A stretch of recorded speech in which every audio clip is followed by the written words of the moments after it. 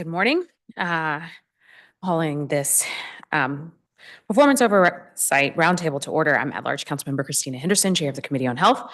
Today is Monday, February 24th, 2025. The time is 10 a.m.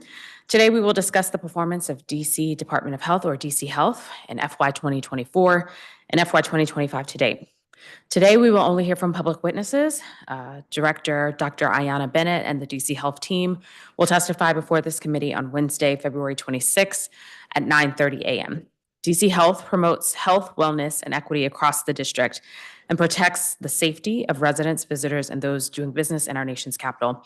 With almost 750 FTEs, DC Health is organized into 6 administrations, ranging for a variety of different things from community health administration to HIV, AIDS, hepatitis, STD, and TB administration.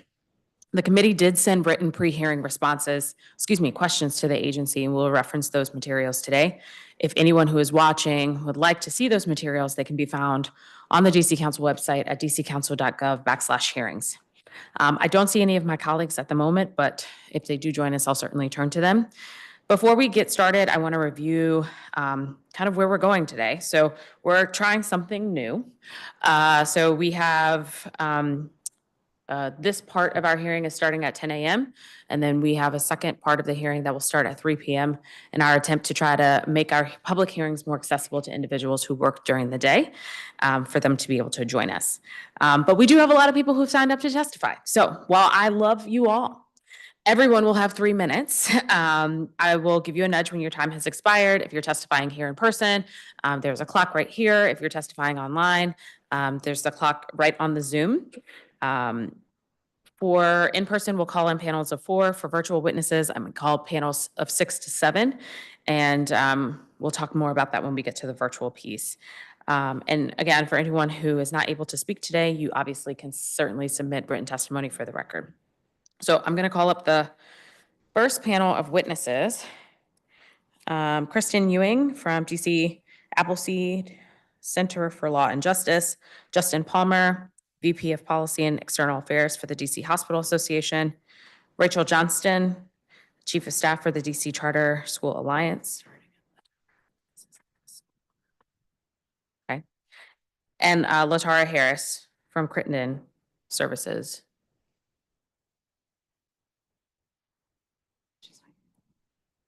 Okay.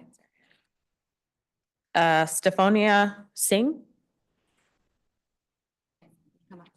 She can come up.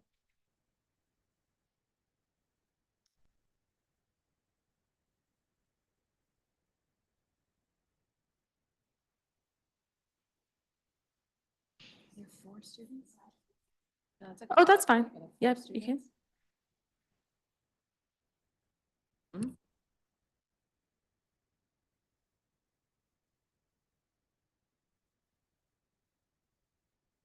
Okay. All right. Kristen, when you're ready. Good morning, Chairwoman Henderson and staff. My name is Kristen Ewing, and I'm Policy Counsel at DC Appleseed. My testimony today will touch on the long-term care crisis, the importance of data, and DC Health's new Environmental Health Administration, the EHA. DC Appleseed is a member of the DC Coalition on Long-Term Care and chairs the coalition's workforce committee. The district is facing a long-term care crisis as we see a growing need for long-term care in conjunction with a workforce shortage as providers leave the industry and we fail to address the barriers to retention or create an adequate pipeline to fill vacancies. Access to training, certification and licensing delays, and low pay are all obstacles to a robust workforce. The urgency of this crisis cannot be overstated, and the district can and must take steps to intervene.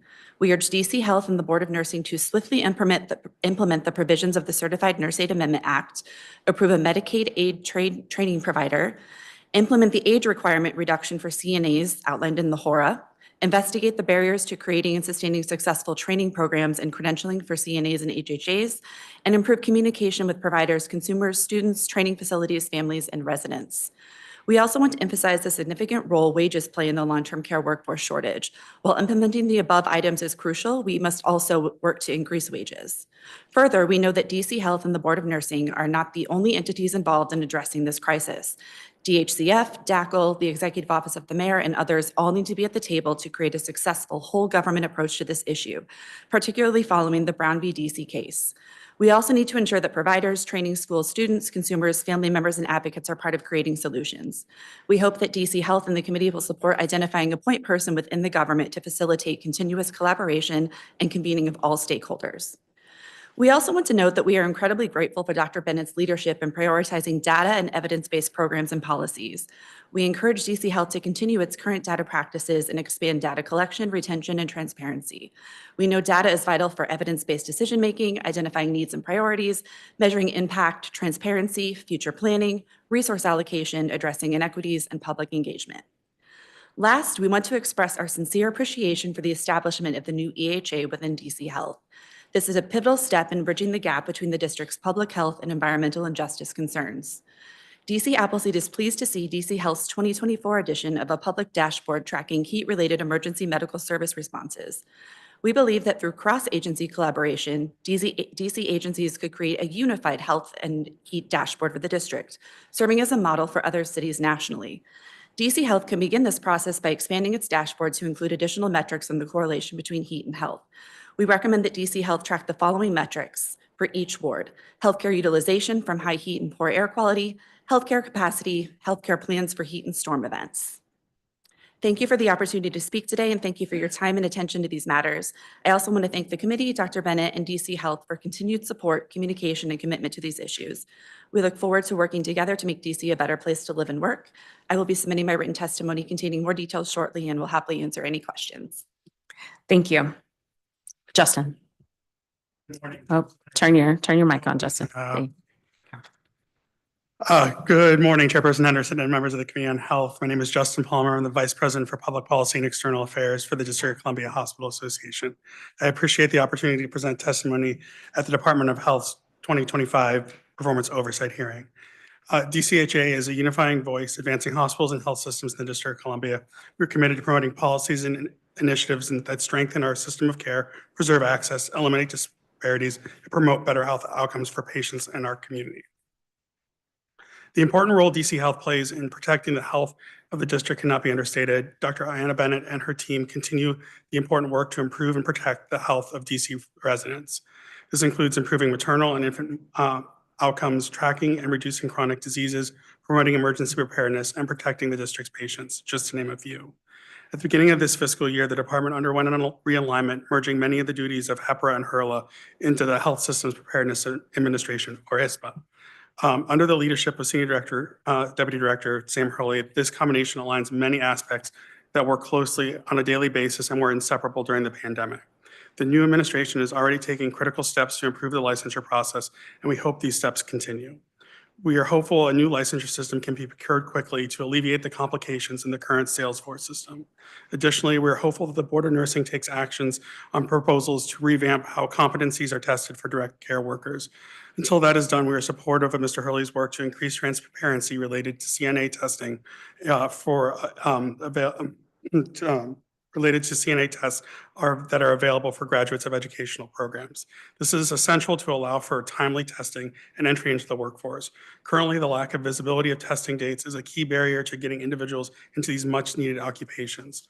Additionally, we believe there's need to be for additional regional testing centers and encourage DC government-supported CNA programs to act as regional testing centers. In its role as a regulator, DC Health oversees hospitals, skilled nursing facilities, health professions, and other facilities to ensure care is delivered in a safe manner.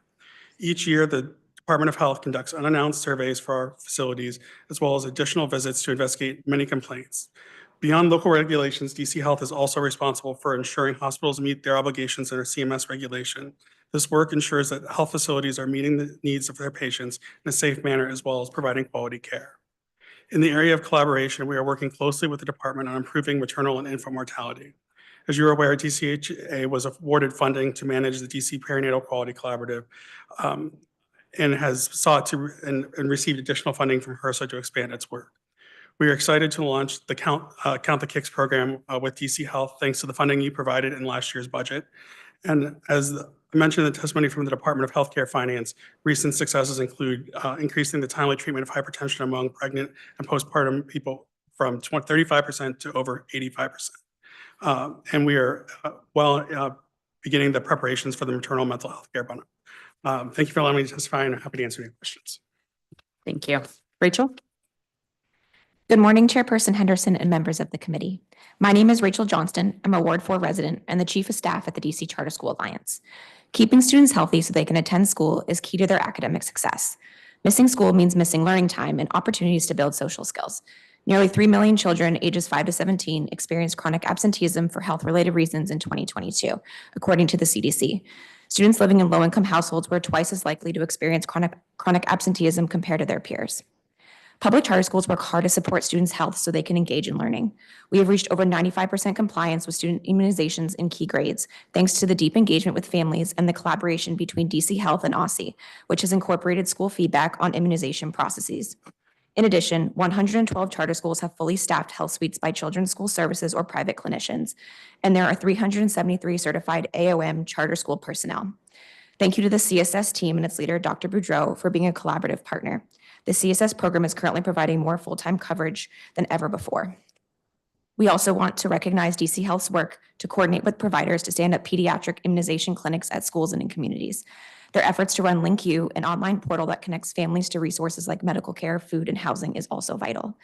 Lastly, we appreciate Chairperson Henderson and DC Health's leadership in such a time of uncertainty, as there are discussions of serious cuts to the district's Medicaid funding. We present this testimony today with this context in mind. While much progress has been made to bolster students' health, we would like to highlight additional opportunities to create healthy environments for all students. We are eager to build on the successes of our collaboration with DC Health, OSSI, and CSS.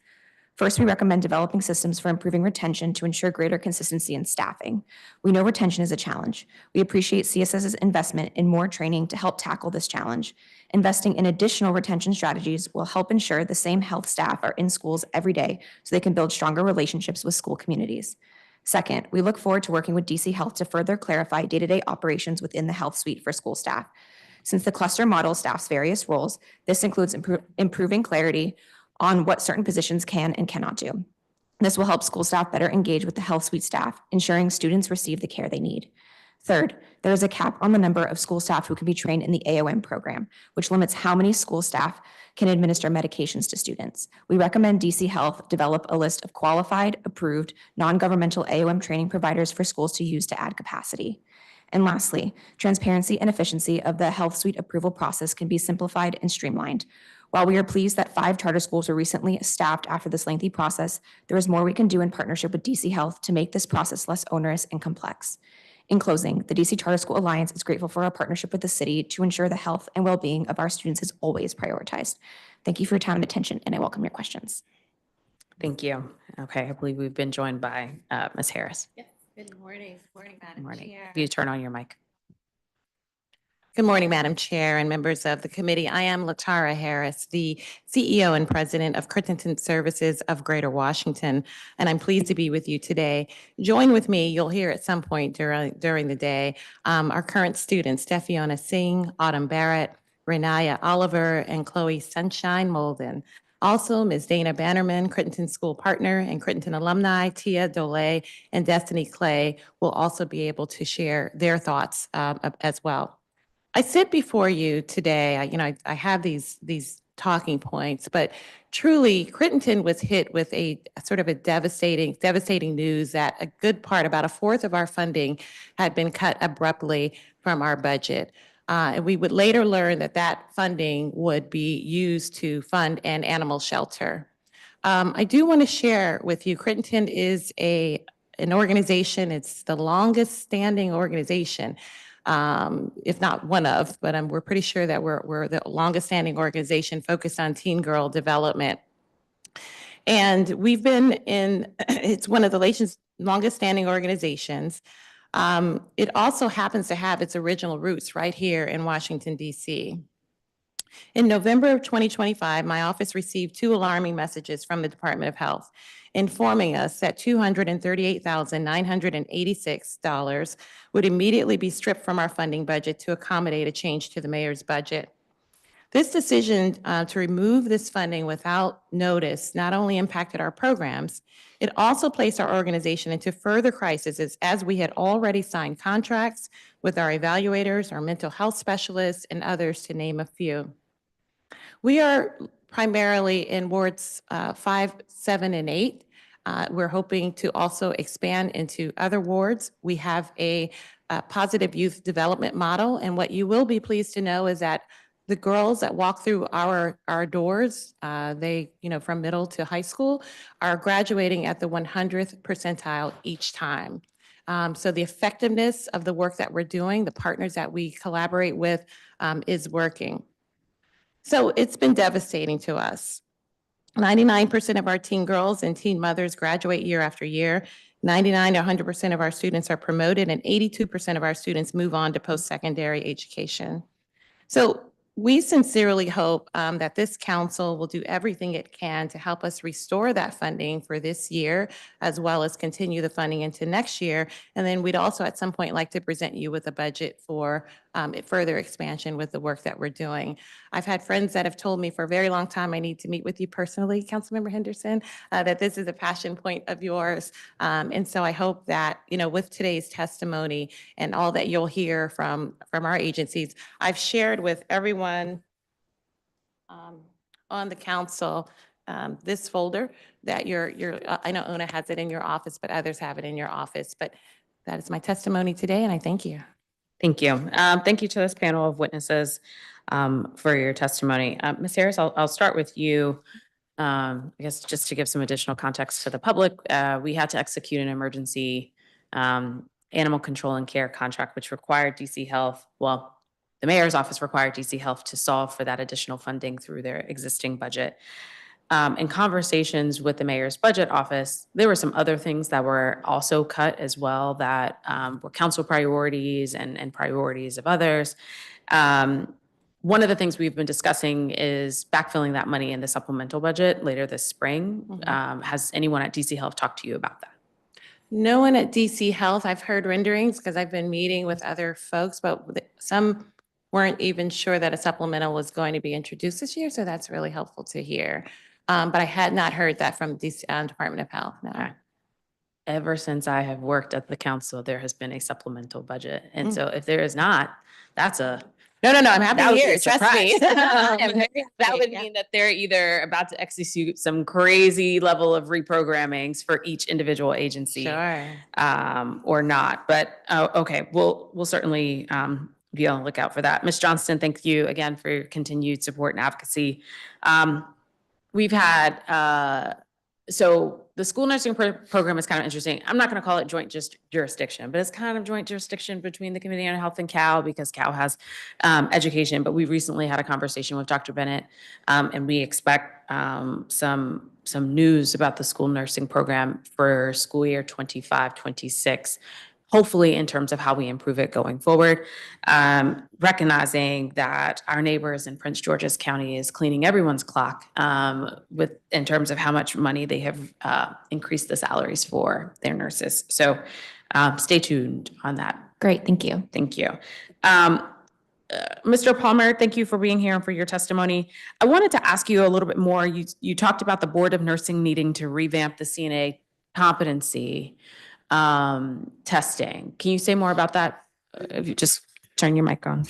Yeah. It's like I'm on Zoom. Apologies. My understanding is the Board of Nursing is reviewing how the competency are tested. Currently, Credential is the testing, and whether the competencies can be tested while they're taking the program and while they're in their externship of they need to do so many of these observed by the education provider, but also where they do their externship, making sure that it's not self-fulfilling, that the education provider is doing all the assessments, but trying to streamline the process and trying to get through that because I think for the better part of 4 years, trying to figure out where the disconnect is between students that can't find testing facilities or dates that are open. And I know there's a discrepancy between what they can see in the portal. There's no public way that like you or I can go and see what testing days are available. Okay. It's all behind the system.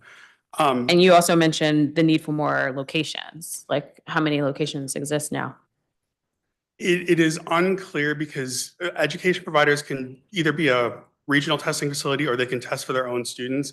And early on when we first started addressing the issue, there were too many tests, too many being canceled because you have to have a minimum of 5 people to hit the viability of that 10 days before the test Okay. occurs. If you don't hit the viability, it disappears. Okay, so you don't want to oversaturate the market because you need to get a minimum of 5, but if you only have 1, Yes, Got and then if the education provider does their own testing, only their students can do that unless other students, they work to get their code in order to register those tests. So it's really a complicated system. And so having regular tests, I think, would be very helpful in doing that. And, even if we have to hold tests Mhm. for that 5, if there's not 5 people to take the test on a regular basis, it assures that someone can take the test on a predictable manner. Okay, we'll ask about that. I mean, I would imagine like if we said every second and fourth Thursday for the next 6 months, that would allow for people to know predictability around like when the testing is going to take place.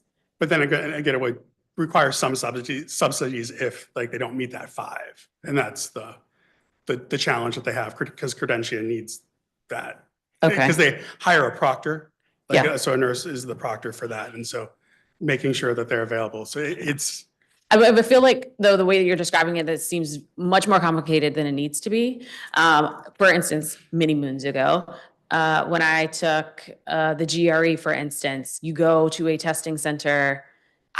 It was like me and another person, and they administer the test, and you have one person who is there. But like this idea that you need a minimum of 5 people, just I'm confused.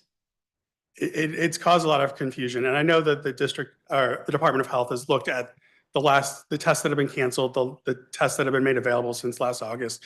And I think they're working towards that. And I think transparency of when those tests are and in a way that's publicly visible Yeah. would really be helpful for the students and the education providers to really see the full picture. I mean, like even with the SAT, they tell you these are the 7 dates that you have in calendar year 2025.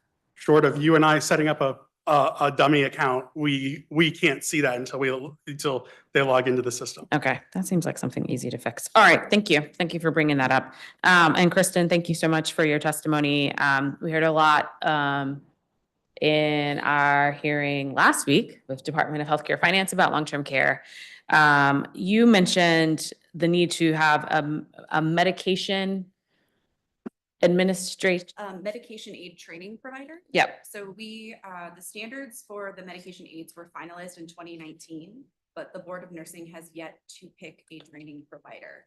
We have heard that up to 3 different providers have like thrown their hat in the ring and responded to their request, but they have not moved forward with any of them. So there is not an option in the district to get medication aid training so that providers can do more and provide medication and fill in some of the gaps. Yeah, that came up last week too, around the need for that at assisted living facilities and otherwise. We can ask about that either to DC Health or the Board of Nursing. No? Yeah. Okay. We have a hearing next week with certain boards. I guess we did not pick nursing this time, so that's fine. We'll ask DC Health on Thursday. Okay, well, thank you so much to this panel of witnesses for your testimony, and we'll go to the next panel. Thank you.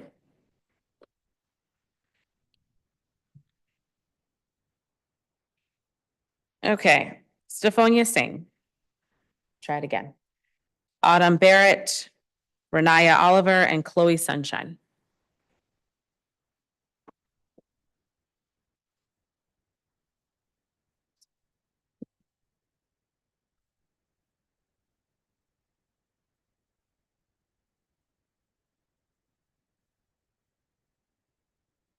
Oh, okay. Renaya's not here, so Dana Bannerman?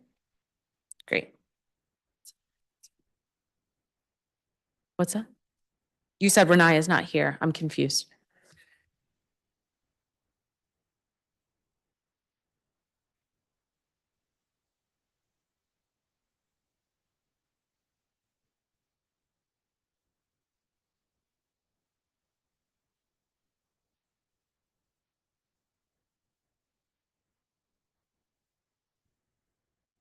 Okay, Stephonia? Nope, you gotta hit the button in front of you. Yep, there you go. Hello, council members. My name is Stephiona Singh. I'm here to testify on the importance of funding the Crittenton program in Washington, D.C. I am here today not just as an eighth grader from McKinley Middle School, but as a young leader who has personally experienced the power of the Crittenton Sneakers program. This is my second year in the program, and sneakers has become a big part of my life by providing me and other girls in my school an opportunity to develop healthy relationships with one another. I look forward to our weekly sessions and interactions with my program leader. She makes me feel safe, informed, and confident. The sneakers program motivates me to be more understanding, and honestly, because of this program, there's less drama in our school and more sisterhood. I'm very thankful we have less fighting amongst the girls and more unity. Without this program, I'm not sure what would have happened at our school throughout this year and last. I know that every time I step into our weekly group sessions, there will be good food, a safe space, fun activities, and more. I love how much I love how we begin each session with roses and thorns. It's a fun way to check in and see how everyone is doing. I have also enjoyed learning about wellness and reproductive health. Last year, our program leader, Miss Khalil, took me and some of my sneaker sisters out to see a play at the arena stage about Ann Julia Cooper. I had never heard of Miss Cooper and did not know about her role as an educator. I was surprised to learn that she lived and worked not far from where I live now. We also have pool parties and went swimming at one of the other local recreational centers. That was a lot of fun. I'm graduating this year, and I don't know if my high school will have sneakers, but I hope so. If it doesn't, I will miss our group and the wonderful ways we have been able to grow and bond together. Without sneakers, I fear I would lose my unity and support that has made such a difference in our school. We need this program to continue shaping young girls like me into confident, informed, and empowered leaders. I urge you to continue funding the sneakers and crediting program so more young girls like me can have sneakers and a sisterhood and a safe space for them in their schools. Our weekly affirmation is I want for my sister what I want for me. Thank you for the opportunity to share out today. Thank you. Autumn.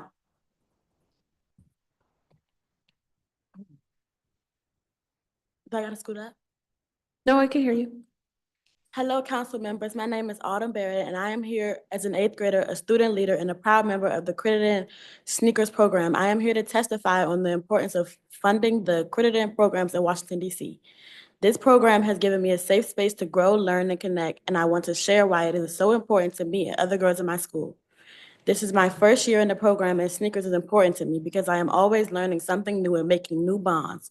I know I can be myself and share how I am feeling in a safe environment. Miss Khalil has always been kind to me, and she is a fun, creative teacher and very down to earth. I feel like I can talk with her about anything. She is an awesome mentor. The sneakers program motivates me to be more vocal in a positive way and has taught me ways to advocate for myself in a healthy and productive way. And I enjoy our girls-only group discussions, discussing and learning about everything from selecting high schools to understanding and learning about different careers and pathways, how to become successful in school and life. The program has also helped me gain more confidence, make new friends, and taught me ways to handle the day-to-day challenges of middle school. One of my favorite parts of sneakers is the hands-on activities that help us grow as individuals.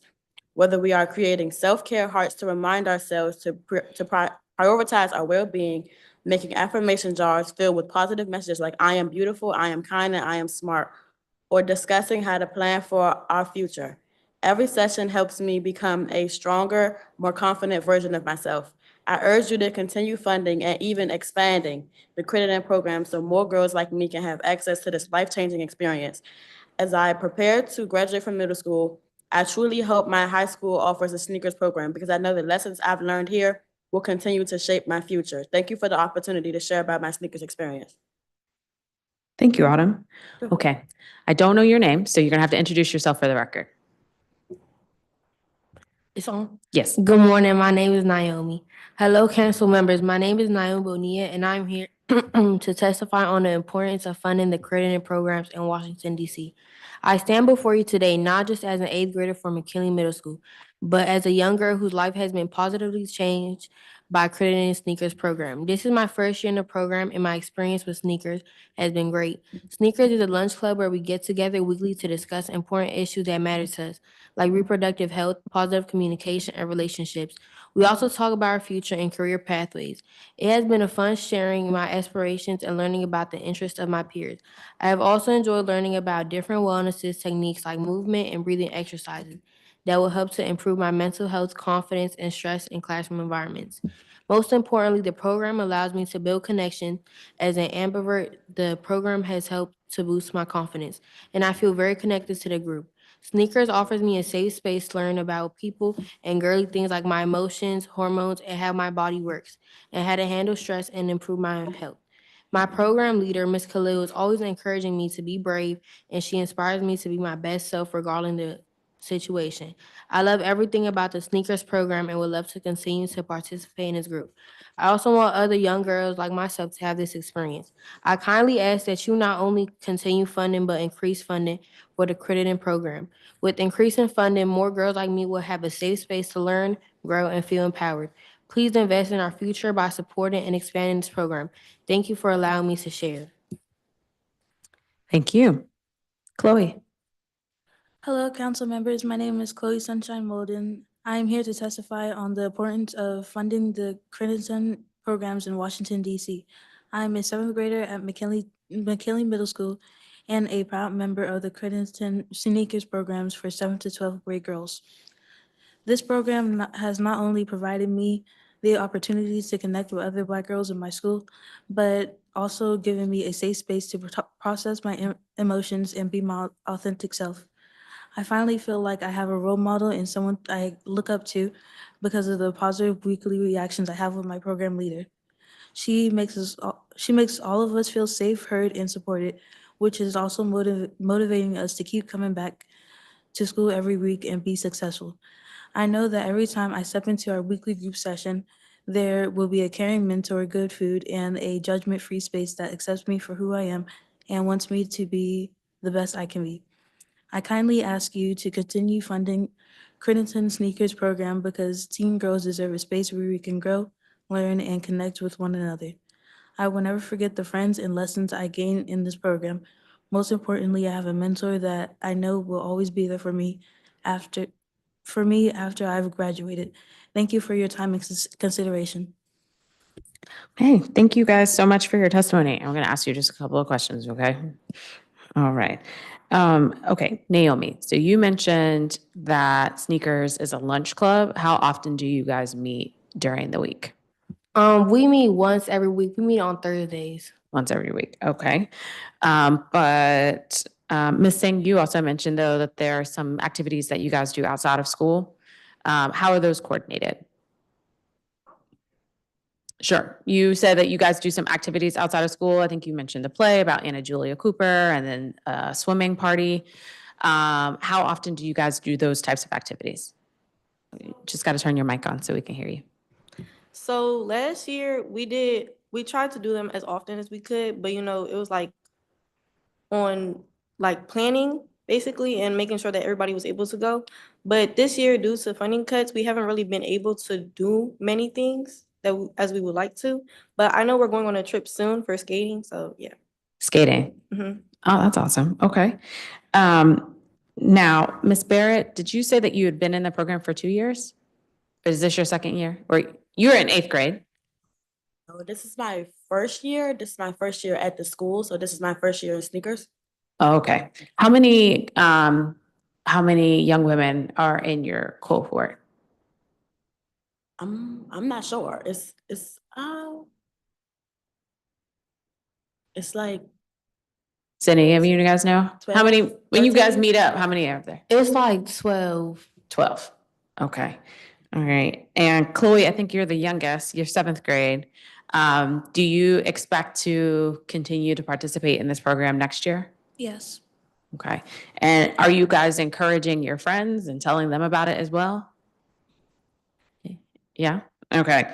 I think this is great. I mean, I think you talked, Ms. Singh, you talked a little bit about you feel like there have been less fighting among the girls because that you guys have been able to come together and have these conversations. So thank you so much for your testimony.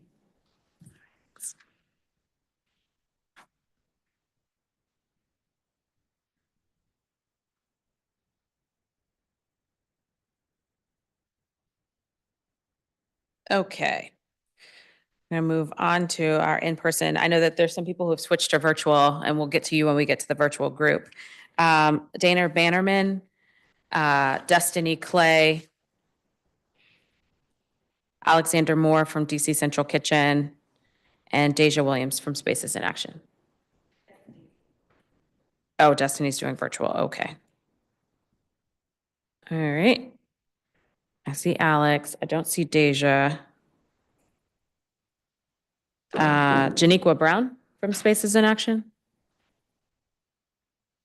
Yeah, okay. I've got 2 chairs, so we're just going to keep going. Candace Hemphill. Candace.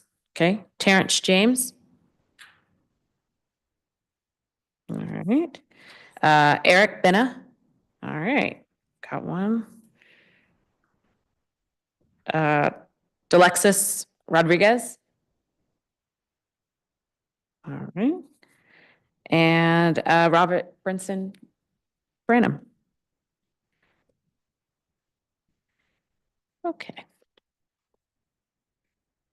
All right. Dana, when you're ready. Good morning. My name is Dana Bannerman. I'm the Connected Schools Manager at Hart Middle School. I've been working with Crittenton for 4 years. I want to begin with a quote by Adelaide Hoodless: "Educate a boy and you educate an individual, educate a girl and you educate a community." Adelaide was a pioneer in women's education in Canada.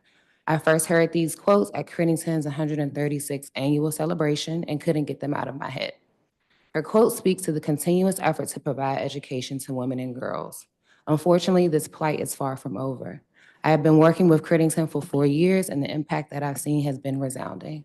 This program is more than just a resource. It is a lifeline that empowers young women with the skills, knowledge, and confidence to shape their futures positively. Girls in DC, and more specifically Ward 8, face a particular struggle that unfortunately is unique to our area. Results from our fall 2024 panorama survey show that 55% of our Black girls in Ward 8 reported feeling like they somewhat belong in school. This shows that 45% of our girls are not being seen. Reducing funding sends a harmful message to the young women that it serves that their growth, education, and futures are not a priority. It is no secret that Black and brown girls already face systemic barriers to opportunity, and the loss of this program will only deepen those disparities. Investing in these young women is investing in their health, stability, and success of DC as a whole. Through lessons on healthy relationships with peers, dating partners, and parents, the program equips participants with the essential tools to navigate life with resilience and self-respect. By teaching positive communication, reproductive health, and pregnancy prevention, and adulting skills, it bridges critical gaps in education that too often leave young women vulnerable to cycles of poverty and instability. Furthermore, it focuses on post-secondary education, career options, and STEM opportunities to expand their horizons, allowing them to see possibilities beyond what their immediate circumstances may suggest. One of the most invaluable aspects of this program is its commitment to engaging parents also, helping them strengthen their ability to support their daughters academically and emotionally. I urge you to reconsider this funding decision and recognize the profound impact this program has had and will continue to have. These girls are our future leaders, entrepreneurs, artists, and change makers. They deserve to have a program that sees them and gives them a space to be whoever they want to be. Thank you for your time and your commitment to the well-being of all DC residents. I hope that you will take swift action to ensure that Sneakers goal-setting girls will continue to receive funding that it deserves and needs to thrive. Thank you. Mr. Moore. Good morning, Chairperson Henderson. My name is Alexander Moore, and thanks for the chance to speed read my testimony on behalf of DC Central Kitchen today. We work most closely with DC Health via our Healthy Corners program, an award-winning model bringing healthy food, infrastructure, and technical assistance to small corner stores in neighborhoods without easy access to grocery stores. The staff of the Nutrition and Physical Fitness Bureau are highly engaged in our efforts, knowledgeable about best practices, and responsive to feedback and new ideas. Over the past decade, Healthy Corners has become one of several local nutrition assistance programs established at DC Health, and under Director Bennett, our collaboration has only deepened. In 2024, Healthy Corners served 22,000 DC residents who rely on SNAP. That total represents 16% of all SNAP customers in the district and a significant increase over prior years. 58 locations across DC received our deliveries of nutritious produce, and 34 provided innovative SNAP match incentives that make healthy food more affordable for our food insecure neighbors. That's the good news, but there are troubling signs ahead. On September 30th, DC's local supplement to the SNAP program, Give SNAP a Raise, or GSAR, ended after less than 9 months after its profound impact. Within 2 months of enacting GSAR, the number of SNAP transactions, including our healthy produce items, jumped by 74%. By March 2024, the number of these SNAP transactions had doubled compared to the same period 1 year prior, and they remained at those same levels or better throughout the summer. One Ward 8 store saw a 370% annual spike in SNAP Match coupon usage as a result of GSAR. To put it plainly, when DC households had even the most basic level of SNAP resources needed to make healthy choices at local businesses, they did so in record numbers. But then the policy environment changed. Healthy Corners has seen a 26% reduction in SNAP Match coupon redemption since September 30th. One Ward 8 store owner said the past 2 winters have been his slowest since he went into business in 2008, and he has been forced to cut multiple employees. In response to this decline, we have received approval from the USDA and DC Health to modify our SNAP Match model in ways that will make it even more accessible to low-income shoppers making small purchases. We have taken this proactive and potentially costly step, even at a time of great financial uncertainty for nonprofits like us, because we know what is at stake. In short, Chairperson Henderson, too many of our neighbors simply do not have the baseline benefits they need to purchase all the healthy food they want and deserve, and that is a reality that will cost unnecessary dollars, jobs, and potentially even lives.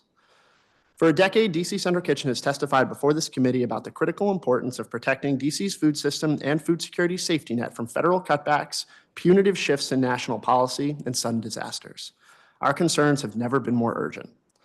This committee should be proud of what it has done to support DC Health's continued progress as an innovative contributor to a healthier, more accessible food system. And as the council turns to establishing next year's budget, we urge you to prioritize DC Health's food access programs and giving SNAP a raise as vital building blocks of a healthy and prosperous city. Thank you. Thank you. Eric? Good morning, Chair Henderson. My name is Eric Baina. I'm a Ward 5 resident and Deputy Director of Home Care Partners. We're a nonprofit that provides certified home health aides to DC seniors and adults with disabilities who are primarily low income and cannot afford to pay for their services. We accomplish this through partnership with the DC Department of Aging and Community Living. We're also a member of the DC Coalition on Long-Term Care, which has long been focused on the critical shortage in the direct care workforce. As a licensed home care agency, we're also subject to Department of Health regulations, and the Department of Health is a critical partner in our work. So I'm here to testify about the policy solutions we'd like to see from DC Health and the wider district government to address the shortage of home health aides. Members of our coalition have testified before the council numerous times about this workforce crisis. I'll be brief and just summarize that the number of aides out there is decreasing at a time when the demand for home care services is rising. The last renewal period, about 4,000 home health aides and CNAs didn't renew their licenses. 80% of providers are reporting that they are having staffing issues. In my own role, overseeing recruitment and retention of home care aides, every time we post a job, we get dozens and dozens of applications from caring individuals who want to do this work, but they unfortunately don't have the training and they don't have the right license. The good news is that Chair Henderson, you sponsored a bill that can address a lot of this, the Nurse Aid Amendment Act of 2024. But many of those key provisions hinge on the Department of Health, which is the subject of today's oversight hearing. DC CNAs are now allowed to work in home care, eliminating some unnecessary barriers. However, we need guidance from DC Health to implement this. Deputy Director Sam Hurley promised this guidance was forthcoming back in December. We've yet to see it. The DC CNA and HHA license are going to be merged into a universal credential, but again, no timeline or communication has been provided by DC Health or the Board of Nursing. Critically, the legislation directed DC Health to provide an expedited process to allow Virginia and Maryland CNAs to work in the district. Sensing a pattern, still have no information about it. It also established an advisory group. We finally heard about that a couple weeks ago, but there was only a 4-day turnaround from one email to be able to apply and participate in that. And I'll just wrap up and I'll highlight, that I know we're going into a really difficult budget season, but this legislation did boost wages to 120% of the living wage. And I know it's really difficult, but we need to find a way to give these workers the dignified wages they deserve, just as we always seem to find funding for sports stadiums like the arena up the street. I'll wrap up by saying that I want to emphasize the seriousness of this direct care workforce shortage. It's reached crisis levels, and I urge DC Health to step up and work across agencies to ensure a whole of government response to this shortage. And thank you so much for the opportunity to testify, and happy to answer any questions. Thank you. Mr. Branham.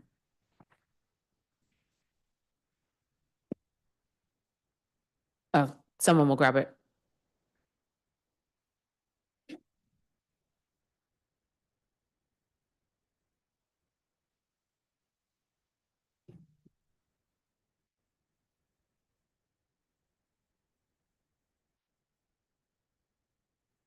Greetings and salutations. My name is Robert Benson Branham. I am a disabled veteran. I testify today to good health and for men's Black health.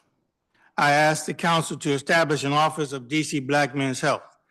I am not an authority on Black men's health, but rather a Black man survivor.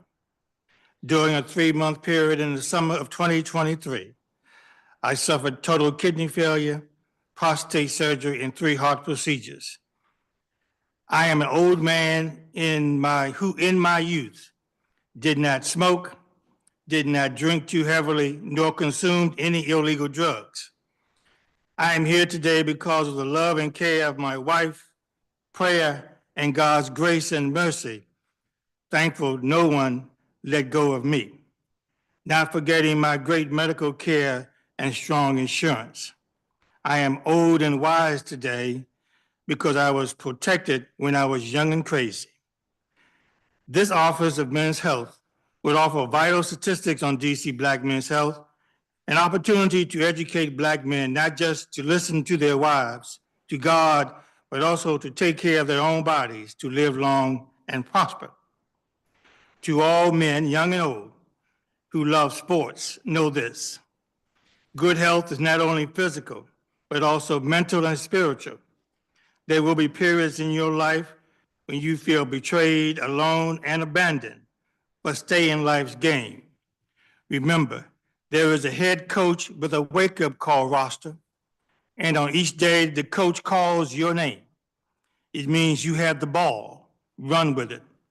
It means it's your turn at bat, swing. It means the clock is still ticking, take your shot. It means the race is not over, keep the pace to the finish line. And when life's game is truly over, the head coach will say, you played the game well, you give everything you had. Madam Chair, if you will grace me with a few more seconds, I just want to say as Black History Month closes, Black history continues. I want to honor you and your colleagues for your Black history service. Your children will always look up to you and tell their friends you were there in the game. I was recently honored by the DC Black History Celebration Committee for my Black history contributions to the district. My wife and son were with me, and I want to say thank you. Despite the efforts of the Washington Post, the Washington City Paper, the Washington Times, and 51st State News to erase me from the history of my hometown, I remain in the game. Madam Chair, I thank you and the committee for giving me this time. Thank you. Thank you to this panel of witnesses. Definitely scratch myself. Ms. Bannerman, I wanted to start with you. You mentioned that you'd been working with the Crittenton, or you had familiarity in working with them over the past 4 years. Are they at Hart Middle School as well? Yes, they've been at Hart Middle School for at least 7 years. So even before I entered into this position, they were already a contributing partner to the school. Okay, and they run the sneakers program there as well? Sneakers and goal setting girls. What is the latter? So goal setting girls is a similar format to sneakers, but for 6th graders. So 7th and 8th graders and the high school students are able to participate in sneakers, and goal setting girls is for 6th graders. Okay, and about how many young women at Hart participate? Almost 60. So about 17 to 20 in 6th, 7th, and 8th grade. Thank you. That's super helpful. I remember a couple of years ago, DCPS had a really strong focus on young men and boys. And one of the things which totally fine, but one of the things was like, we cannot forget our young women who have a different, different issues that they want to be able to connect with someone to sort of talk about. So that's super helpful. Thank you for being here. Mr. Moore, thank you for being here, for the great work of DC Central Kitchen. I'm always just kind of amazed in terms of the reach of the organization. Even when I think about like, oh, I have to go to MLK Library later this week. Oh, I could stop at Miriam's and get my coffee. And then like, you guys are everywhere. And the Healthy Corners program, I think is like one of those, I'm not gonna call it a hidden gem because obviously people know about it, but I don't feel like we've done our job on the DC government side to promote the 58 locations who participate in this program, because it truly can be it's not a be all and end all of our issues around grocery stores, particularly in wards 5, 7, and 8, but it could definitely add some of the connective tissue in that. Much of your testimony hinged around Give SNAP a Raise, which was a program that I fought for and continue to advocate for.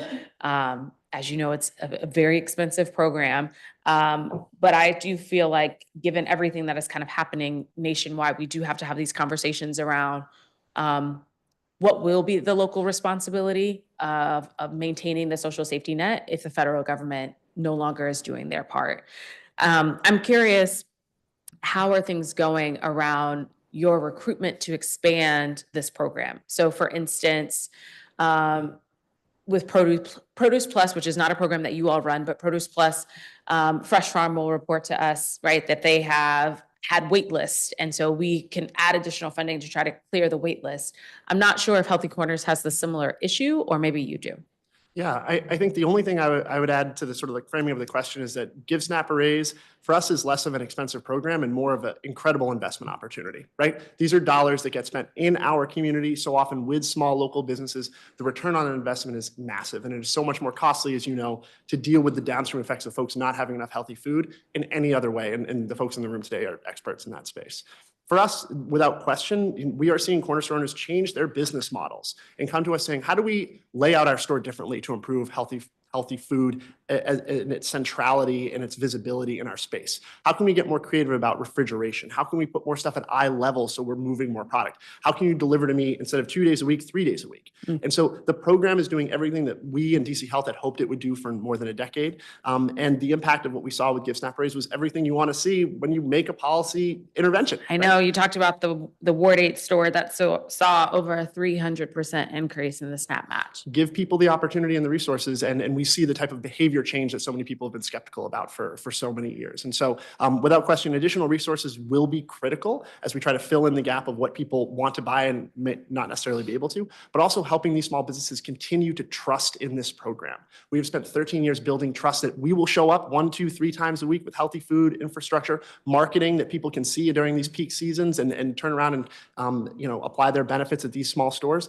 If we have a setback in the ability of the program to deliver in those basic ways, we're going to see store owners revert to other types of products, and that set us all back. Yeah, it's kind of interesting though that the corner stores are seeing a downturn sort of in the winter months when there are less farmers markets available, right? I would imagine in the spring and summer, it might be more difficult for them to compete, if you will, because we have so many folks who like to go to the farmers markets and see their produce and pick it themselves. But mobility is a huge factor. So many Okay. of our customers are older adults, right? And so when the weather is tougher, it's more difficult for them to get out. Yeah. You see people just sort of adjusting sort of their walking patterns and how they move around in the neighborhood when weather is down. So it's not abnormal to see something of a drop off from the summer peak when people are out and about and doing those, let me do a one-off quick purchase.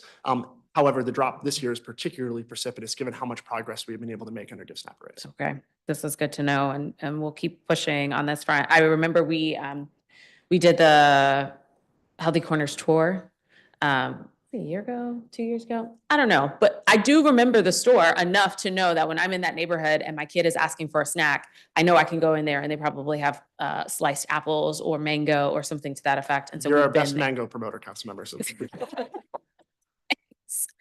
And which I think is in this conversation, Mr. Benna, a lot of people don't realize that the largest population of individuals, at least in the district, who are on SNAP our seniors. And we've had this conversation with DACL. I've had this conversation with DC Health and a variety of others in terms of how we talk about food insecurity amongst our seniors and aging population. And they'll say, oh, well, you know, folks can go to the wellness center to get lunch, or we have these programs. And I'm like, no, seniors want to cook. They want to be in their homes. They want to age in place. And so what do we have in terms of the infrastructure for us to be able to make that, happen for them? You know, everything that you sort of mentioned in the staffing issues we've heard. I will tell you, we worked very hard and closely with DC Health to try to get that CNA bill to a place of implementation. We tried to compromise because the legislative process is a bit of a sausagey, if you will. But on the part around, folks who are licensed in Maryland and Virginia, we did give DC Health a timeline. Like, if this is not up by budget, we will take a different approach and action towards it. And so I'll remind them of that later this week. But this is one of those frustrating things where, like, we have made policy changes. Now I need the agency to actually implement them so that folks can actually see the change. And I think that's sort of the disconnect, right? I don't do the implementation. I just make the policy change. Yeah. And we're very grateful for your leadership. And I really was here to just hammer home that this is at crisis levels, and we want our seniors to be able to age in place, and those home health aides are the critical piece that to make that happen. Yeah, no, there were so many stories about long-term care and assisted living last year around folks who are raising their children and also having to take care of their parents. I forget what they call them, the something sandwich generation. And there was somebody who had a plan for that on the federal side, but alas, decisions were made. Mr. Branham, thank you so much for your testimony.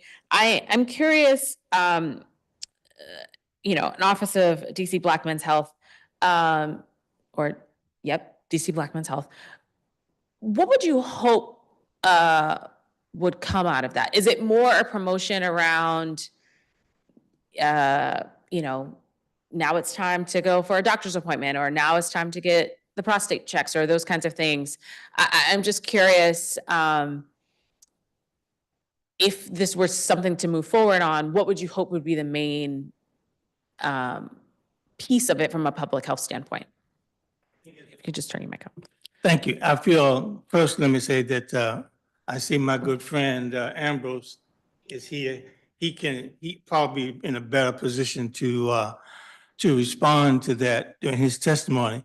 But I think for me as a Black man, my women always say, why do men not want to go to the doctor? And it's pride. But we think we're strong, but our bodies is just like everybody else's, we have to take care of them. We have to take care of it. And we have to listen to our bodies. And like I said, I'm here because my wife took care of me when I wouldn't do it for myself, and I'm grateful for that. But, and a lot of men need to be able to come down off that pride and admit that they're not feeling well and go to the doctor for routine and regular checkups. You want to be the breadwinner, the head of the household, you have to be here to do that. Yes. No, you have to be here to show Junior how to be Junior. But I think the question that I have, though, is who is the best messenger for that message? Is it DC Health, or is it a community partner? It's both. It's a community effort. This office would be the leader, the ombudsman, so to speak, the clearinghouse, to get the information out to the public and direct it to Black men, because that's where the need is greatest. That's where the need is greatest. Okay, thank you. I will ask some questions to Cha. Community Health Administration around their efforts on some of this, and just sort of in general around public health awareness. When I look at, we had our hearing last week with Department of Healthcare Finance, and when I look at some of our Medicaid numbers and our claims, right? There are people who we pay Medicaid managed care who have never had a claim in 3 years, which either means you are incredibly healthy, which great for you, but you also aren't doing the preventative care appointments that could catch perhaps a quiet killer that might be attacking your body. And also we've paid for it. So make that appointment, go to the doctor, get the physical, and have those conversations with a health professional. But this question around how do we promote it? How do we communicate it to folks who might have pride around it is something that we are just gonna have to keep sort of pushing on. And with that, I'll give my PSA, given the measles outbreaks that are going on, go get vaccinated. Yes. Because it's been around since 1963. And if you don't know whether or not you've already got the measles vaccine, call your mom. She probably still has your shot record like mine does. All right, thank you so much. I don't have any further questions for this panel. Madam Chair, before I just want to say, I want to commend you and thank you for your strong statement responding to the attack on DC Home Rule. Thank you. You know, we need more like you. Thank you. You know, we need more like you. Thank you. Thank you. Appreciate it. All right. Elizabeth Davis from Children's National, Patricia Quinn from DC Primary Care Association, Dean Brenner from the Alzheimer's Association, and Ambrose Lane, Chairman of the Health Alliance Network. Okay, I'm telegraphing where we're going. So after this panel, I have one more in-person panel. If for some reason you are here in person, but I don't have you on the list as speaking here in person, you've perhaps signed up for virtual. This is now the time to go see Ashley and let her know so that we can add you to this list. So Ashley's right there. Raise your hand, Ashley.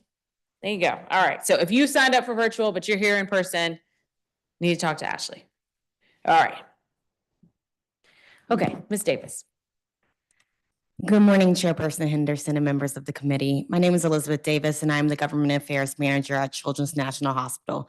Thank you for the opportunity to provide testimony at the DC Health Performance Oversight hearing. At Children's National, we are deeply committed to the health and well-being of children and families in the district, and we are proud to partner with DC Health on several community health improvement initiatives, such as our pediatric asthma program, Impact DC, our early childhood mental health services through Healthy Steps, our child and family nutrition services through WIC. And today I will focus my testimony on our comprehensive school-based health efforts that we're implementing in partnership with DC Health. Over the past fiscal year, Children's National Children's School Services team has continued to partner closely with DC Health to provide critical healthcare staffing, resources, and services to students across the district. Through this partnership, we have been able to deliver a wide range of health services to children, ensuring that they remain healthy, engaged in their education, and ready to learn. This school year, we are pleased to report that we have successfully scheduled 40 hours of coverage for all schools enrolled in the School Health Services program.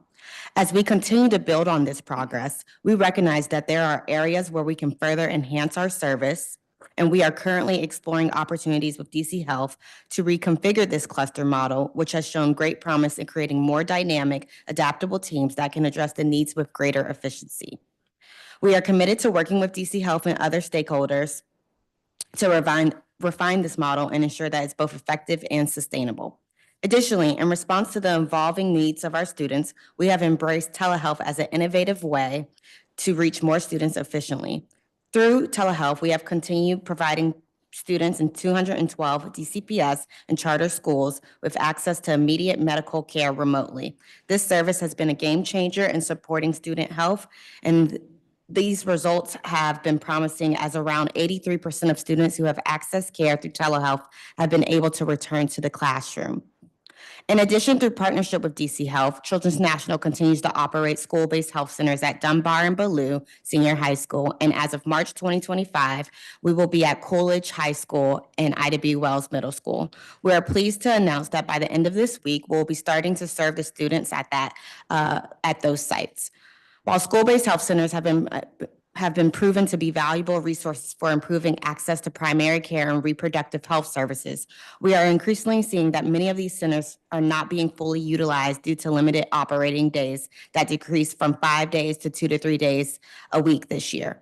In our own experience, Children's National has seen the challenges that arise when centers are only open for a limited number of days per week, as the team isn't available for urgent illness assessments, and with less predictable availability, adolescents will simply not seek care or turn elsewhere. As the committee prepares for the FY 2026 budget cycle, please consider a continued commitment to addressing the health needs of students in schools. Thank you for the opportunity to testify, and I'm happy to answer any questions. Thank you. Ms. Quinn. Good morning, Councilmember Henderson. Our CEO, Ruth Pollard, sends her apologies. You get the B team today. I'm Patricia Quinn, Vice President of Policy and Partnerships at the DC Primary Care Association. Our partnership with DC Health across bureaus and administrations is key to realizing our vision of a more robust primary care system. Despite near universal coverage and robust Medicaid benefits for now, DC still confronts profound health inequity as evidenced by pernicious disparities in cancer, heart disease, diabetes, and a host of other life-altering chronic diseases. DCPCA works closely with the DC Health Cancer and Chronic Disease Bureau in its work to improve equity in cancer screening and care outcomes. DC3C invests in a range of strategies to increase rates of on-time cancer screening, including access to transportation and navigation support. In partnership with DCPCA, DC Health resources several cancer navigators who are deployed to community health centers to embed with care teams and support patients in getting needed cancer screenings. Patient navigators are trusted sources of information and support that can help patients confront barriers to receiving screenings that will extend lives and improve quality of life for many health center patients. Another key area of collaboration is maternal health. DCPCA supports and aligns with DC Health's drive towards a state maternal health plan that activates organizational level commitments and mobilizes public health and healthcare partners to accelerate progress. DC Health leads the district's cross-sector work to identify health workforce needs and devise strategies to address existing and emerging gaps. We were pleased to see the Primary Care Office publish a new report in 2024 titled Supporting the District's Primary Care Workforce. It identified high clinical workloads and intensity, inadequate staffing, administrative burdens, and inadequate organizational support as leading factors in primary care burnout. DCPCA's work to create a primary care focused agenda is designed to address these problems in a holistic way. We thank Dr. Ayanna Bennett and her talented and dedicated team at DC Health for their collaboration on this mission.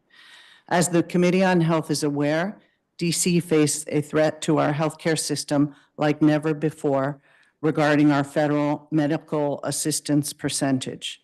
If Congress acts on any number of proposals to reshape Medicaid writ large or DC's Medicaid program specifically, DC Health's voice will be imperative for how we protect access to primary care and ensure the safety and well-being of district residents in an uncertain future. Thank you. Thank you. Mr. Brennan.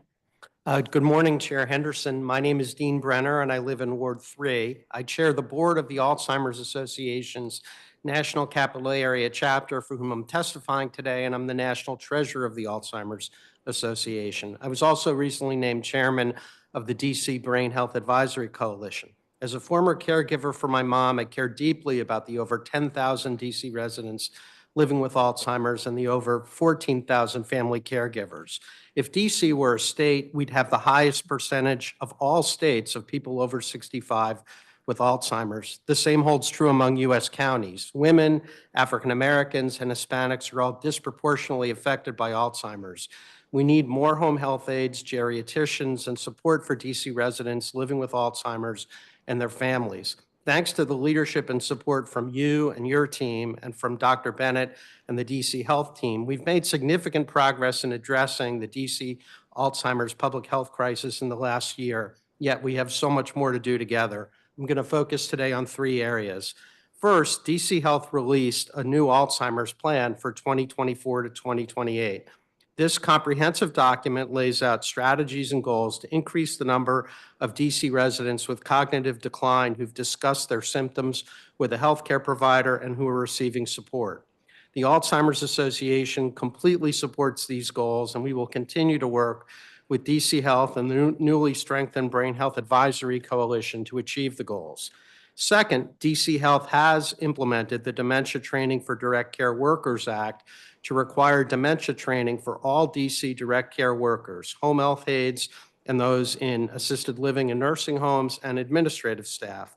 The training videos and other materials are all posted online, and DC Health has published proposed rules to enforce the requirements.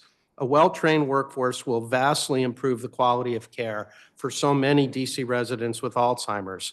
Third, DC Health has continued its public awareness campaign, which is especially important to promote early detection of Alzheimer's. We now have 2 FDA-approved drugs for Alzheimer's, but they can only be given to people in an early stage of Alzheimer's or what we call mild cognitive impairment.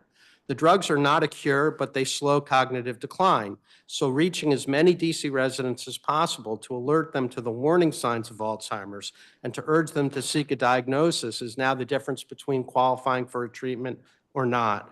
And the way that doctors make a diagnosis is changing too. Diagnosis via a simple blood test looking for blood biomarkers is on the horizon. So raising awareness within the DC medical community about risk reduction, early detection, and treatment advances in Alzheimer's will ensure that residents can benefit from these important new developments.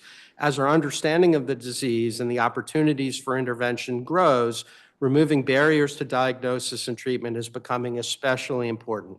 I look forward to continuing to work with this committee and DC Health to increase support for DC residents living with Alzheimer's and all other forms of dementia and their families. Thank you. Thank you. Ambrose. Yes, do you have my testimony, Councilmember? If it's been submitted online. It has. Okay, great.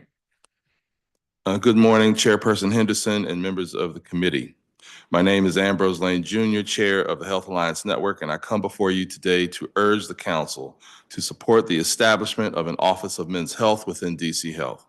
The data are clear and alarming.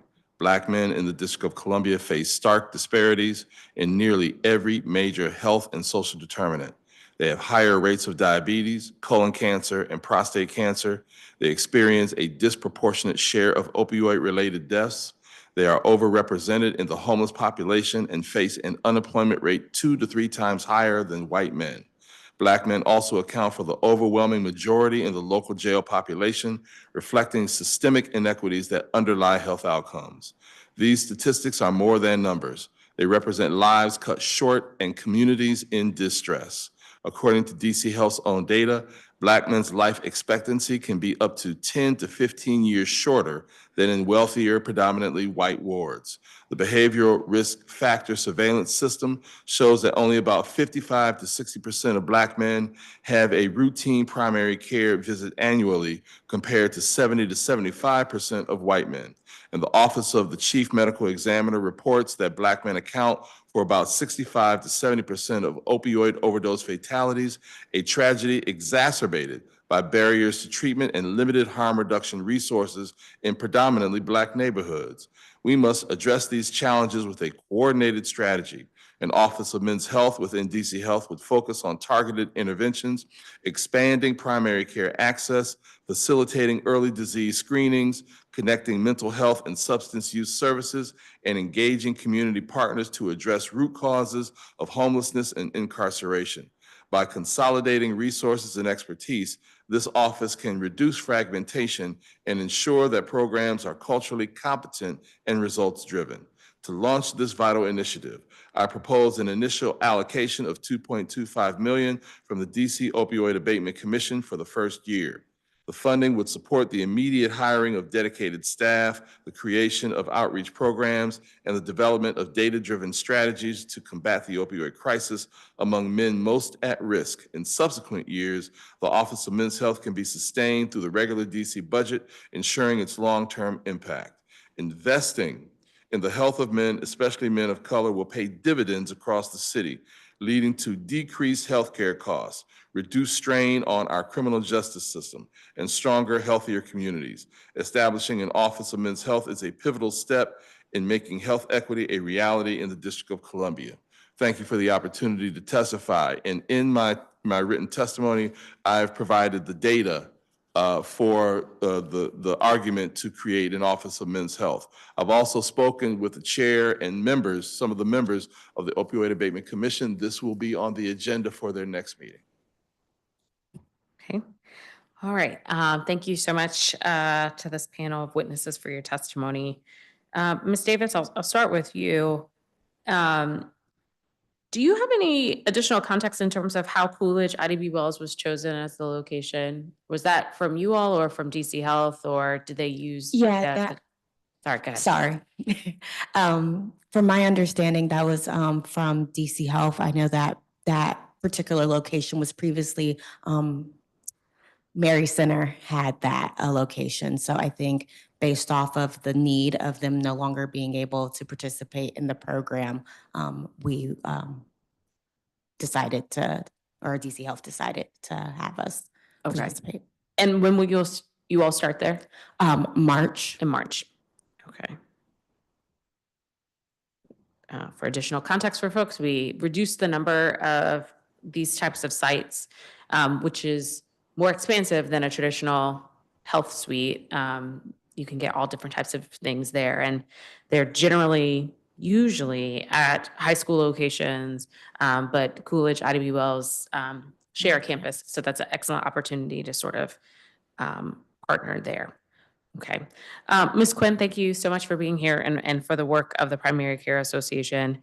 I'm going to ask you a question that's similar to sort of what Mr. Lane is bringing up and what Mr. Branham has brought up, because from the primary care side of things, in an ideal world, primary care is the front line in terms of the preventative care work and those types of things.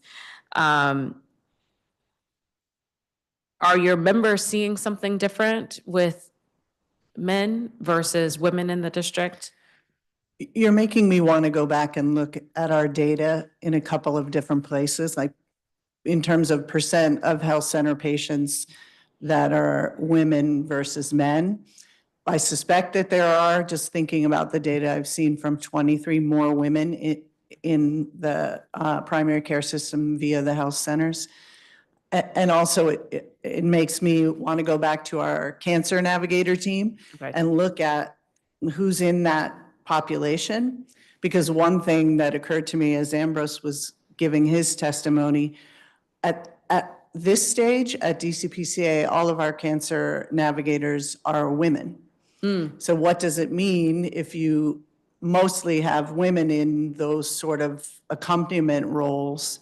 And, you know, do we need to be looking at that role specifically? Because they're also ambassadors for Get Into Care and so doing health fairs and sitting at the tables and talking to people coming through about preventive care, and having a man at that table seems like it would be important to encourage men. So I'd love to be able to come back to you and share what does our data look like, and are we really seeing a real disparity in terms of who's accessing primary care through the health centers. Okay, that would be helpful. And look at this, DEI needing diversity in terms of who your messenger is. So important that we keep saying what we know is true about people's access and who's getting care and who's not getting care, and not be dissuaded from that equity dialogue. It's the only way we're going to get better. Yeah.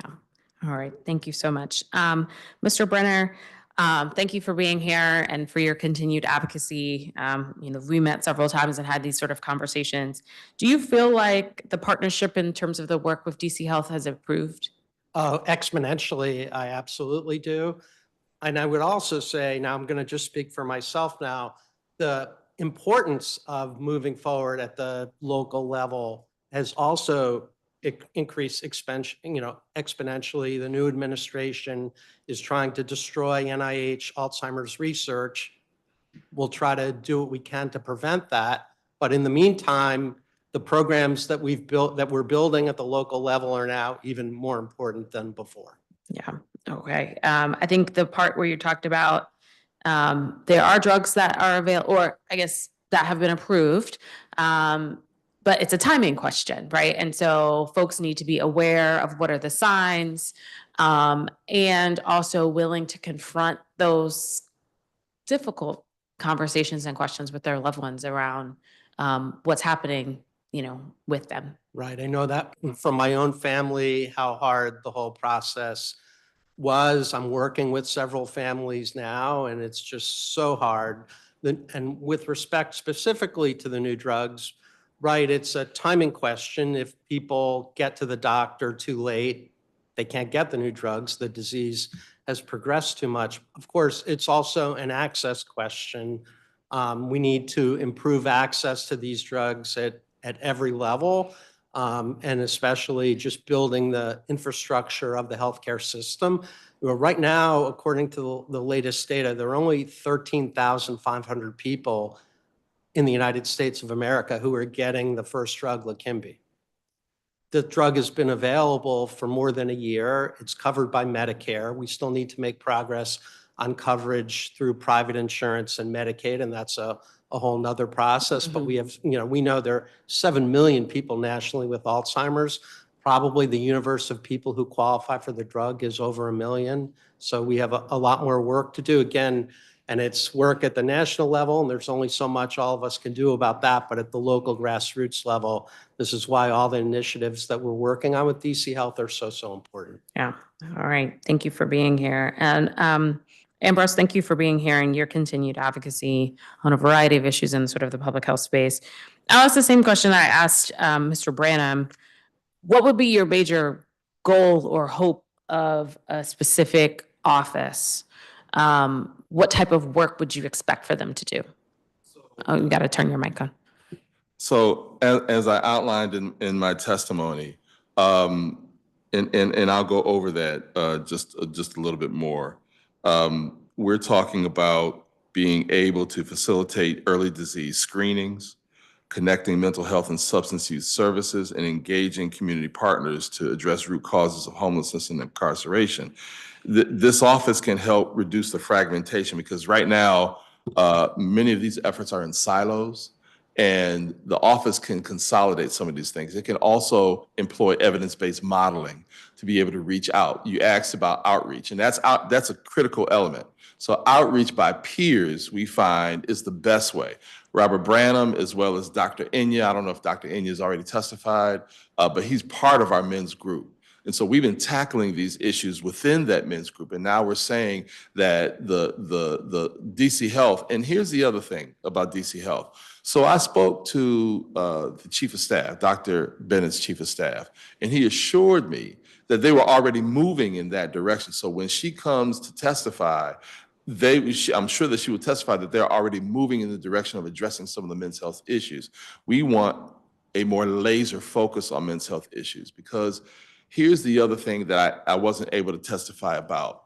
When you look at the data around Black boys, there is a connection and trajectory from being Black boys into being Black men and some of the disparities that Black men face. So typical examples would be Black boys have the highest incarceration rate in terms of the juvenile justice system. Black boys have the lowest graduation rate of any subgroup. They also, and I'm trying to find out this little bit of data. I'm familiar with the statistics. I think the Yes. question is around the necessity of an entirely separate office for which DC Health at minimum is going to charge me 2 FTEs to do because they charge 2 FTEs to breathe. anywhere in this administration. And so I'm like, okay, so 2 FTEs to grant to organizations to do this work, 2 FTEs to do this research, 2 FTEs to do this outreach. And is it possible that the existing staff of DC Health can accomplish some of this work if they are more focused in some of this manner, right? There is no specific administration that is focused on women. It is within, right? The HIV/AIDS work is not male or female focused. It is just about the person. So that's why I'm just trying to understand why the necessity of a specific office and what would that specific office accomplish besides giving them 2 more FTEs? So both DC Health as well as DC Department of Human Services have programs that are specific to women. Maternal health is one of them, and it should be. If there were programs that DC Health funded to specifically focus on the needs of Black men and the needs of men in general, I would say fine. I would say right now they don't. Right now there's a budget tightening. And so I'm not sure that they would be able to sacrifice or be able to develop the FTEs needed to focus on these issues. That's why I said the initial funding would come from the Abatement Commission, and then in subsequent years, it could come from the DC budget. $2.25 million is a pittance in terms of the whole DC budget. So we believe that having those 2 FTEs, having an outreach segment, having an ability to connect to community-based organizations to be able to do the outreach, because part of this is about outreach. And so the agencies in general, DC Health in particular, they're not robust when it comes to outreach, particularly in minority and in Black communities. That's not to say that they don't do outreach. That's not what I'm saying. I'm saying that it's not robust enough to make a difference, and to be able to create something where we can work with them and make a plan that would have robust outreach to really get men to do their primary care visits, to really get men to take focus on their health in particular with the peers of other men is a critical step. There are many fatherhood organizations, as you know. And so even through organizations like that, that makes a huge difference in terms of connecting to other men. Okay, all right. Thank you so much to this panel of witnesses, and we'll certainly follow up on some of the issues that you guys raised here. Thank you, All Councilwoman. right, so we're gonna go to our last in-person panel. All right, so I have Aaron Johnson from Brandywine Valley SPCA, Pearlie Jones from the Office of Long-Term Care Ombudsman, Suzanne Hargraves, who's the administrator at Listener Louise Dickinson Hurt Home, and McKenna Osborne from Children's Law Center.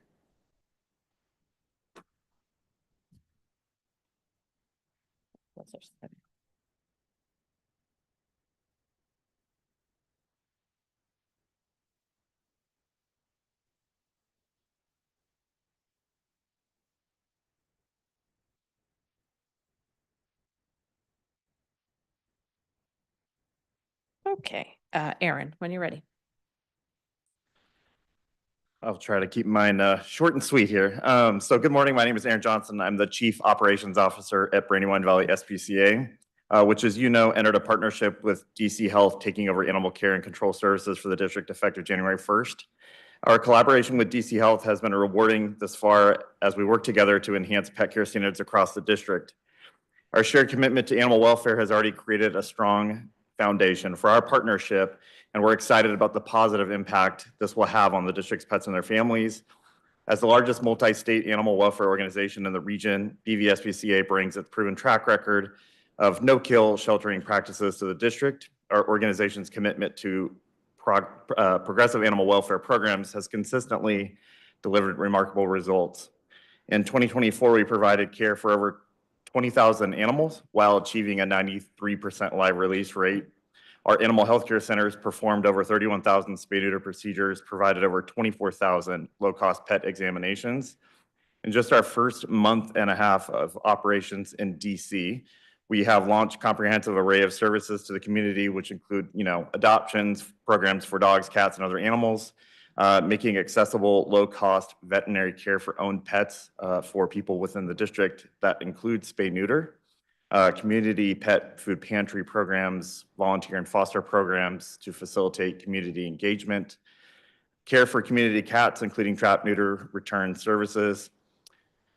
With this, we've had our rapid implementation of these essential services, demonstrates our commitment to bringing BVSPCA's high standards of animal care to the district. We view this expansion not just as a chapter for our organization, but as an opportunity to forge strong community partnerships that will benefit pets, residents, and the district. We look forward to continuing this collaboratively with all stakeholders to enhance animal welfare services in the District of Columbia. We have had a great working relationship so far with DC Health, and I just want to thank Dr. Bennett and her team.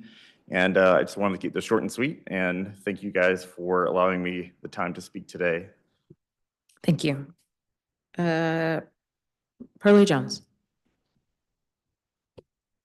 Greetings, Chairperson Henderson and members of the Committee on Health. I'm Pearlie Jones, DC Office of Long-Term Care Ombudsman with the Legal Counsel for the Elderly, which is celebrating 50 years of providing legal services to older adults in the district.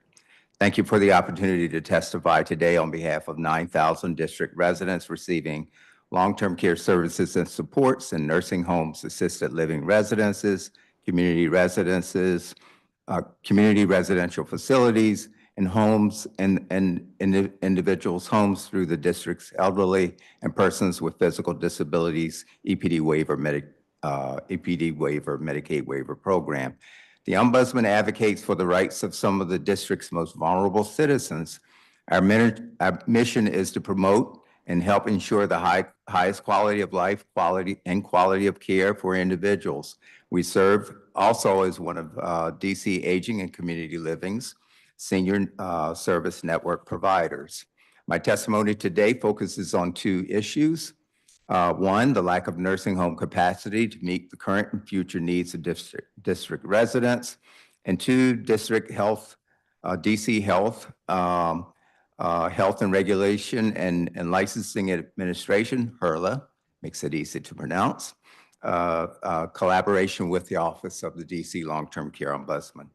So first, in 2019, with the support of the committee, the council passed and funded the Study on Long-Term Care Facilities and Long-Term Care Services Act. Given the shortage of nursing home beds and the limited number of assisted living residences, we requested this study as a critical first step to identifying and addressing the long-term care needs of district residents. The report accurately states that over the past 10 years, the district has lost 435 nursing home beds. It also states that 440 residents were living in Maryland nursing homes in 2021. It also states that individuals 65 and older face a 70% chance of needing long-term care at some point.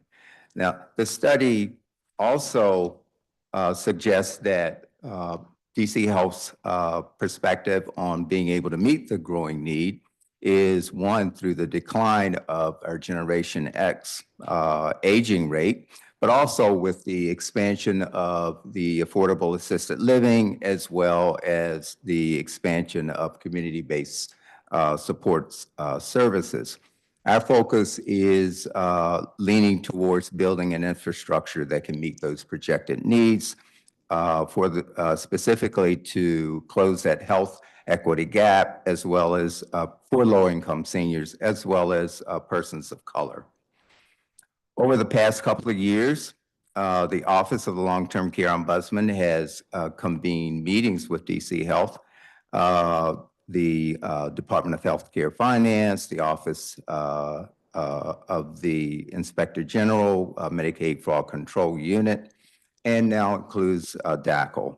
Unfortunately, over the past year, HRLA, or DC Health's participation has been inconsistent. Recently we requested a current organization chart, but have not received one. This may seem like a small matter, but it is particularly significant.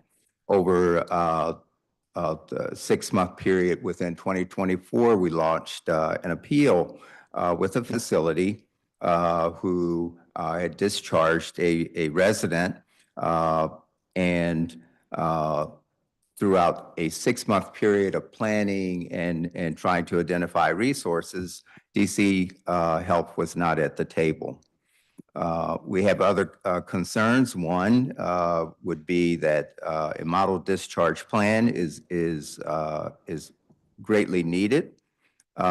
This is an effort that has been started with HRLA, but has not been finalized. We would like to complete that this year.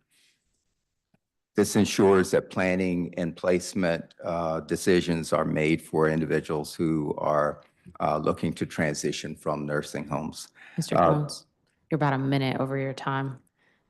Okay, two final points. Okay. One, nursing home survey notifications are very important. They're mandated by CMS, and we're not receiving those on a consistent basis. And then finally, receiving survey reports so that we can both collaborate on how to meet the needs of deficiencies in those facilities.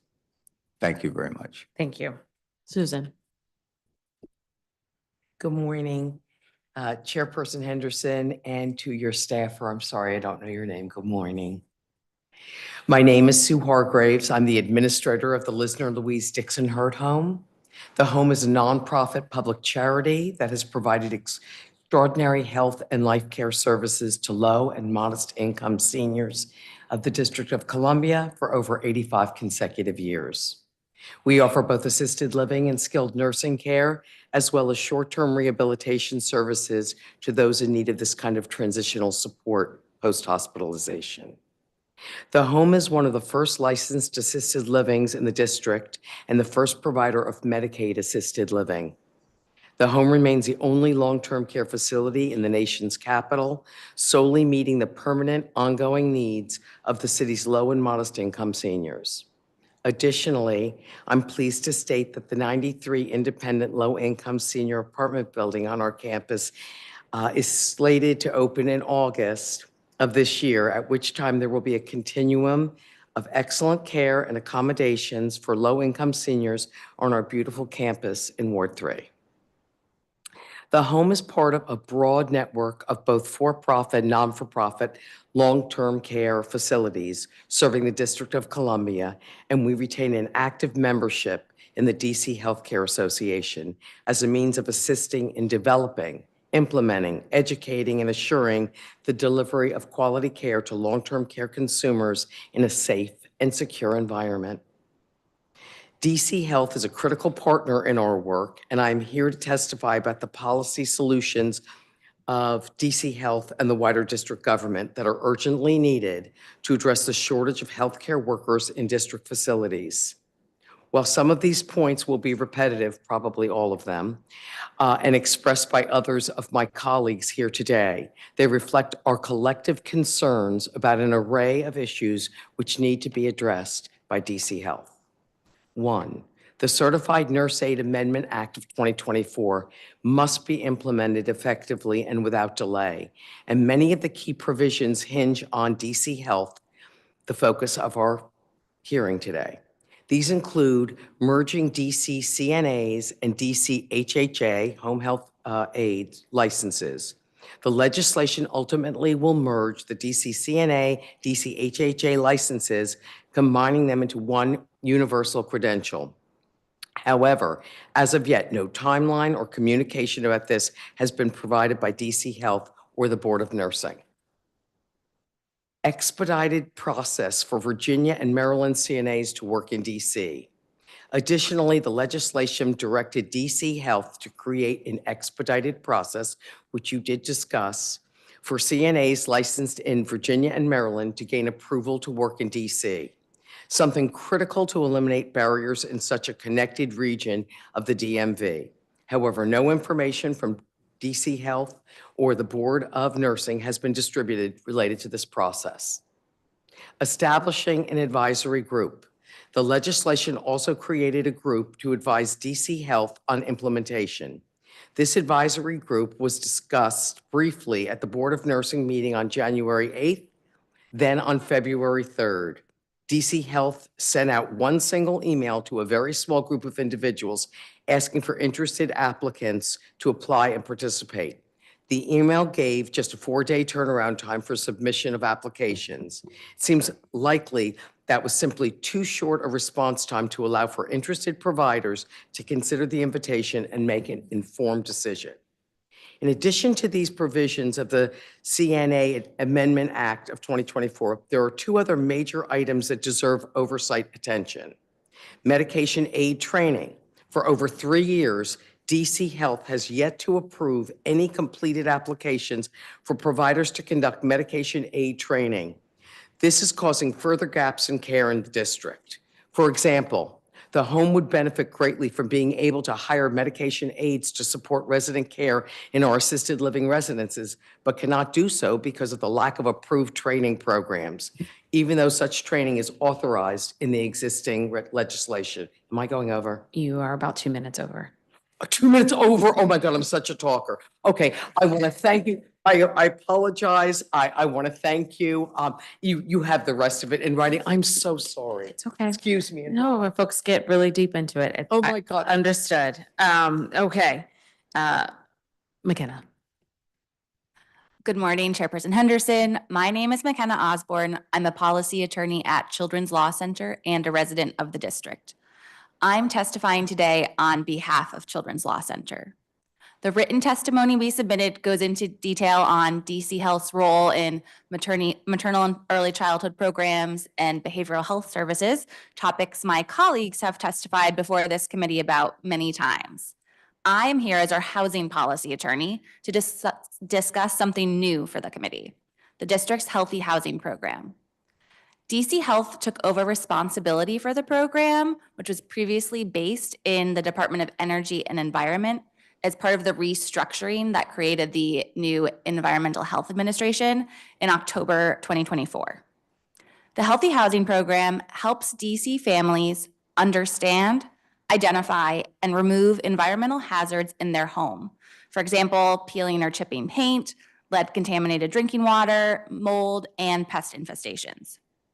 Families can request assistance directly or be referred by their pediatrician or a nonprofit service provider like Children's Law Center. The program is particularly aimed at helping children with poorly controlled asthma or an elevated blood lead level. Enrolled families receive a home risk assessment to identify potential hazards, tools for mitigating hazards like a HEPA vacuum to remove asthma triggers, and support from a case manager to get any repairs needed to remove hazards from their home. Children's Law Center sees firsthand the profound impacts poor conditions in a child's home have on their health and well-being and their whole family through our work with families seeking remediation of their rental housing conditions. These are families who have children whose asthma is so badly managed in their home that they end up in the ER regularly. Also, children who ingest even a small amount of lead can have irreversible brain and nervous system damage that delays their growth and development. The Healthy Housing Program is a key tool for making sure DC children go to school regularly, learn while they are there, and thrive as they grow up. To that end, Children's Law Center wants to ensure none of the Healthy Housing Program services are lost in the transition from DOEE to DC Health. We encourage the committee to ask DC Health for a detailed update on the transition, including staffing capacity, subject matter expertise, and streams of communication that have been put in place at DC Health to maintain operational continuity. We also think it would be beneficial for this committee and the Committee on Transportation and the Environment to hold a hearing or roundtable with DC Health, DOEE, and relevant stakeholders to assess the transition so far and identify areas for improvement moving forward now that the program is in DC Health. Thank you, and I'm happy to answer any questions. Thank you, McKenna, and thanks so much to this panel of witnesses. Ms. Osborne, I'll start with you. Thank you for raising this. We have been having conversations around the impacts of home and environment conditions on asthma, particularly pediatric asthma, for quite some time. Children's National has a group that works there, and we've talked with a bunch of researchers, right? We have the data. We know exactly where these young people are living. And so we'll certainly ask some questions to DC Health around how the transition is going, to ensure that nothing is lost in the transition, but also to ensure that they're doing the proper public promotion so that people know that this is available, right? You can get a HIPAA vacuum cleaner or some other things to sort of help. And so, we'll certainly follow up on that front. So thank you for bringing that up. Ms. Hargraves and Mr. Jones, you guys brought up similar issues in sort of the long-term care space. I did just meet with Mark Miller on Friday. We had a very long conversation about, some of the challenges, not just with nursing homes, but also CRFs and some other issues in the long-term care space. And what I continue to try to underscore for my colleagues is this conversation is not going away. If we look at how our census numbers and sort of population, we're going to have to talk about what we're doing in terms of long-term care because we just simply have a growing population of individuals who are going to need those services. But Mr. Jones, I feel like on the model discharge plan, I feel like we've talked about this before, within the last few months with DC Health, and that they were saying, oh, we're moving forward, but you're suggesting the model discharge plan is still needed. It's still needed because there needs to be a coordinated effort at trying to look at resources for individuals with complex health needs, physical and as well as mental health needs. The case that I mentioned was a situation where one of our affordable assisted living wasn't equipped to deal with the complex needs of someone who had both physical and active mental health diagnosis. And he ended up in a Maryland hospital in Baltimore City, actually, who kept him the longest, longer than any hospital we have in the district would have kept him. They coordinated the planning. And then when he transitioned back to the District of Columbia, none of the facilities could still manage those care needs, and he ended up in Maryland. Right across the line, but nonetheless, still in Maryland. And so, but unfortunately, DC Health was not there at the table to participate in that whole decision-making process, and we think they should be. Yeah, I mean, I think it's sort of a doubled issue around not just the discharge place, but, on the other side, when we ask, what are we doing to incentivize these facilities to operate in the district versus just outside, as you mentioned in that particular case, or even for you, Ms. Hargraves, I mean, the idea that you all have been operating for 85 consecutive years is a feat. Because we don't often hear that happening for some of our long-term care facilities who, particularly for those who are serving Medicaid or low-income population, if the private pay, Yeah. they're great. What's that? If you had to, what would you say is sort of the top of the list of we have got to get this right in 2025? Staffing. Staffing. We have to. The staffing and the medication administration. I mean, the thing is, things pass, but then there's no way to implement it because there's no one to approve the training or, yeah, this is fine, go for it. So it's kind of bogged down in bureaucracy. And I honestly think from the individuals I know at DC Health, they want it too. It's just somehow there's a disconnect. Yeah, the moves of the cog for sure. I mean, you brought up the advisory group. I'll give you just a little hint, not just you, everybody, I guess, who's watching. That wasn't our idea. That was something that DC Health asked for. And then they tried to charge us an FTE for it.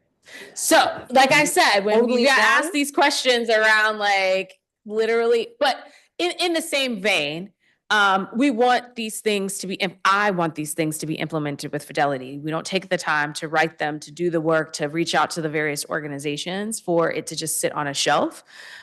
It was out of a real need that we recognize that we still do have. In some parts of it, we've been able to sort of move forward.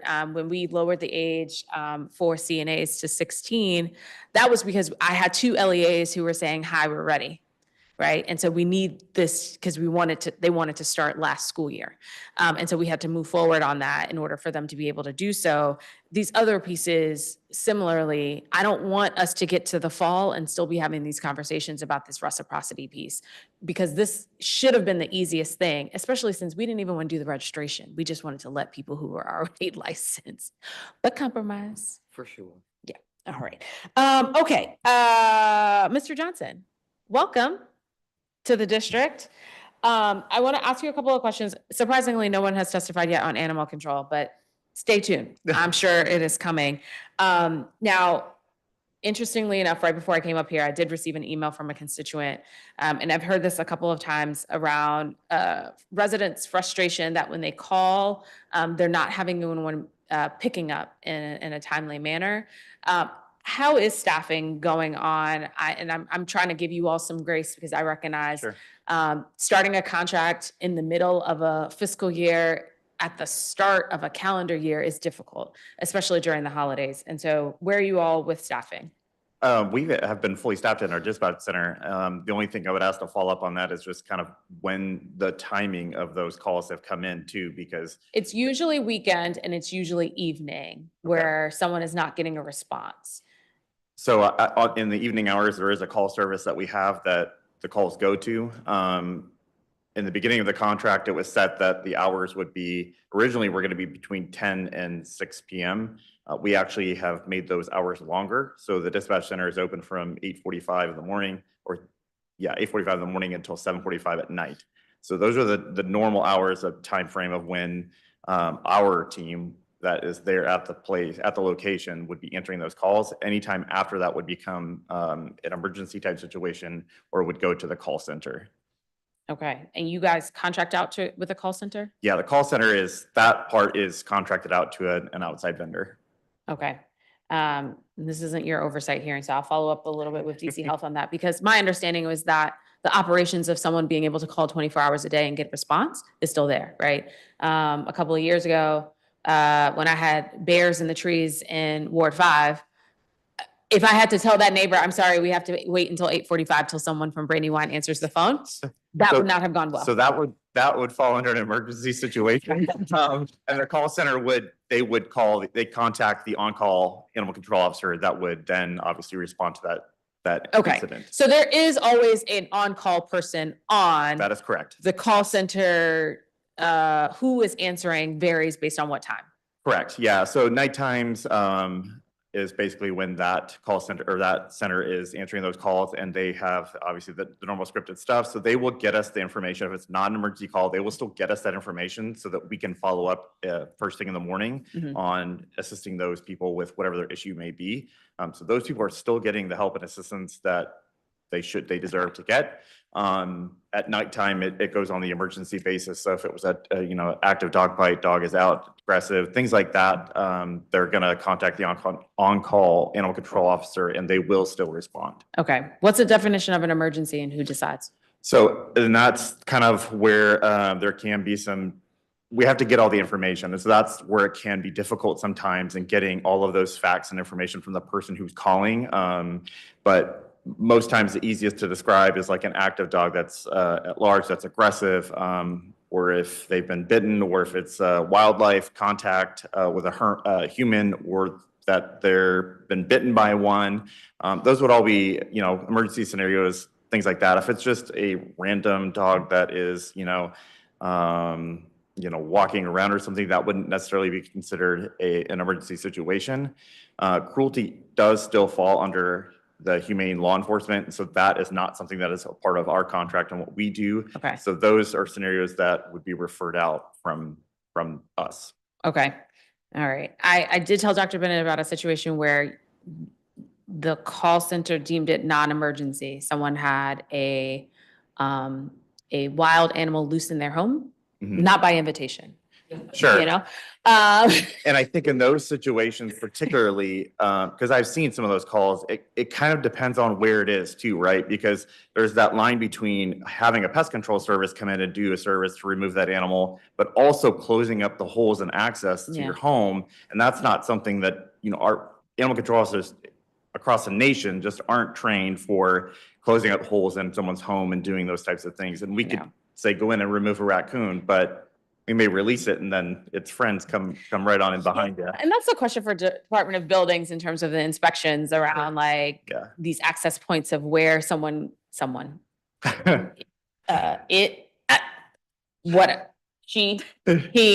can shimmy into someone's home, a raccoon. I don't know how we refer to a raccoon. Anywho, okay. Last question for you. What is the policy regarding accepting stray animals? So we try to take those things case by case. We try to have a conversation with the person and really see what the situation is. A lot of times we encourage people to try and post on their own social medias and networks within their neighborhoods. We find good success in being able to get pets back to their home, which is really what we all want in the end. We want to get the pets back to their home, not into the shelter, because shelter environment is not really where we want the pets to go. If that is where it leads and that's what needs to occur, then that's obviously what is going to happen. But that is all on a voluntary basis. If they absolutely cannot, will not help hold the animal or do anything like that, then we send an animal control officer out and they will pick up the animal. Okay. All right. I don't have any further questions for you all. Thank you so much to this panel of witnesses. All right, we have one more person in person.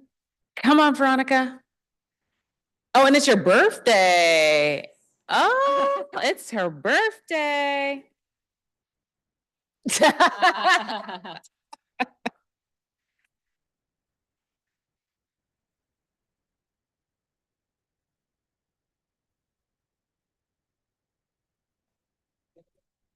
You're looking great. All right.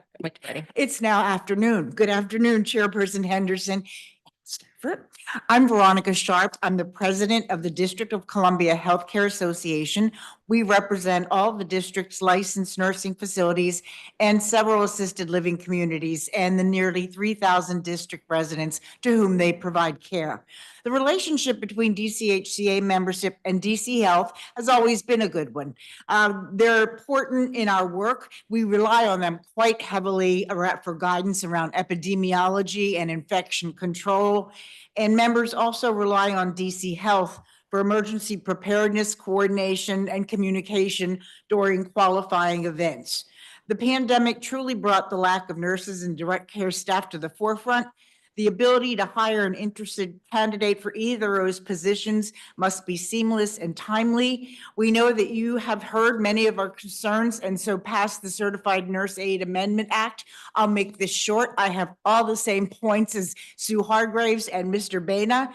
The expedited process, the advisory group, the wage increase, but I also have two other concerns that which Sue touched on, which is the medication aid training that providers have put forward an application. They've heard nothing.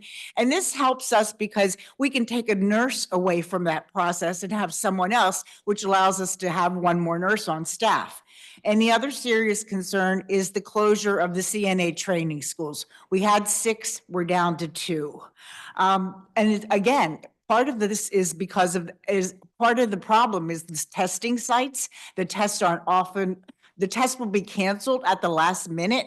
The students are ready to take that test when they graduate a program. If they have to wait a month or longer, they're probably still not ready. And that also looks poorly on the school, because it's not that the school didn't teach them and they weren't ready to take that exam, they were. But it's now so many months later. So that student will have to come back and get some hands-on again by the training program.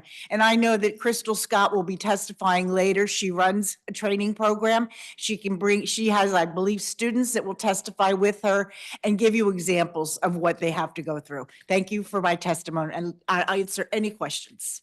Thank you so much for your testimony and your continued advocacy on behalf of all of those in the Healthcare Association. we'll follow, like I said earlier, we'll follow up with DC Health about the medication aid training. Oftentimes with some of our other agencies, they haven't gotten a response from a vendor. This is a little bit different where people have raised their hands and said, no, we want to do this, but DC Health hasn't picked someone, so we'll follow up on that.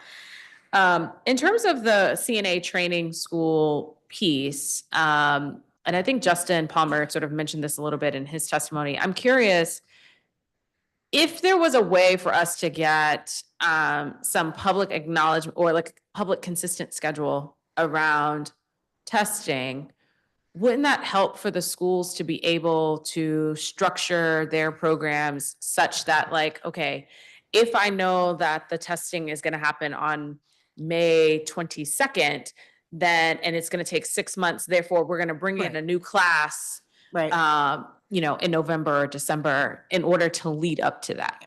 I think that's a piece of it and a good idea. But what happens though is that they come for the day of that testing that may have been posted and they signed up and there's no one to administer the test. Okay. That's where the problem is. And so I think, and I don't want to speak out of turn, but I think that the providers are trying to come up with a solution where they can partner with each other to test their students. So they're not testing their own students, but another school tests their students so they can move forward in the process. This seems like a very silly problem for us to have.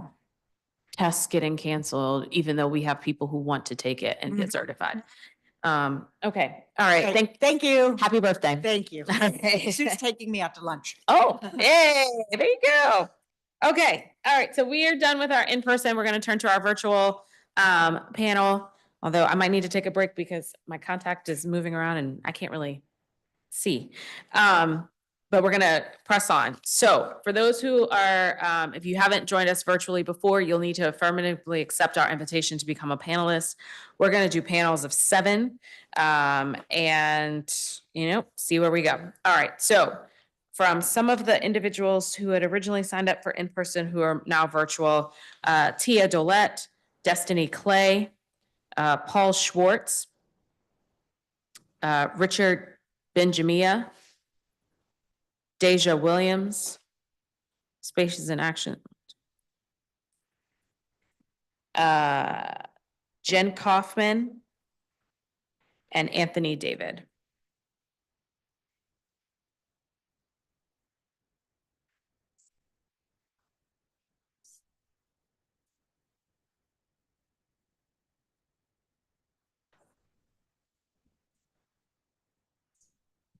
Okay, just a reminder again, you have to affirmatively accept our invitation to become a panelist. I see Tia, we're missing Destiny, Paul, Richard, Deja, Jen, and Anthony.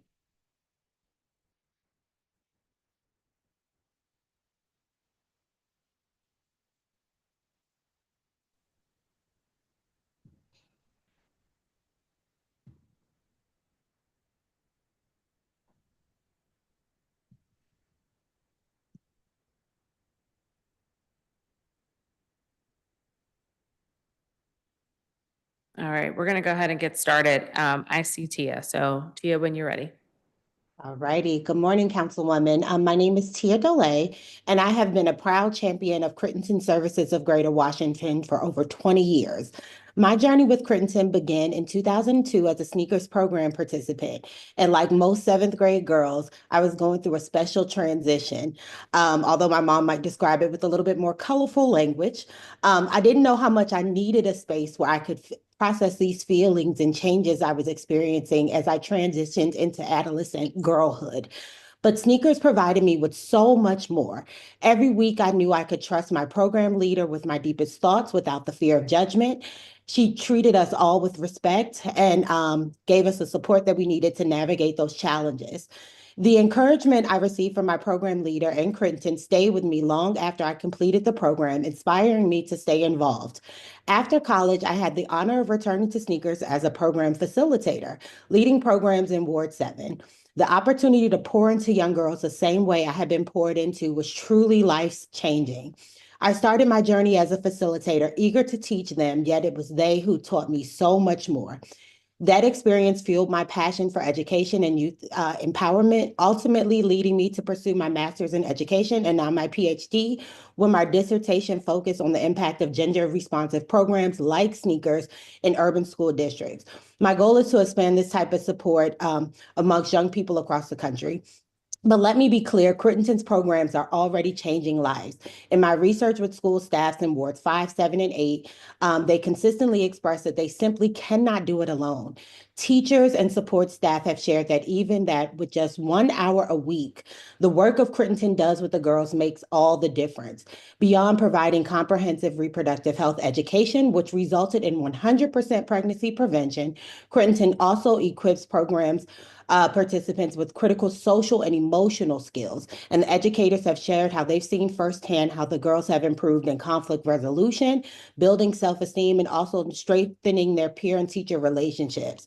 It also plays a vital role in helping them explore different careers and colleges. In fact, many of my past program participants that I took to colleges end up enrolling in those schools years later. So I've also submitted a written statement, but I just want to stress the importance that Crittenton has in terms of providing girls with these different outlets to explore who they are, get their voices heard, with also providing them with comprehensive health education as well. We have so many measures that just show the success of the program. And if you've got to hear from some of the young women earlier, as long as our school supports as well. So I'm just here, as proof that the program works and what these young women can achieve when they have the supported space. Thank you so much. Thank you. All right, I don't see Destiny, but I do see Paul. Can you hear me? Yes. Great. Chair Henderson, members of the committee, I'm Paul Schwartz with the Campaign for Lead-Free Water, which is a national network of impacted individuals and groups working to protect our communities and here in DC from lead and water.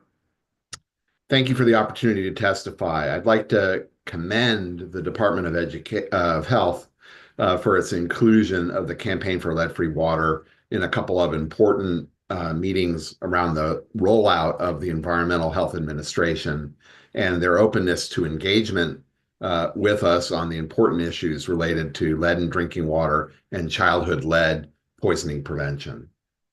With regards to childhood lead poisoning prevention, we are committed to supporting DC Health and its partnering agency, DOEE, to incorporate water properly into our city's response to children with elevated blood lead levels. Sadly, despite the unprecedented harm that our city has experienced from lead and water, we are still approaching these children with an analytical lens that presumes lead paint as the culprit.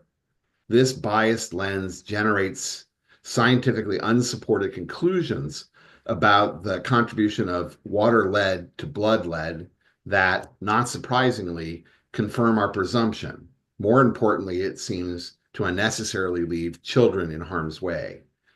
A 2023 EPA analysis, which I've linked to in my testimony, illustrates quite starkly the gap between conventional approaches to childhood lead poisoning prevention and what decades of lead and water research shows. Cited in EPA's recently revised lead and copper rule improvements, this study reveals that, quote, lead service line prevalence in Cincinnati, Ohio, and Grand Rapids, Michigan was a stronger predictor of the prevalence of elevated blood lead levels compared with the EPA Environmental Justice Screen, the 2017 Lead Paint EJ Index, and HUD's Deteriorated Paint Index.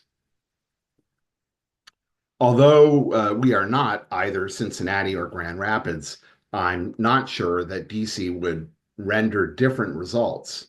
The bottom line is that standard methods of monitoring lead in water and lead in blood are not designed to detect connections between the two, even in cases where water is the primary or sole contributor.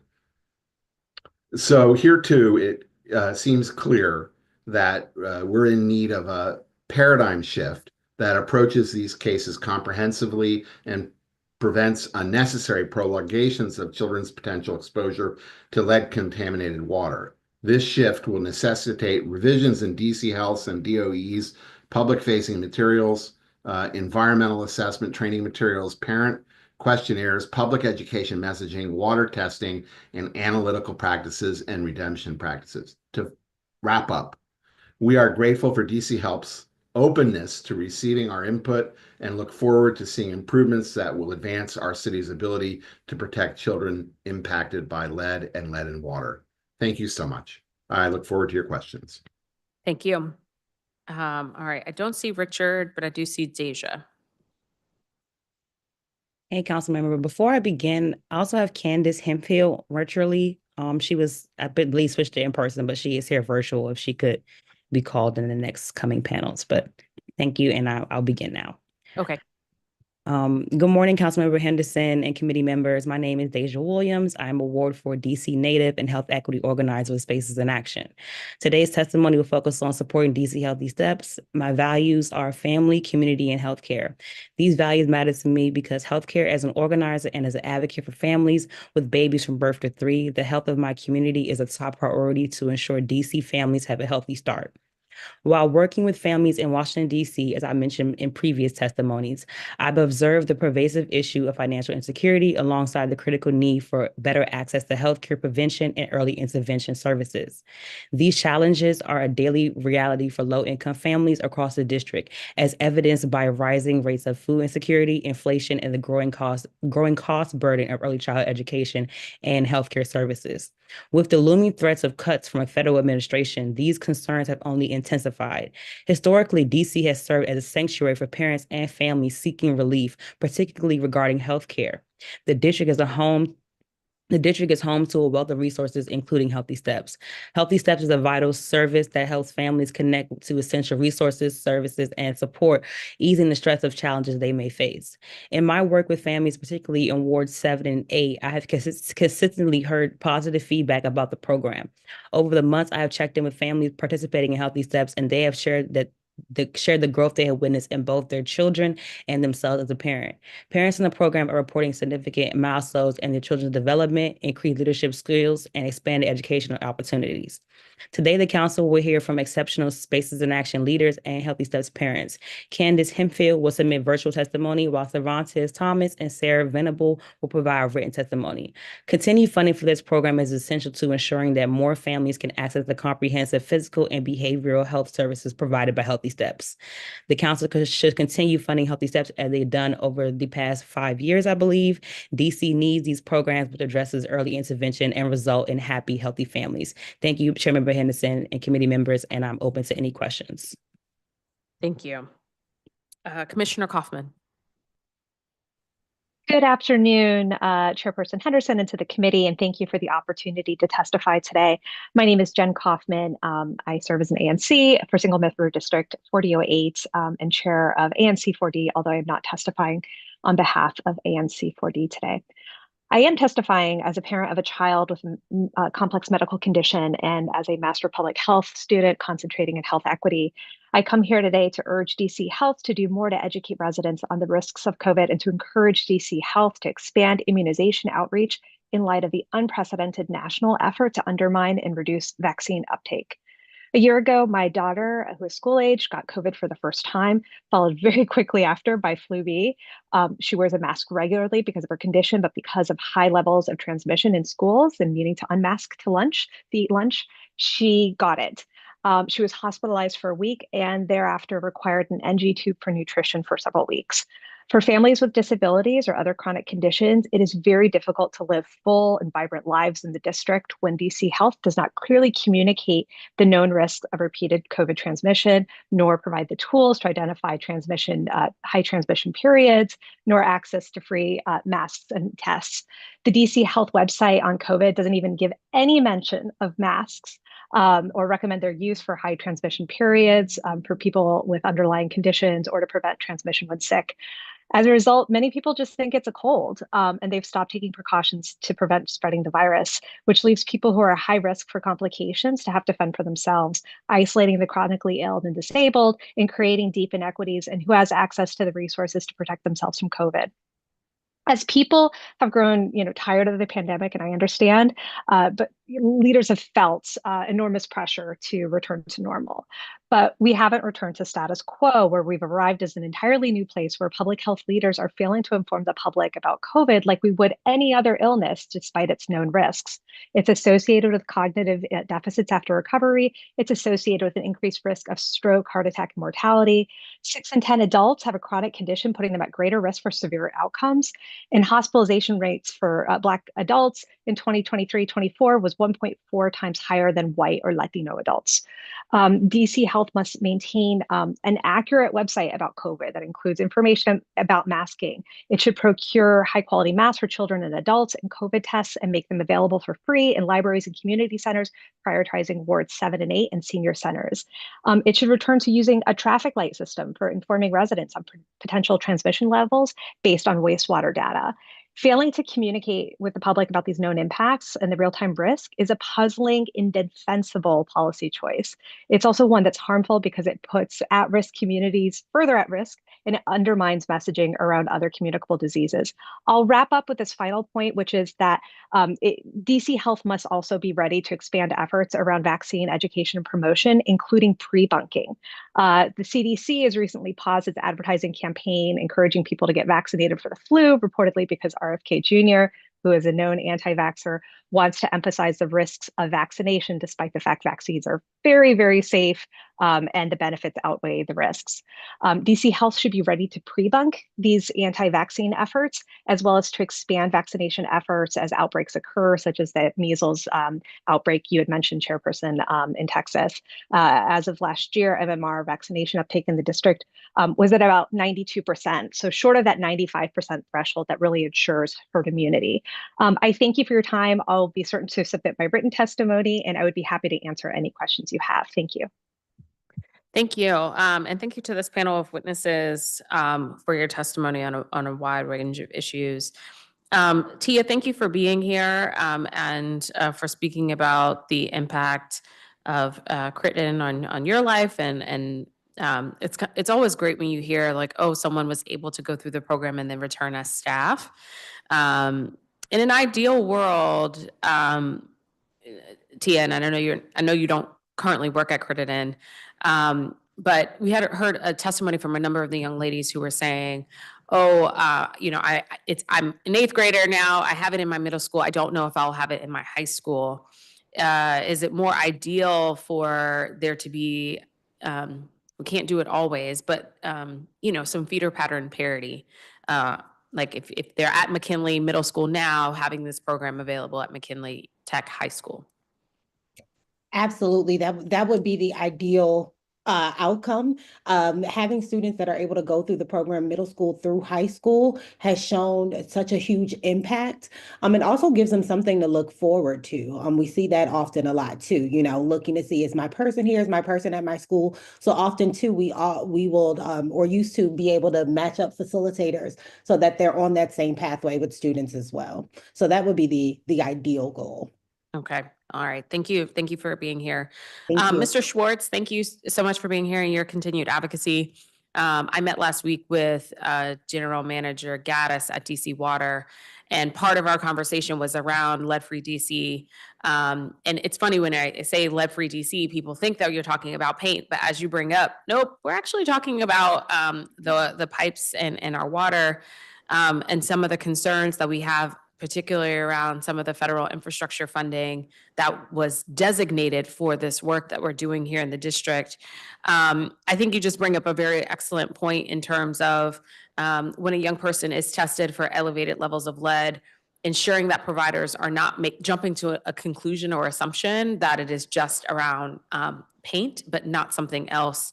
Now, frankly, I don't necessarily know enough about the testing pieces, but would a provider only be able to distinguish the two via conversation?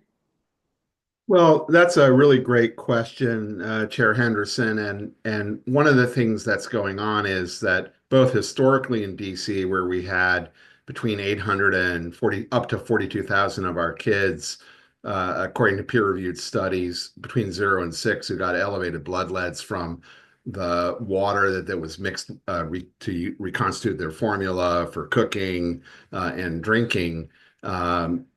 We we recently had epidemiologists say that there's in the hotspots that have been identified in the most recent data for elevated blood leads in Northern Ward 1 and Southern Ward 4, I'm a Ward 4 resident, say that there was very little indication that there was any relationship between lead in water and those elevated blood leads. And we don't think that that is something that the data will hold up, and we don't see the science behind that. So I've had a conversation with Julia Rouse at the Department of Health, and we think it's really important that the Department of Health and DOE have subject matter experts who follow the peer-reviewed literature and who can really let science direct what's going on here. You know, we also had a 37% increase in fetal death across the city at the points of highest lead. And DC Water's own compliance sampling data suggests that lead is ubiquitous in homes, both with lead service lines and without lead service lines. Somewhere between 70 and 80% of all of the compliance sampling shows lead being expressed at the taps. That's both first draw, which sort of indicates in-home plumbing, and second draw, which would pull from service lines. And the highest first draw sample in the semester's readings for the past is over 300 parts per billion, which is really astronomical. So we have some work to do and we're engaged in those conversations with the Environmental Health Administration and the Healthy Housing Program and the epidemiologists at DC Health. But we would like your support over time to get resident expertise in the Department of Health on drinking water and on lead in water specifically. Yeah, no, I think you raise an excellent point. And as you were sort of talking around our need for scientists and epidemiologists who can understand the peer research, but also keep track of the peer research, it just always underscores, right? Like, why do public health departments exist? Why do we need them in terms of this level of expertise? But we'll follow up with DC Health on that, as well as DOE, because I think we're going to have some conversations, particularly if we are unable to maintain the schedule that we have been on in terms of lead replacement, about what are we talking to the public about going forward? Can I raise one more serious point, which is that the public health messaging really needs to be about filter first, especially as we expect delays in funding. Yeah. There are all sorts of off-ramps, both in that we may fill with a new lead bill that you're signed on to. But it's really critical that people know that that there's a technology available if they get duly certified point of use lead filters, that they can reduce the lead exposure now today reliably between 1 and 0 parts per billion, which is the EPA health level that's set by the science. Yep. And I always, on that note, encourage people, like, if you do have a filter system, follow the instructions and change your filter. Change the filter when you see the notice of when it is time. But thank you for being here. Ms. Kaufman, thank you for being here and for your advocacy around us needing to expand our immunization outreach. I'm not sure if you mentioned I did my PSA about measles vaccination at the top, but it is the same in terms of flu. My understanding is this strain is particularly nasty, and I'm hopeful that your daughter has made a complete recovery. She has, and it's a 15-year high on flu. So yes, get vaccinated. You can still get vaccinated. Yeah, well, not just get vaccinated, but also it's okay to put on a mask. I mean, I recently was flying, and when I'm at the airport, cancellation after cancellation, American Airlines, had my mask on because I'm like, okay, flu is at a high levels of elevation. COVID is also still very much, tis the season. But I think folks are out of practice in some ways of thinking that this is something that they can track. You can also get a flu vaccine, folks, that exists as well. It may not stop you from getting the flu, but it can certainly help to minimize some of the symptoms. But for sure. And Chairperson, may I say one thing about that is that, flu, we know what the cycles are of flu, right? Traditionally, it's the winter time and people know when a high flu season is. COVID is not yet at a point where it's easy to predict when those cycles are. And so you have to really dig for it. Like, in order to find the wastewater data, I can't go to the DC Health website. I have to go to the CDC website and know that that information is collected there and look at the information and kind of try to read between the lines as a layperson. And so really just asking that there be easier ways for folks to communicate, what the real impact is on DC residents. Okay. All right. Thank you so much for being here. To all of you, Deja, don't worry. I'm going to call Candace up next. If you haven't submitted your testimony for the record, please do so. Thank you. All right. Next panel, Candace Hemphill, April Whedon from Community of Hope, Crystalinth Carnotos. Apologies for if my pronunciation was not correct. Crystal Scott, LaMonica Jones, and Makita Vanderpee.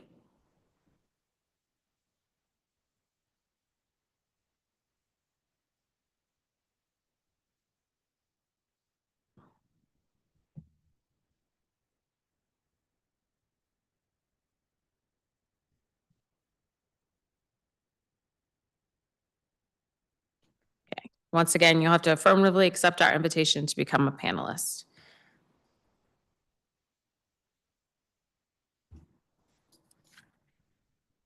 All right. Candace, when you're ready. Hello.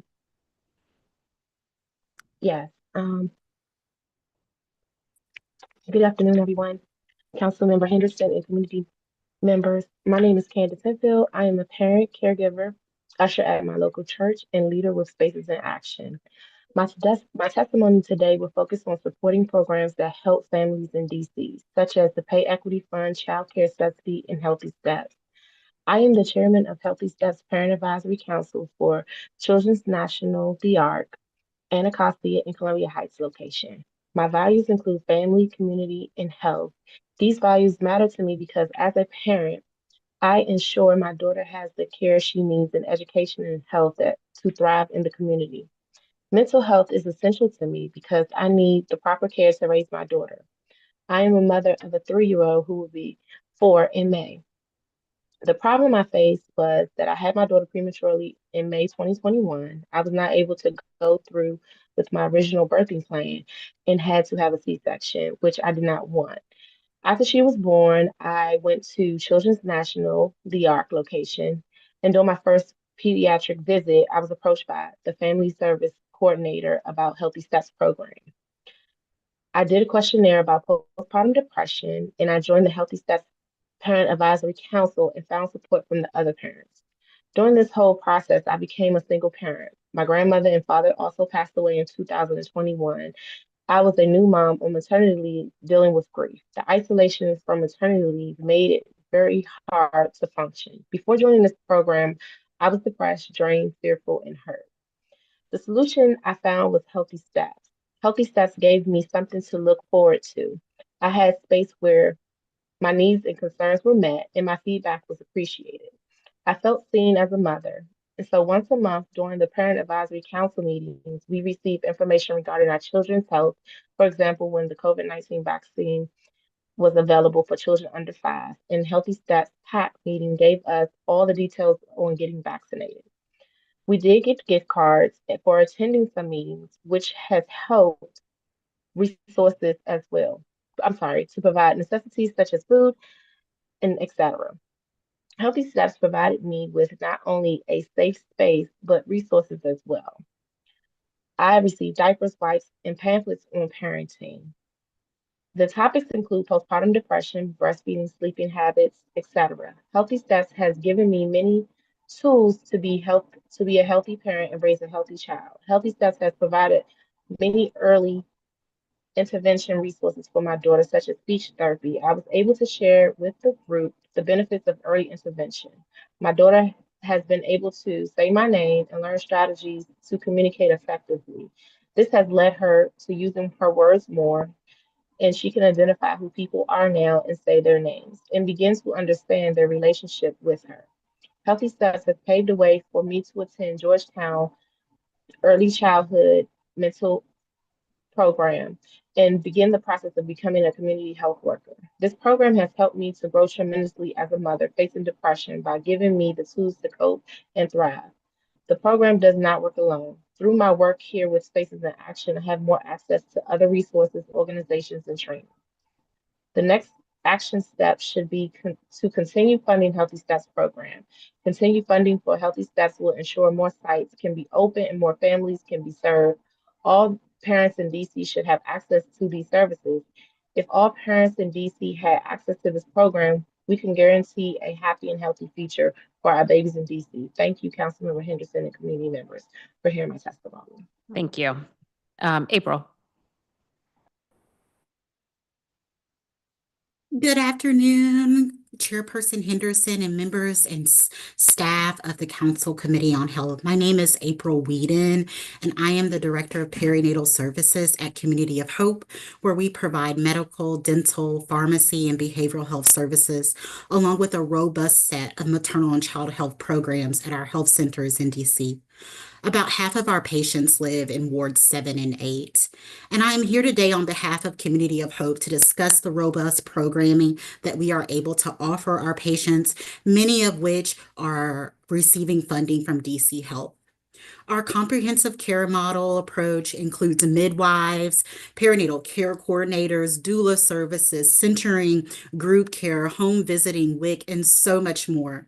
There is a visual depiction of our model attached to my written testimony, along with a recent report from Optin Insights, which reviewed our maternal and child health programs. And in summary, we are seeing improvements in our preterm birth rate, our low birth rate babies, and we are also seeing high rates of screening for postpartum depression and high rates of return for timely postpartum care.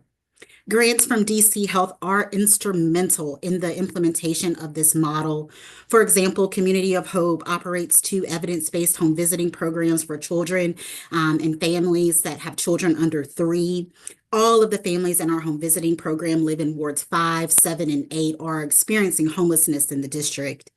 And in 2023, Community of Hope was awarded a 3-year preterm birth reduction grant from DC Health, and the grant supports the implementation of our Centering Pregnancy program, which is now able to be offered at our Family Health and Birth Center and our Conway Health and Resource Center. Through centering, we're able to provide clinical, prenatal visits, health education, peer support, and more than 75% of our centering participants actually live east of the Anacostia in wards 5, 7, and 8. We really believe in the power of collective learning and peer support. And truthfully, we're using this grant to actually improve our centering program.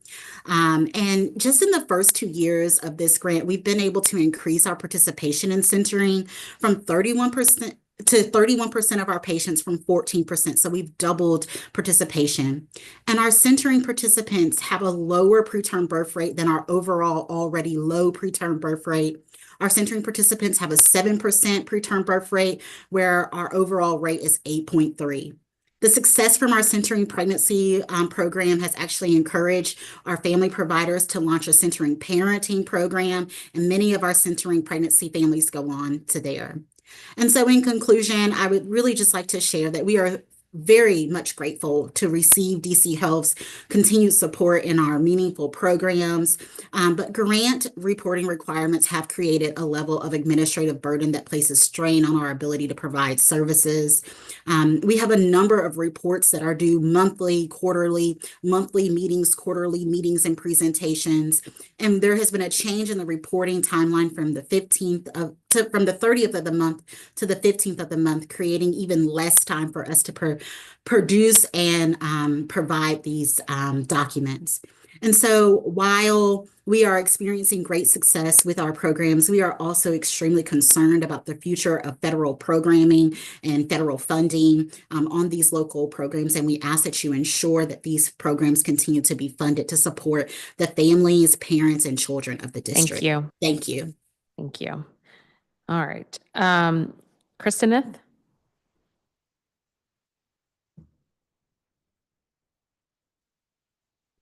Good afternoon, Chairman Henderson. You can call me Commissioner or former Commissioner Cece, if that's easier for you. I come to testify today, not in my former ANC capacity, but more for as a single mom to a special needs toddler who has her health insurance through HSCSN and receives most of her care from Children's National. And I can't speak highly enough of both of those organizations in terms of how much they're advocating for our children, etc. My daughter came into my home as a 6-month-old foster child who was removed based on medical neglect. And during the adoption ceremony, so to speak, the judge stated that, they weren't even sure she would survive in the hospital because she coded on the way to the hospital after being removed due to a heart condition that wasn't treated in a timely fashion.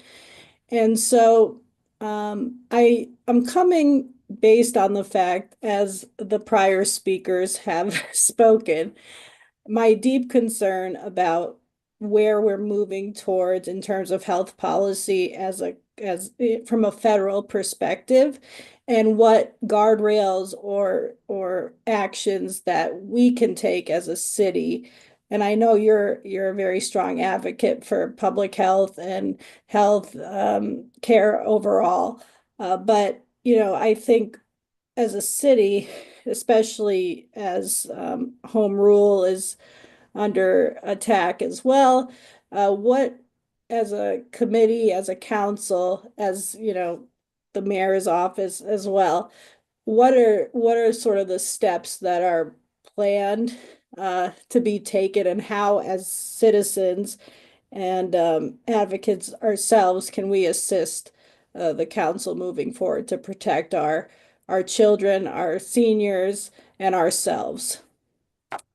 And finally, I actually was relatively recently laid off while on adoption leave. So I'm now currently a member of DC HealthNet. And again, as a daughter of 2 parents who passed away from cancer, the fact that Jennifer, sorry about that, my daughter's physician's actually called. But in any case, given the fact that my daughter is covered by HSCSN, it was a godsend, because that was the first thing that occurred to me when I was laid off was, thank God Jennifer is covered, and I'll just figure out for myself. But again, I thank you for your service and look forward to any questions you may have. Thank you. All right. I don't see Crystal, but I do see LaMonica. Good morning, Chairperson Henderson, members of the committee, and staff. My name is LaMonica Jones, and I serve as the Director of DC Hunger Solutions. Our mission of ending hunger in the nation's capital is focused on improving the nutrition, health, economic security, and well-being of district residents. Our work with DC Health specifically has ensured that district residents, from prenatal mothers to older adults, maintain access to essential supports necessary for optimal health, nutrition, and well-being. Our partnership has been instrumental in advocating for initiatives like the WIC Expansion Act and educating our clients on how to fully maximize their participation in programs such as Grocery Plus and Produce Plus. These programs serve as a pivotal lifeline, providing access to fresh, nutritious food for families with young children and for older adults, many of whom are either ineligible for SNAP or only eligible for the minimum $30 benefit. The district's WIC program serves over 12,000 households, administering over $7.5 million in benefits, excluding farmers market benefits. DC WIC's ongoing efforts to innovate access has led to increased engagement and participation, providing crucial nutrition support to low-income families. DC WIC continues to prioritize grant families, parents, and caregivers, making sure that these families are fully informed about the benefits available to them. DC Health continues to expand access to essential programs and healthy food resources, yet more support is urgently needed. with the Consumer Price Index, a tool which measures food prices, noting an increase of 1.8% in our region over the past year, many households continue to experience hardships in making ends meet. The USDA ERS 2023 Household Food Security Report shows a slight decrease in food insecurity in the District of Columbia from 10.3% to just under 9%. A promising sign largely attributable to the sustained efforts of programs like Healthy Corners, Grocery Plus, Joyful Food Market, and Produce Plus, all administered by DC Health. These programs, along with others provided by district agencies, are vital in ensuring families and households continue to access healthy and nutritious food despite rising costs, helping to shield vulnerable communities from the impacts of inflation and economic instability. As uncertainty looms, the district must ensure that DC Health is fully equipped to effectively serve the needs of district families. As food insecurity and economic pressures continue to rise, it is critical that DC Health has the resources necessary to maintain and expand vital services. Support for these services will ensure farmers and farmers market staff are trained and equipped to accept WIC and senior farmers market nutrition program benefits. New grocery retail businesses are trained and able to access the latest technology, ensuring compliance with EWIC. TFAP providers, including food banks, pantries, and community-based organizations, are able to distribute nutritious food, and district residents who participate in any one of the many nutrition assistance programs are able to purchase fresh, locally grown produce. Thank you for the opportunity to provide testimony, as well as for your time and attention to these matters. Thank you. And I don't see Makita, but thank you so much to the panel of witnesses for your testimony and for being here today. Ms. Whedon, my understanding is that the outcomes from the Community of Hope's perinatal services are so much better than a lot of other providers in terms of preterm birth weight, preterm labor in general. What's the secret sauce over at Community of Hope? I wish we could bottle it up and send it around. But I will say that we are trying to figure out what our own secret sauce is, but it really is a high level of commitment from all the way from our president for really strong integration between our maternal and child health team as well as our midwifery team. There are more than 30 positions on our maternal and child health team, which supports the work that is happening and the care that is happening for our patients, keeping them engaged in care, providing them transportation. We have a Rides for Moms program. We are very lucky to have a lot of resources that we're able to offer our patients, including doula services. I think that our patients really benefit from we hear something that gets said a lot, that we feel like a one-stop shop. I can come here, I can get my dental care, emotional wellness. I can also see WIC. And so we think that that is what is really able to impact our outcomes. Yeah, okay. I mean, the one-stop shop part, I was mentioning this last week in the hearings on Department of Healthcare Finance, whereas like, it is beyond our time, right? Many years ago, where Congress basically allowed the health industry to decide that dental and vision didn't need to be a part of someone's health. And so now I have to seek coverage separately. I have to make those appointments separately. And right, dental appointments are not just an annual thing. Surprise for some folks. You're not just supposed to go once a year. You're supposed to go multiple times a year. And so, if we are able to create these spaces that are able to do the one-stop shops, will we have more uptick or pickup in terms of folks truly utilizing the full range of benefits and services that are available to them? So thank you for being here. Cece, thank you for being here for your testimony. HSCSN is not DC Health. It is more healthcare finance, which we talked to them a little bit about this last week. I apologize. I believe a job interview, and that's why I didn't testify. No. It's totally fine. I just was wanting to acknowledge for folks that we might not be asking, we won't be asking DC Health any questions about HSCSN because that's not a program that they deal with. But thank you so much for being here. Ms. Jones, thank you for the continued work and advocacy that you do. I'm not sure if you heard earlier, we had a long conversation with Alex Moore from DC Central Kitchen around SNAP and food insecurity and the growing number of food insecurity that's happening in the district and how we can continue to work on those issues. What I love about DC Health is that we're in the food business, in the health side, with a full recognition that what you put in your body also contributes to your health. And I'm really excited about some of the work that DC Health is doing. We have a new program that is about to roll out with Instacart. And, you know, we need more money. You know that. We need more money on some of these things. But thank you for your testimony and for being here and your continued advocacy. All right. I don't have any further questions for this panel. Thank you all for being here. Please make sure you submit your testimony for the record if you haven't done so already. We're going to go to the next panel of witnesses. Dr. Oke Inya, Janice Johnson, Will Doyle from Pathways to Housing, Trupti Patel, Mercedes James, and Cervantes Thomas.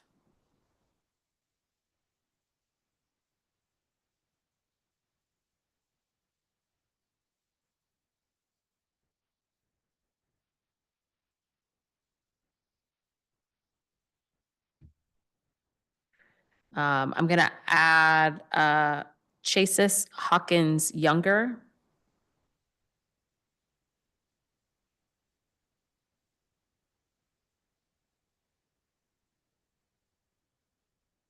Again, you need to affirmatively accept our invitation to become a panelist.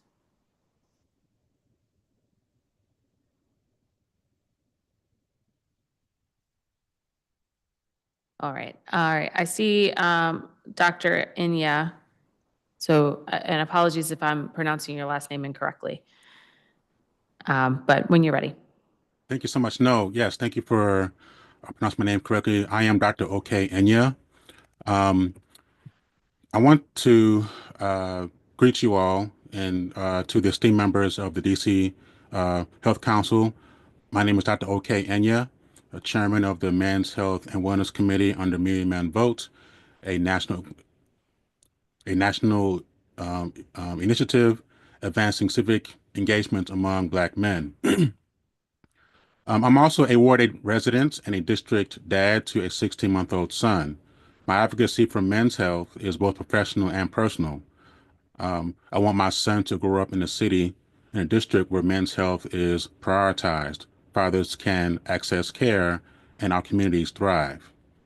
I commend the vital work of DC Health, the Office of Health Equity, Healthy People DC 2030, and other health-related entities in the district. A DC Office of Men's Health would complement and build upon these efforts to ensure men's health is no longer an afterthought in public health policy.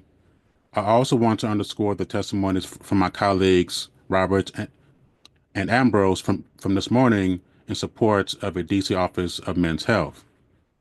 And so why does this matter? Men's health disparities are well documented, particularly among Black men. Black men are 75% more likely to develop prostate cancer and twice as likely to die from it compared to white men. And DC has one of the highest prostate cancer mortality rates among Black men nationwide. Only 26.4% of Black men receive mental health treatments compared to 45% of white men.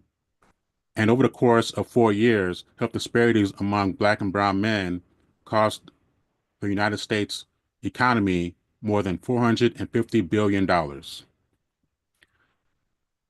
Let me be clear in saying that the health and well-being of all men, regardless of race, is a public health imperative.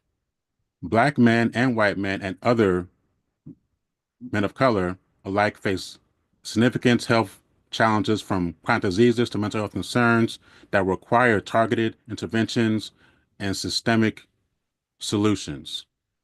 While disparities may manifest differently across communities, the need for accessible, culturally competent, and preventative health care is universal. A DC Office of Men's Health would ensure that all men, regardless of background, have the resources, supports, and medical care necessary to lead healthy, productive lives. Here in DC, without targeted interventions, deaths, escalating healthcare costs, and economic losses will persist. And so, what would be a role of the DC Office of Men's Health? A dedicated office could, among other things, help to develop programs for cancer, high blood pressure, diabetes, mental health, and other issues. As well, we can also look to partner with women's health organizations to create family-centered wellness initiatives. It would also be helpful to collect and analyze disaggregated health data to inform policy and resource allocation, as well as to promote care that is preventive through culturally responsive outreach. And so the call to action is that I urge the council to take bold action by helping to establish a DC Office of Men's Health. This is not about reinventing the wheel, but filling in gaps that cost DC families and businesses today. Investing in men's health strengthens families, reduces healthcare burdens, and improves economic stability. Let DC lead the nation in creating a model for men's health equity. When men are healthy, families are strong. When families are strong, communities thrive. Thank you for your time. Thank you. Just to note for everyone else, I've been very generous, but there is a timer on the screen. And if everyone can keep to it, because we do have another set of folks who are coming in at 3:00. All right, Ms. Johnson. You're on mute, Ms. Johnson. I'm sorry, Council Chair Henderson. Ms. Crystal Scott was supposed to testify in the previous group, but she never got the invitation to accept. So is there a way that she can testify? We're right here together. Sure. Why don't we start with you and then we'll add her in. We'll Okay. restart your clock, okay? Okay, great. Thank you so much. I am Janice Johnson. I'm a registered nurse and have been board certified in geriatrics since 2012. I am the former program director, now retired, from Summa Prime Healthcare. And I was also a program director since its inception in 2022. I'm a retired director of nursing for the past 20 years in 2 long-term care communities. I have achieved great success in my long nursing career as a leader. Under my leadership, I have received international recognition for my contributions to a Japanese nursing home in Yokohama, Japan, by consulting with them to become the first nursing home in Asia to achieve Joint Commission International Accreditation in 2010, created the first career ladder for CNAs at Carroll Manor, created a culture change or home-like environment at Carroll Manor, which led them to achieving the Pathway to Excellence or magnet status, becoming the 4th nursing home in the nation to achieve this accomplishment. I led the first graduating class of LPNs to achieve national certification in gerontology and promoted all of the nursing administration staff to receive their board certification in gerontology. These accomplishments were made by working very closely with Crystal Scott, RN CEO of Summa Prime. Ms. Scott was the RN educator while I was working as a DON at Carroll Manor, and during this time, she was responsible for providing education, coordinating, and implementing these groundbreaking ventures. Ms. Scott and I continued this vision of advancing quality health care for the elderly by obtaining approval for the first registered apprenticeship program for healthcare workers in Washington, D.C. by the D.C. Department of Employment Services Apprenticeship Council. As an infection preventionist, we led the fight against COVID at Forest Hills of D.C., making it the last nursing facility in D.C. to get a case of COVID. All of this with Ms. Scott being the administrator. I'm telling you all of this to show my dedication to improving the quality of life for our seniors. That has been my mission and my purpose of life.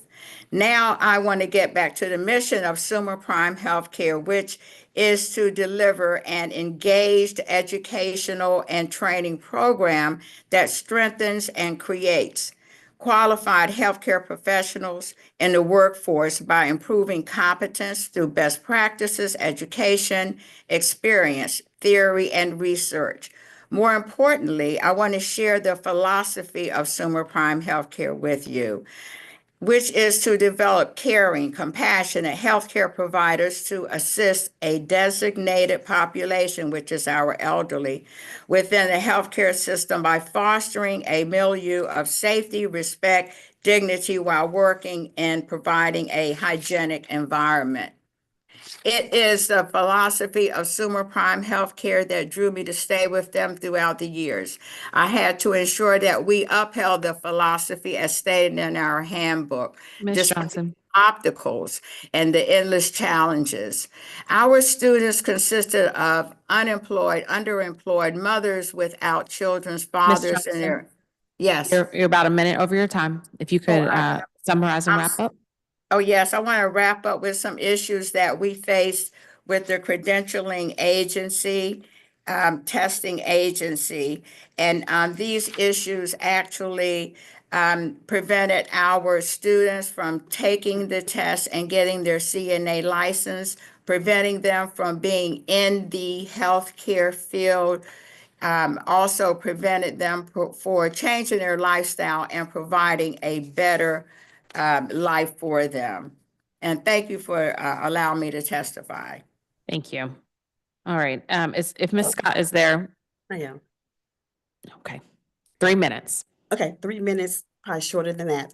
Good day, Council Chair Henderson. Thank you for this opportunity. I'm here today to share my journey as one of the training providers for the Nurse Aide Training Program in the district. I'm the founder, as Ms. Johnson indicated, the founder of CEO of Summa Prime School of Healthcare.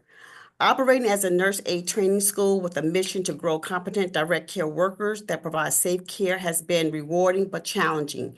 In 2022, support from the DC Board of Nursing and the Higher Education Licensure Committee helped us get our program approved. I recall Mayor Bowser introducing her workforce committee, and I was excited that Summa Prime could make a difference in developing direct care workers, particularly certified nurse aides. The numbers are striking. By 2060, 97 million people will be 65 years or older, including me. 19 million would be 85 years or older, and 13.8 million would be living with Alzheimer's. These numbers will impact us all. I want to thank the DC Workforce Investment Council for providing a grant funding that helped us successfully graduate our first 5 cohorts of DC residents. Seeing the joy and excitement from graduates and their families is incredibly rewarding. However, we face post-graduation challenges, particularly with skill testing. Scheduling and evaluator shortages, have you heard earlier, have delayed tests, causing students to seek other jobs, leading to frustration and failure. After reaching out to the testing vendor and DC Board of Nursing, we learned that this was a widespread issue nationwide.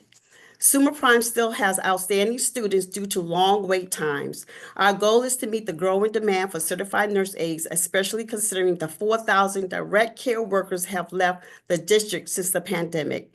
I would like to thank Dr. Ayana Bennett, and Jonathan Hurley, Senior Deputy Director of DC Health, for helping open communication with the DC Board of Nursing and looking into recommendations from the Nurse Aide Program Trainers and Advocacy Collaborative. Thank you for your time and this opportunity to share my testimony. I'm happy to answer any questions. Thank you. Thank you. Mr. Doyle. Thank you, Chair Henderson, council members, and council staff. My name is Will Doyle, and I'm the Vice President of Housing First at Pathways to Housing DC. I'm testifying today as a licensed independent clinical social worker who regularly attends the Board of Social Work meetings. I have concerns about the Board of Social Work being inadequately staffed to fulfill its duties. Due to having an insufficient number of board members and often lacking quorum, there were only 6 meetings in 2024. Recently, the January 2025 meeting was canceled due to lack of quorum. I appreciate the work of this committee to address barriers to filling board positions by allowing some members to reside outside of DC and redefining the licensed board positions to increase the pool of candidates. However, I have not seen public communication by the Mayor's Office of Talent and Appointments or DC Health, or a direct outreach effort to DC licensed social workers to fill vacant board positions. The lack of board members is impacting the board's ability to attend to important matters. As of October 2023, the board had drafted regulations to implement allowing group supervision of social workers. This was initiated in October 2022 by a request from the public and aided by input provided by the public at the board's request in April 2023. Group supervision is a common practice allowed in 41 states and endorsed by the ASWB's Model Social Work Practice Act. Group supervision lowers the cost that social workers incur to be eligible for clinical licenses and increases the capacity of clinical social workers to provide supervision while enhancing the supervisory experience. Despite having group supervision on its closed agenda from January 2024 to the present, the DC Board of Social Work has not moved forward with implementing the regulations they drafted as of October 2023. When I asked about the status at the November 2024 board meeting, I received a confused response. My email attempts before and after that meeting to get an update have not received responses. We continue to face changes and challenges that require rethinking how we regulate the profession of social work in DC. Without an adequately staffed board of social work, we move backwards instead of forwards. I urge you to set timelines for the appointment of members to the board, require that a monthly report be sent to the committee on the status of board appointments. In addition, work with DC Health to ensure that the board is fully staffed and tending to its responsibilities. Thank you for holding this hearing. I'm happy to answer any questions. Thank you. Ms. Patel. Good morning, Chairperson Henderson. Thank you for holding this hearing so that my comments may be entered into the record. My name is Tripti Patel, and I represent Single Member District 2A03, which is the historic Foggy Bottom. I'm the Chairperson Emeritus for ANC 2A and DC's longest-serving elected official that is a tipped worker, but I'm here testifying in my personal capacity. I wanted to share my experience that I've had with DC Health post-COVID-19. When COVID-19 hit in 2020, I, along with thousands of workers, qualified for DC Medicaid. The process wasn't that difficult. What ended up being the challenge is when I was taken off of Medicaid in 2023. I wasn't notified in advance by anyone. It was my practitioner who informed me that I was being removed. I received no letter in the mail or even in my online account. So I had to proceed to scramble to inform all my providers that I was being removed from Medicaid. When I called DC Health about this, the person was helpful, but then the call got dropped. I was looking for coverage in a matter of days, and to be informed I fell through the cracks and that there would be a temporary reprieve for at least another month or two. I did get health coverage, but that experience wasn't solely mine, but several thousand who didn't see this coming. This is very disappointing from DC Health.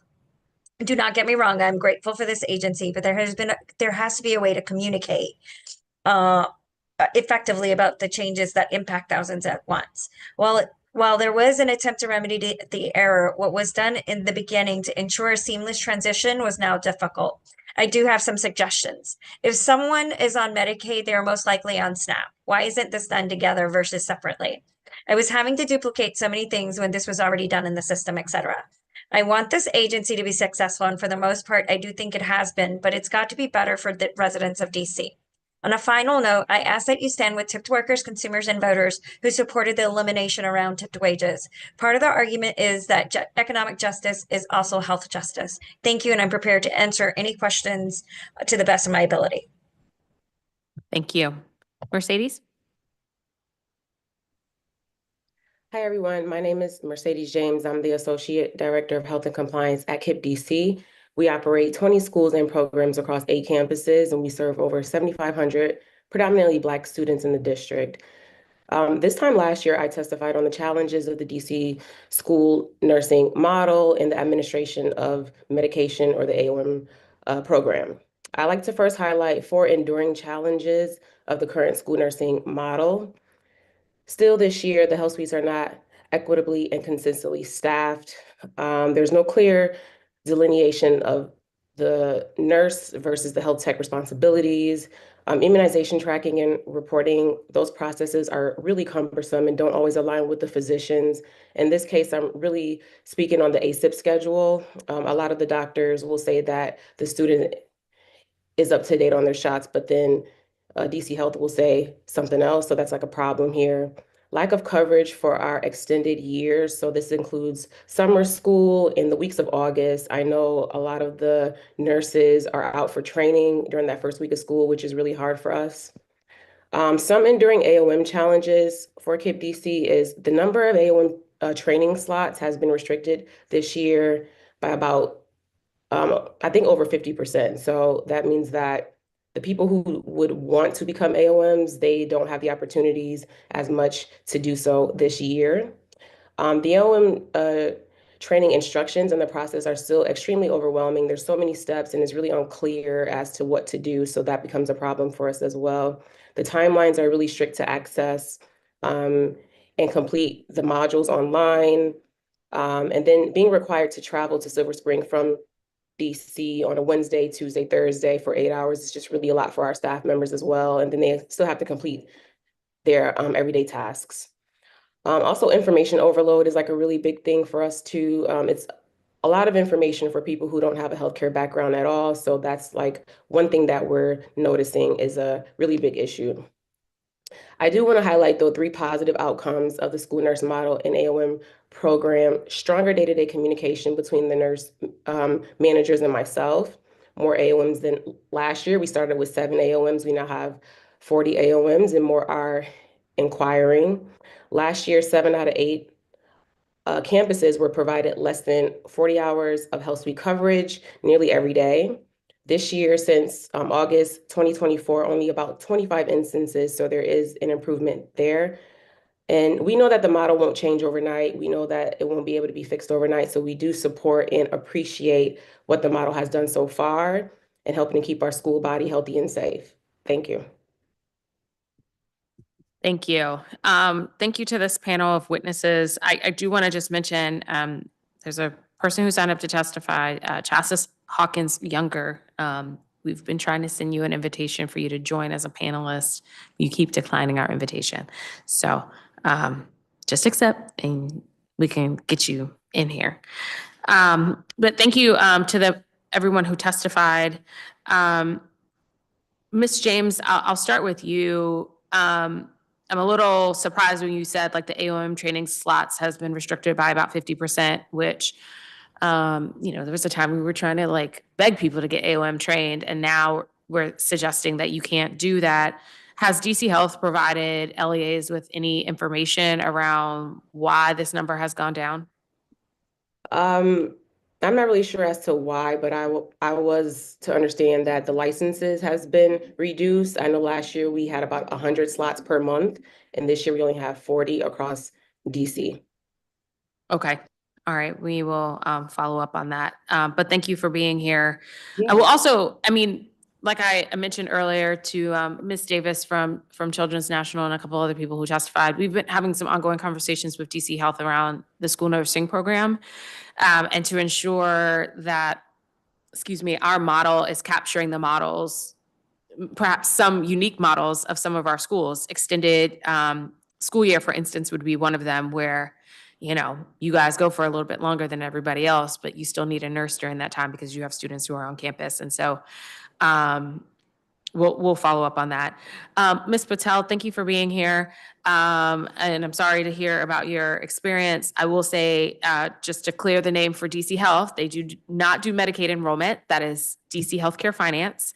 Thank you. So, hopefully someone at DC Health, if you had spoken with them, would have been able to transfer you to the appropriate agency to be able to help you on that front. But thank you for being here. Your testimony is duly noted. Mr. Doyle, thank you for being here and bringing up this issue. The Board of Social Work has some vacancies in terms of board members. So this is a 5-member board. They currently only have 2 members. And so if one person doesn't show up, you do not have quorum. DC Health lawyers told us a year ago, when we were doing the HORA, they basically said quorum is counted by the existing number of named members of a board. So one of our examples of how extreme this was that I think it was the former Board of Professional Counseling, they only had one person who had been named and confirmed to the board, which was their chair. And so she was literally making motions and then seconding her own motion, but they said that was legal because of that. So in terms of the Board of Social Work, they have 2 members, but if one person doesn't show up, then yeah, you don't have quorum, and some of these issues get to, or not get to, some of these issues do languish. And so we'll follow up with DC Health around whether or not they have sent names to the Mayor's Office of Talent and Appointments to ensure that they get that number up.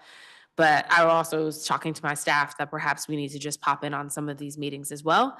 To, you know, we've had this ongoing conversation about group supervision and learning about how expensive supervision can be to pay just for one person for the one-on-one. And so some of these reforms, if they can't move forward because the board just can't get their act together, then we need to make some other arrangements. But thank you. To Ms. Scott and Ms. Johnson, thank you so much for being here as well. There were a number of people who testified prior to you talking about nurse aide training and the issues with the test. And so we'll follow up with DC Health on that. And Dr. Inya, thank you for being here and your testimony about Men's Health. And we'll ask CHA about some of the work and initiatives that they have been doing in that particular arena.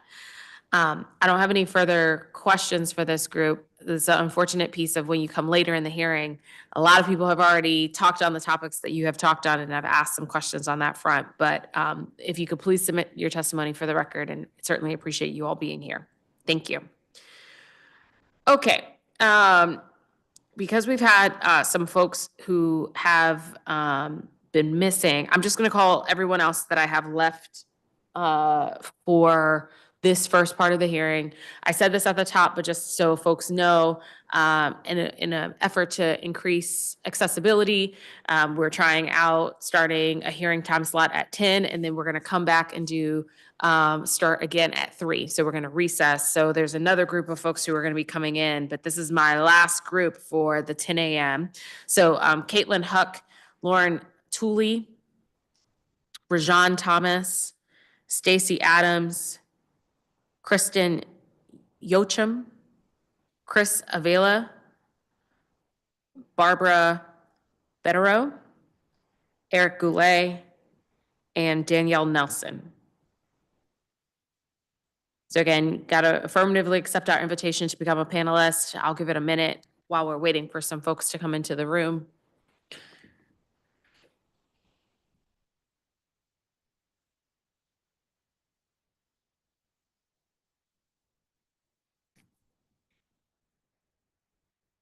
Also, if you are in the waiting room and your username is not the name for which you signed up on, we cannot promote you. So just, there's a little, in your Zoom box, there's a little 3 dots, hit that, hit rename yourself. But we're not just gonna promote something that just says iPhone or something like that.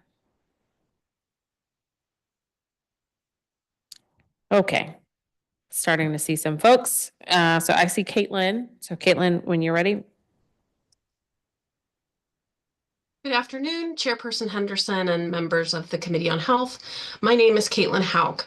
I am the Executive Director of the Maryland National Capital Home Care Association, or MNCA, which represents the licensed home care and home support agencies that provide skilled and personal care services to district residents in the environment they call home. MNCA is also a member of the DC Coalition on Long-Term Care. Today, I'd like to focus my remarks on the routine licensing activities, rulemaking processes, and regulatory communications that comprise the core services and functions of the Health Regulation and Licensing Administration, or HRLA, within the Department of Health. Specifically, the Intermediate Care Facilities Division within HRLA has programmatic oversight of the local home and community-based programs. Our members rely on HRLA and the Board of Nursing to execute licensing activities consistently and timely, to communicate in advance of significant regulatory changes, to action policy changes into relevant and timely rulemaking, and to address any internal or system-level obstacles thoroughly and expeditiously. Throughout the last year, home care providers have experienced significant delays and challenges in their annual licensing process that's resulted in unnecessary and prolonged administrative burden. From May through October of 2024, the online portal was consistently inaccessible. Providers were unable to submit all the necessary license application renewal documents, and they were then assessed late fees in spite of communicating these portal access challenges to ICFD and HRLA leadership in advance of the renewal deadlines. Penalties should not be levied to the provider for technological system failure that's the responsibility of DC Health to maintain. Also, renewal applications were not processed timely by ICFD, sometimes months late. This meant that the supporting documents had expired, so providers had to duplicate their time and money to update these documents. This processing delay also meant that operating licenses lapsed. Payers will not reimburse providers whose operating licenses expired.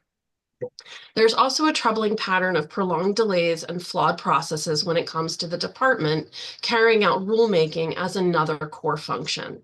As recent examples, on July 31, 2024, the department issued final rulemaking to promote. Hola, buenas.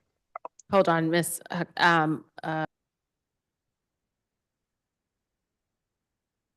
Hola, buenas tardes. On July 31st, 2024, the department issued final rulemaking to permit the use of DC CNAs in the home setting. What was intended to be a regulatory relief measure was not thoroughly executed, and home support agencies and home care agencies still have not received the interim guidance promised by HRLA in December to be able to implement this flexibility. In October of last year, the Certified Nurse Amendment Act passed, thanks to the leadership of this committee. This legislation combined DC CNA and DC HHA licenses under a single universal credential. This same legislation directed DC Health to create an expedited endorsement process for CNAs licensed in Virginia and Maryland to gain approval to work in the district. To date, no information from DC Health or the Board of Nursing has been disseminated related to implementation next steps. My last point, on March 16, 2021, DC Law 23-201 became effective to require dementia training of direct care workers. This legislation was unanimously approved by the DC Council.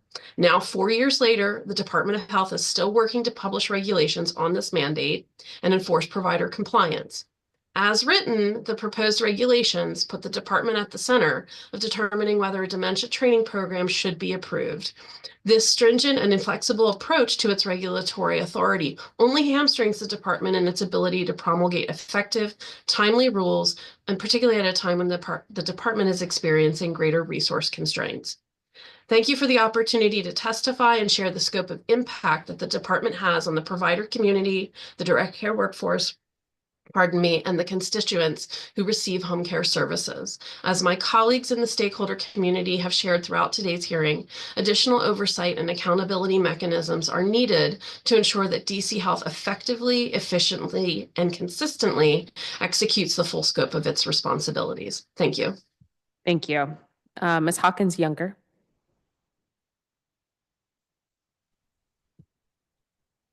Good afternoon, Chairperson Henderson and everyone. Thank you so much for the opportunity to address the council today. My name is Chassis Hawkins-Younger. I'm a home visitor who works at Mary Center, and I'm testifying about home visiting programs in DC. For those who aren't aware, home visitors meet families exactly where they are to provide support and connect them to resources already within their community that holistically benefit them. A day in the life of a home visitor includes enrollment calls, visits, constant communication outside of visits, and documentation. Home visitors also travel to clinics to retrieve items for their participants, and may also visit community resources with and on behalf of their participants as well. Flexibility is also key and could mean shifting the purpose of the visit to what a participant is currently facing or rearranging their schedule to support a participant's current needs. For example, one of my participants asked me to accompany her virtually to a routine prenatal appointment. Our visit transitioned to me holding space for her, asking questions with her, and encouraging self-advocacy when the appointment itself transitioned to her being admitted into labor and delivery. Shortly after that, her baby was born. Imagine if a home visitor had not been there with my participant participant at a moment when she was currently alone? How would she have felt? Finding flexibility like this can be challenging due to the administrative burden that some home visitors face with documenting visits within a certain time, having a certain number of participants in their caseload, and completing a certain number of visits per week. One of the challenges that home visitors face is supporting participants that are facing housing insecurity. Decreased supplies and lower salaries are other challenges that home visitors face as well. Budget cuts to home visiting programs make it harder for home visitors to effectively carry out their roles because with decreased supplies comes the inability to accompany the already used resources funded by the community. Lower salaries make it harder for home visitors to stay in their roles because while they are enthusiastic about their work, they also have their own households to take care of. When I think about the future of home visiting, I imagine increased investments so that programs have the fidelity of program implementation, can provide continuous growth and training that supports the population served, and livable wages that fit the work done. Studies show that home visiting programs positively impact families during their most critical years of growing. When these programs don't receive the proper investment, we fail the families who need the support the most. While home visiting programs could effectively use an increase in funding, at a minimum, DC should avoid further cuts. Home visitors benefit when you put more into them, and the participants, the families that we serve, benefit the most when home visitors receive the support within the programs that they work in. Thank you. Thank you. I don't see Miss Tooley. Okay, I do see Mr. Thomas.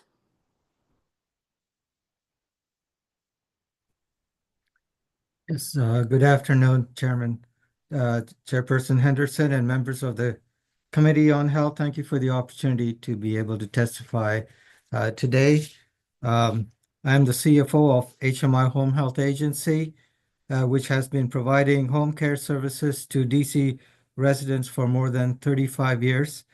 And we've seen the evolution of how the home and community-based services have grown and are serving vital needs of vulnerable residents of DC. I'm also the current president of the DC Home Health Association and a member of the DC Coalition on Long-Term Care. First of all, I just heard Ms. Hawk's testimony on HERLA, and I want to confirm that we had significant problems during the recertification and relicensing a couple of years ago. However, I do want to relay one compliment made by our HR manager today, and that she said that whenever there are problems that caregivers are trying to address now with their license, she's getting very good response from HERLA personnel. So I just want to bring that up. But I want to also bring a more recent development. And again, Ms. Hawk mentioned that it's about the brain health and dementia training requirement rollout that was just put out. And I have basically four concerns about that. One is the section 11301.1 lists the covered facilities. And this is a wide range of providers, including facilities, home care agencies, and the length of the training and the contents of the training so far rolled out seems to be the same for all. And I do not think that one size fits all in this case. Secondly, the responsibility has been given to the employers to train. And this is also an unfunded mandate. Secondly, with home care agencies, employees work in multiple agencies, more than one at least. And that's going to be a burden on who is responsible for that training. The other part is the testing. Again, testing is required for the caregivers. Question is, what happens if they don't pass the first time? So those are some of the concerns I have. In conclusion, I would just briefly like to say that we would like to request the Department of Health to extend the public comment period to allow sufficient time for meeting with stakeholders to review these regulations as they relate to the broad spectrum of providers. Thank you very much. Thank you. Ms. Adams.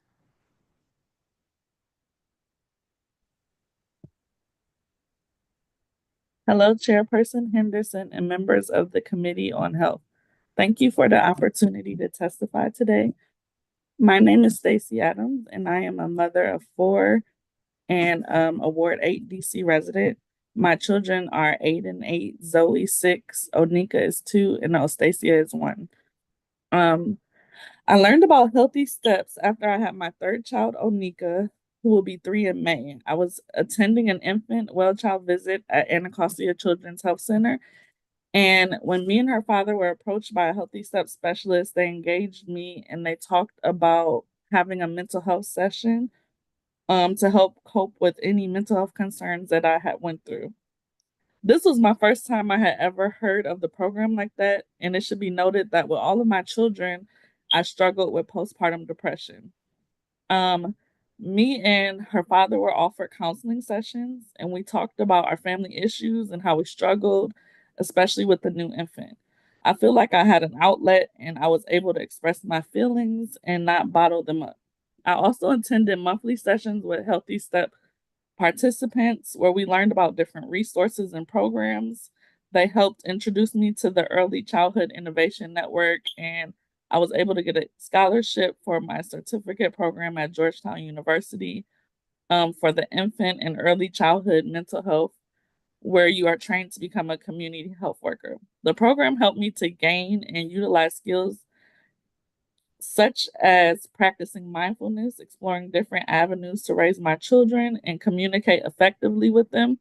It has been almost 3 years since I first joined Healthy Steps, and I'm in a different position in my life, and I firmly believe it is an important program for my community and for the advancement of low-income families who lack the proper resources and support to thrive.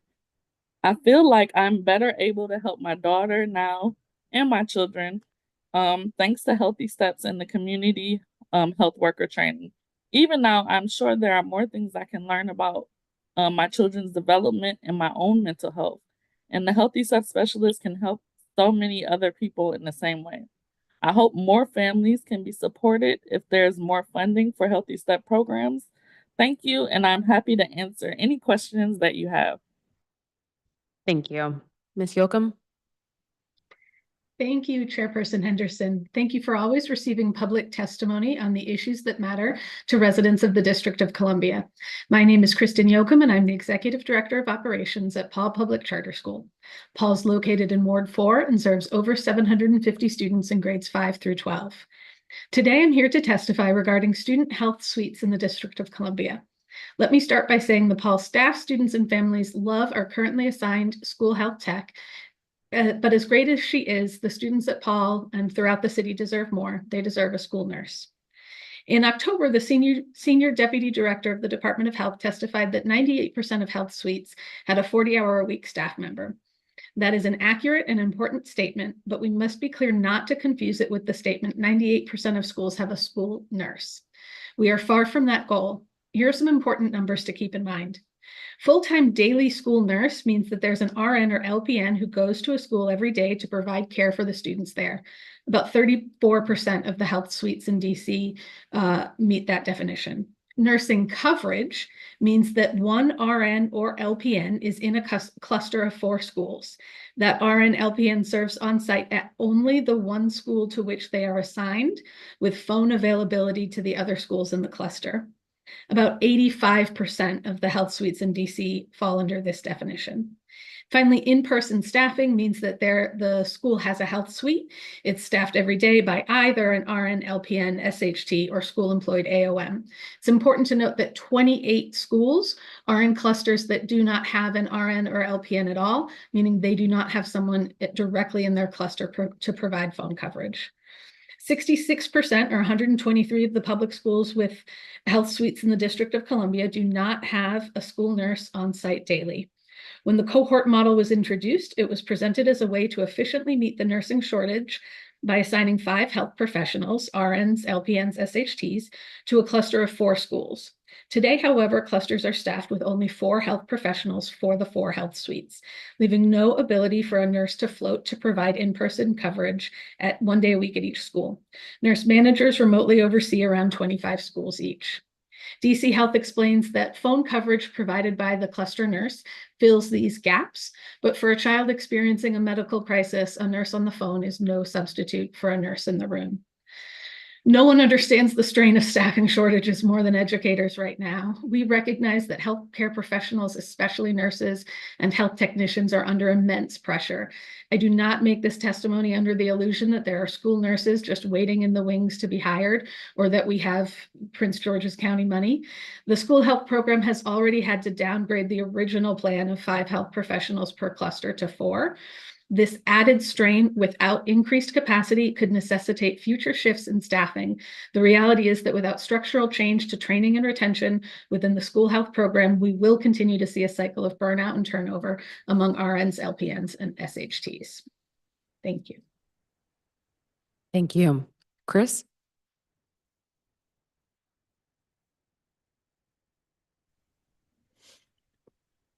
Good morning, council members.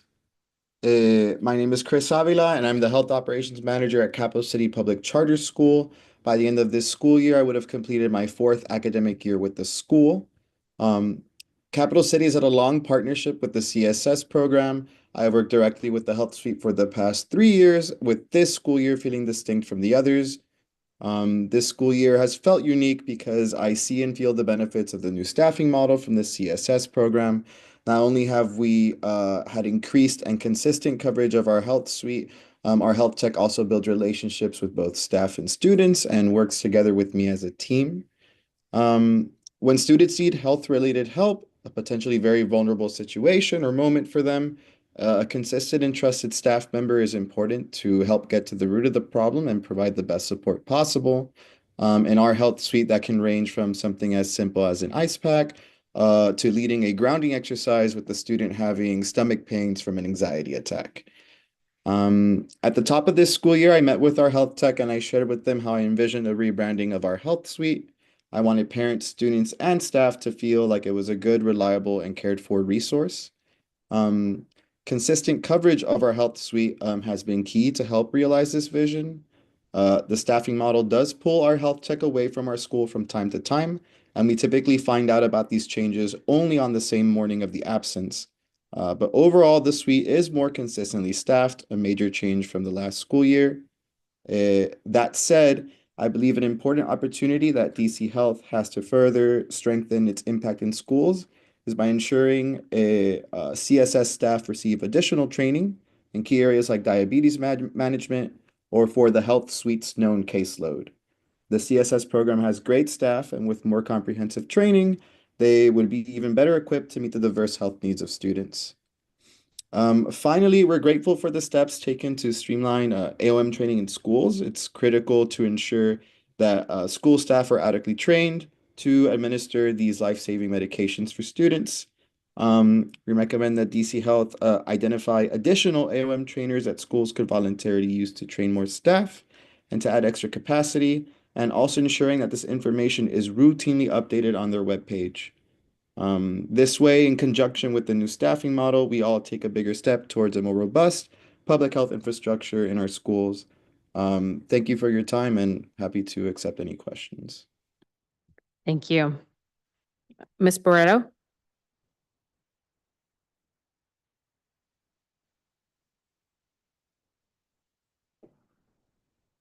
Barbara Barreto?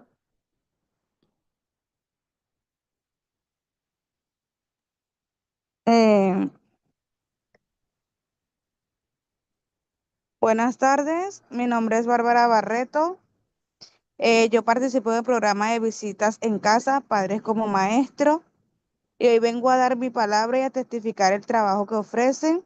Para mí el primer impacto fue al ver que dan más de ellos como equipo y organización de lo que llegué a pensar cuando entré al programa.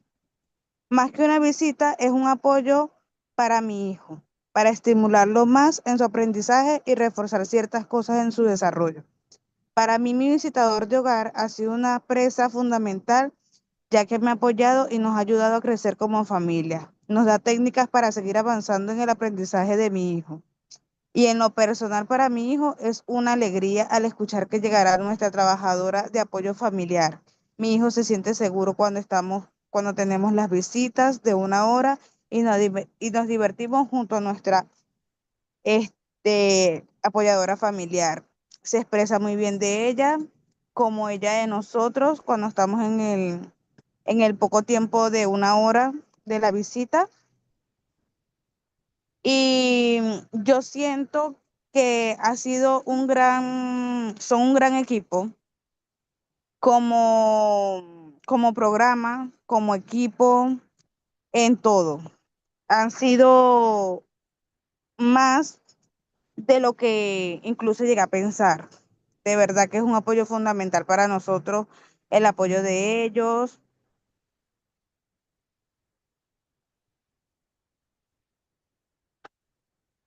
Creo que sí. Sería eso. Muchísimas gracias. Gracias. Mr. Goulet? Good afternoon, Chairperson Henderson and council staff. Thank you for accommodating my schedule here. I appreciate that very much. My name is Eric Goulet, Ward 3 representative for the DC State Board of Education. I am delighted to join you at today's Committee on Health FY 24-25 Performance Oversight hearing on the district's Department of Health, commonly known as DC Health. I will be testifying in my individual capacity as a Ward 3 representative today and not on behalf of the collective board. Today, my testimony will focus on the crisis DC is experiencing in its public school health suites during the last fiscal year, and the solutions that are urgently needed to address it. DC's school health suites are currently in a downward spiral due to non-competitive salaries in the DC Health Children's School Service Program and a cluster model that is causing registered nurses to flee the profession of school nursing in DC, because it removes the connections school nurses had with their school communities and creates an unsafe environment where nurses feel they cannot properly oversee the care of DC students. In just one school year, DC saw a decrease from 82 RNs in school year 23-24 to just 44 in school year 24-25. Parents and students want and deserve a full-time RN in every DCPS and public charter school. Parents do not view health technicians or LPNs as an acceptable substitute to a full-time 40-hour per week RN at their children's schools. The cluster model has been tried for years now, and it is a major part of the problem. Our city leaders must address with a sense of urgency the alarming reduction of RN staffing in the health suites, because it is putting our students at increased risk if they experience a medical emergency without an RN on site.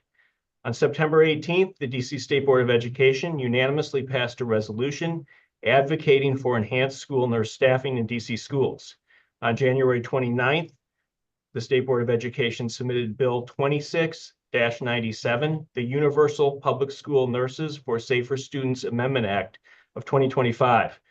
At the request of the State Board through Chairman Mendelson, and it was sequentially referred to the Committee on Health and then the Committee of the Whole. SBOE's legislation requires that by August 1st, 2028, DC shall have a full-time 40-hour per week RN in every DCPS and public charter school, thus eliminating the failed cluster model. To achieve this goal, DC must increase the grant funding provided to children's school services in fiscal year 26 budget and financial plan, and ensure that the additional funds are used to increase salaries of our nurses. Based on testimony of the Committee on Health's January 4th, 2024 hearing, it will require about $7.5 million additional per year added for the next 4 fiscal years to achieve this goal.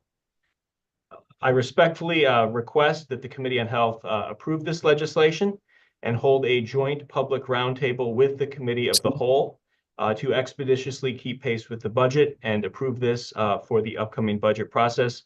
I will submit the rest of my testimony, written testimony for the record, and I thank you for the opportunity to testify today, Chair Henderson. Thank you. Ms. Nelson. Greetings, Chairperson Henderson and committee members. I am Danielle Nelson, Chief of Wellbeing at Monument Academy Public Charter School in Ward 7. We are a single-site boarding school and we specialize in trauma-informed education and wraparound services. As a school leader, I am deeply committed to providing safe and nurturing learning environments for our students and the educators who support them.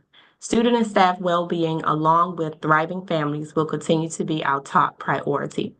Monument is not in the Children's School Services program due to the structure of our nurses suite not being approved during the approval process. However, after budgetary, operational, and ethical consideration, Monument employed a full-time nurse, contracted an evening nurse, and supported 3 staff members to become certified administrators of medications.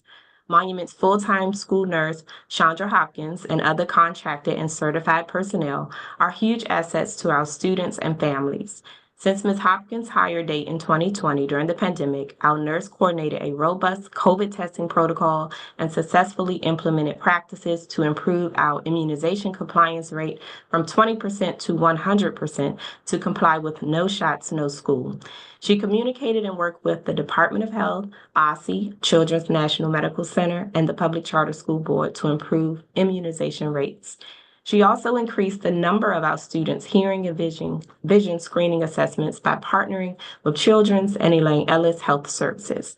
Most importantly, our nurse continues to focus on health education and raising awareness regarding childhood disorders and diseases. I also have served as the school-based behavioral health coordinator for the past 5 years, and it has been a pleasure and an essential practice to incorporate the nurse into the comprehensive school-based behavioral health services team.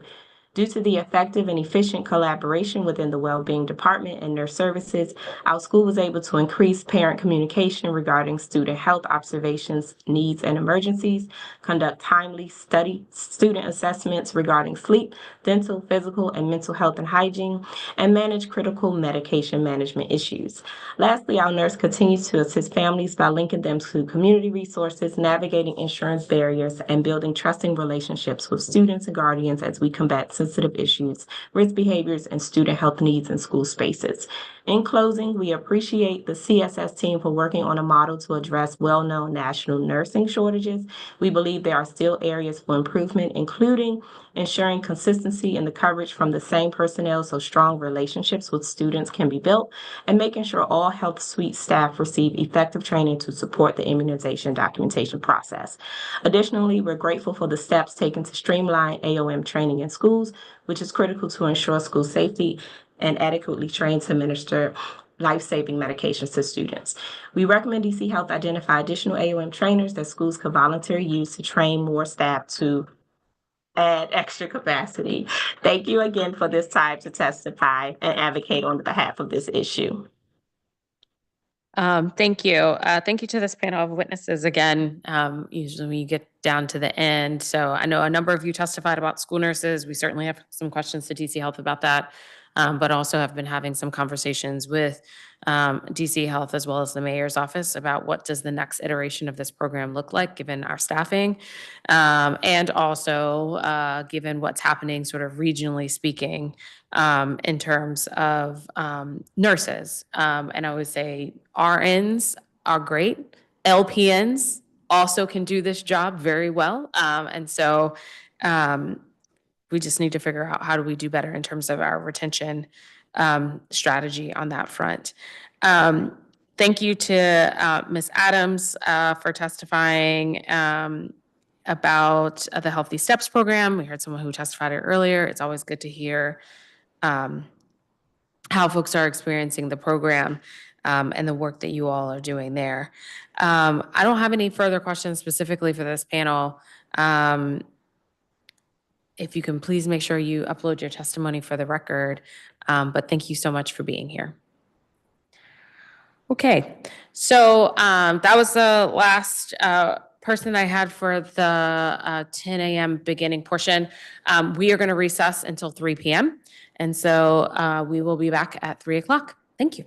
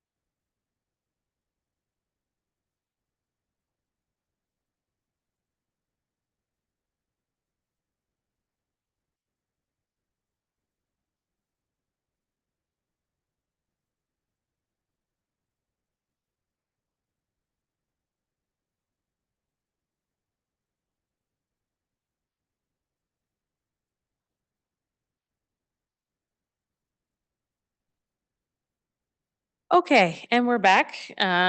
Appreciate everyone taking that little recess with us. All right, so we've got some in-person folks, although not everybody is here, but we're going to go with what we've got, and then we're going to go from there. So, Jaron Hill, Sarah Buckley, Rebecca Kahn, and I don't see Travis. But here we are. Nick Stavely, I believe, is now going to be virtual. So wonderful. Jaron, when you're ready.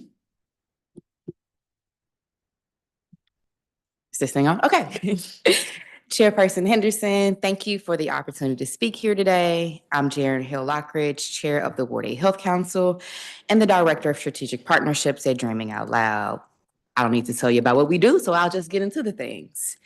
I'm here specifically to share some challenges around our current local food system. The loss of federal support through the USDA's local food purchasing agreement and ongoing difficulties with the Produce Plus program. These challenges pose a risk to food security for our most vulnerable communities and can impact the strength of DC's local food initiatives. I want to first talk about the impact of losing USDA's local food purchasing agreement. As you know, we've leveraged that funding to support local farmers, and we also ensure that fresh food reaches the families that need it the most. The potential loss of this funding has some serious consequences for our team. It would disrupt food access for our most vulnerable communities. Thousands of families, particularly those east of the river, rely on the food distribution that's made possible by the LFPA funding. Without these resources, our residents will face greater challenges to accessing healthy food. This will also increase the financial burdens on small and BIPOC farmers. LFPA enables us to purchase from local Black and Indigenous farmers, ensuring their economic stability. And without this funding, the farmers risk losing critical contracting ability, exacerbating disparities in our sector. Also, this would jeopardize the loss of our food infrastructure and logistics. This is literally some of the funding that keeps our trucks on the road. Ensuring our team is able to distribute food and maintain efficient logistics with this reliable funding. Without this, it really puts a lot of our work at risk.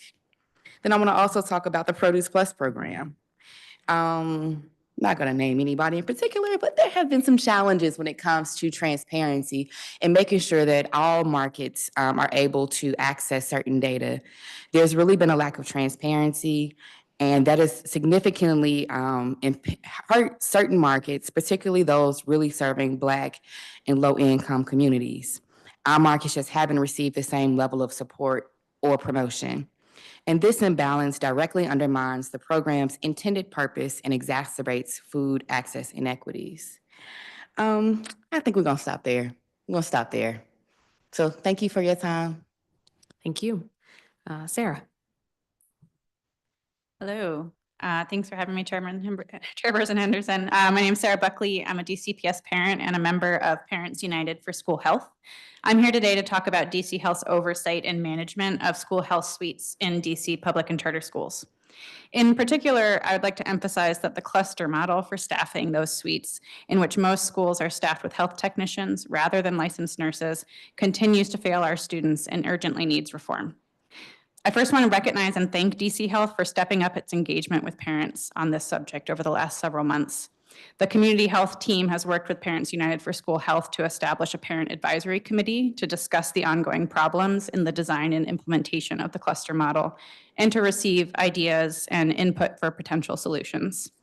The advisory committee represents a commitment to transparency, openness to feedback, and a concrete demonstration that DC Health will, step by step, be a partner in ensuring that every school and every student has access to the health services they need. But I also want to urge this committee and this council to continue to push for accountability and results from DC Health and from the grantee that directly administers our Health Suites program, Children's School Services. A year and a half into implementation, CSS continues to fall short on its promise that the cluster model will deliver consistent quality service for all students. We have fewer licensed nurses in DC schools since before the cluster model was instituted. We have a continuing disconnect between CSS's description of how the model should work, that a cluster nurse will be able to float between schools to provide supervision to 3 health technicians and 1 licensed professional nurse in a 4-school cluster, and how it is working. RNs assigned as the only health suite staff to 1 school are nominally designated as the cluster nurse, even when they're unable to provide on-the-ground supervision and guidance to health technicians in their cluster. Indeed, other parents and I have heard that the shortage of nurses in CSS's ranks is bad enough that CSS may propose increasing the size of clusters from 4 schools to 6 or 7. That is completely unacceptable. The model as designed already puts our kids at risk and puts unnecessary counterproductive burdens on school administrators and families. I want to share a couple of stories that quickly highlight some problems with the cluster system. I spoke with one family whose neighborhood school is currently staffed with a health technician. Their second child, who's preparing to begin school, has type 1 diabetes and would need services from a licensed nurse. Although the cluster system is theoretically supposed to provide nurses in schools where students need their services, the family is faced with a conundrum. Do they enroll and gamble that the school is able to provide a nurse in place, put a nurse in place for the next school year, or do they go elsewhere? I spoke with another family whose child needs access to seizure medication administration. Their school is also staffed with a health technician, and although that technician is nominally trained on administering the needed medication, the technician had expressed that they did not feel comfortable doing so, leaving the student and family in limbo over who at the school would be able and willing to provide life-saving medication in the event of an emergency. These families deserve answers, and these students deserve quality health suite coverage that ensures that all students, no matter their health needs, have an opportunity to learn and grow in DC schools. Thank you. Thank you. Rebecca? Good afternoon, Chairperson Henderson and Ona and members of the committee. I am Becca Kahn. Is that better? Great. I'm Becca Kahn, the Director of Nutrition Services at Food and Friends. We thank you for your continued support of our mission to improve the lives and health of DC residents living with serious illnesses such as HIV, AIDS, cancer, diabetes, and sickle cell disease, among others. The Council's fiscal support, as well as your time spent volunteering with us, shows DC residents your commitment to their well-being. We're grateful for our partnership with Dr. Bennett and the staff of DC Health. Because of our work together, a true public-private partnership, we home delivered over 739,450 medically tailored meals free of charge to 1,823 district residents and 565 of their dependents last year. Almost half of these residents reside in Ward 7 and 8, where access to healthcare and healthy food is limited. Food and Friends is the only community-based nonprofit in a region providing home-delivered, medically tailored meals, medically tailored groceries, and medical nutrition therapy to the community. Last year, we were the first in the nation to earn the Food is Medicine Coalition accreditation, which verifies high standards and clear definitions for what medically tailored meals actually are. Food and Friends remains responsive to the needs of the community. And just this fall, we started a new partnership with Howard University Hospital, serving their patients with sickle cell disease, actually. Looking to the fiscal year 26 budget, we respectfully request level funding for our Community Health Administration grant to help us continue care for DC residents and for their dependents and family members. We're committed to maintaining a diverse revenue stream, including private funding, other public funding, and managed care partnerships. Your stamp of approval investment in Food and Friends is a good value. For each dollar we receive from the district, we raise $3.65 from other sources. And not only that, but your investment impacts patient health. There was a recent Tufts University study that estimated if all US eligible patients receives access to meals with the nutrition standards such as ours, that in just 1 year, over 1.5 million hospitalizations could be avoided for a net savings of over $13 billion. In summary, I just want to thank you for your time and the staff of DC Health for your support and partnerships in reducing healthcare costs and improving the health of DC's most vulnerable residents. Thank you. Thank you. Thank you to this panel of witnesses. Jaren, I want to start with you. Your testimony about the USDA local food purchasing program is fairly straightforward, so I totally feel you on that. And I think a lot of people are realizing what some of these federal agencies do and how they support local food systems and economies in a way that perhaps they haven't before. So yes, on that. I did want to ask if you could provide a little bit of clarification. You said that certain food markets under the Produce Plus program have had challenges accessing certain data. Can you say more about that? If you turn your mic on.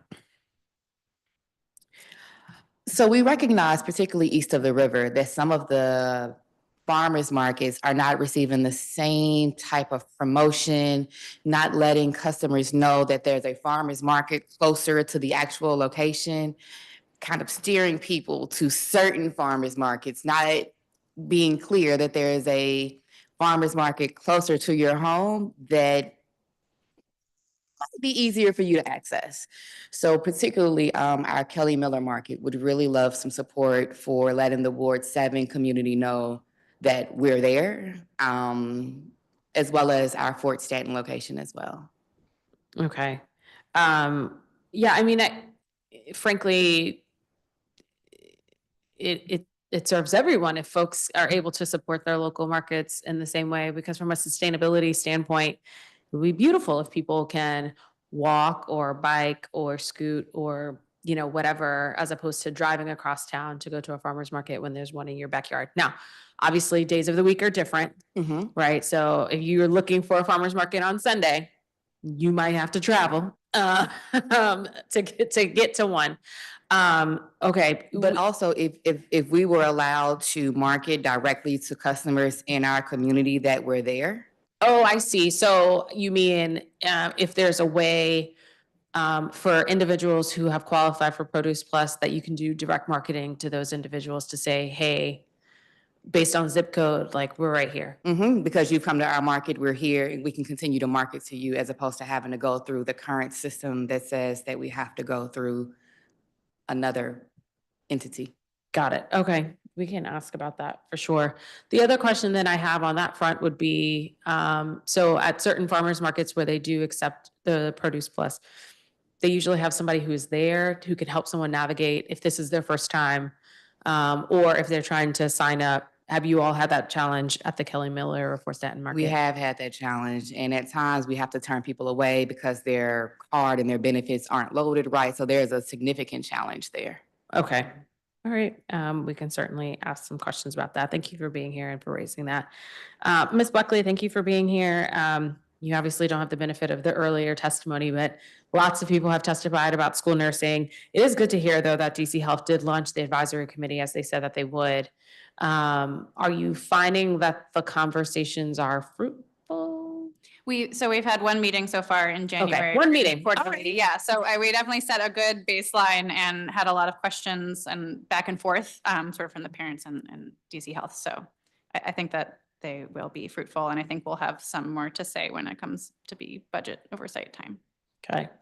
And Ms. Khan, thank you for being here, for the great work that Food and Friends does, which PS, I have a lot of PSAs today, but don't just volunteer at Food and Friends or the Capital Food Bank during MLK Day, and then they don't see you again for like several months. They need people every week because they're doing lots of meals for folks in the community. Thank you. And you know, I saw you sort of nodding when I was talking to Jaren about some of the USDA programs, but some of the other federal programs as well. You know, how is Food and Friends sort of thinking about contingency? I don't know if you even have that conversation yet.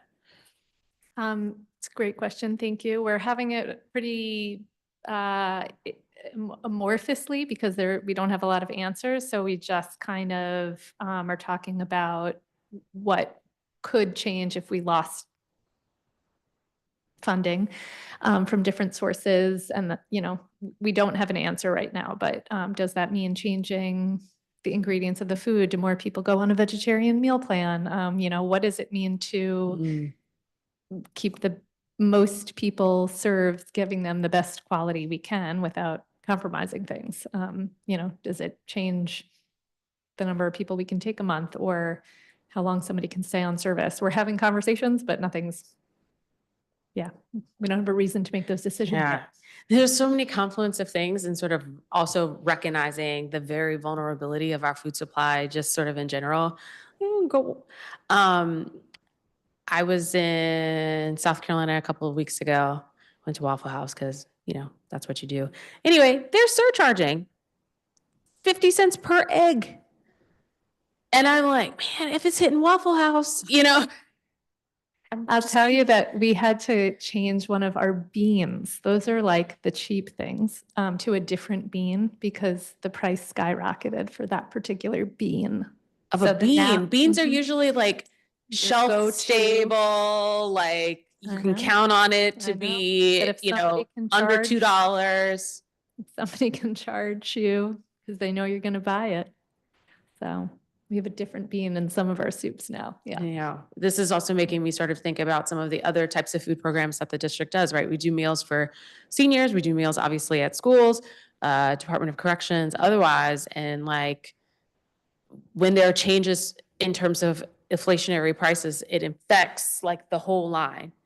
And then I got students who are mad because they don't like what they're being served. And it's like, well, everybody's vegetarian these days because protein is expensive. I don't know. Okay. Well, thank you guys so much for your testimony. If you make sure we have your testimony for the record, we'll certainly follow up on some of these issues. Appreciate you guys. Thank you. Okay. I don't see anybody else here for the in-person piece. So we're going to go virtual. Again, for folks, if this is your first time doing virtual testimony, you'll have to affirmatively accept our invitation to become a panelist. We're going to do a panel of 6. Nick Stavely from Fresh Farm, Sabrina Rhodes, who's an ANC Commissioner for DO2, Kimberly Price from Fresh Farm, Juanita Blessingame, Marie Brown, and Tracy Stewart Robinson.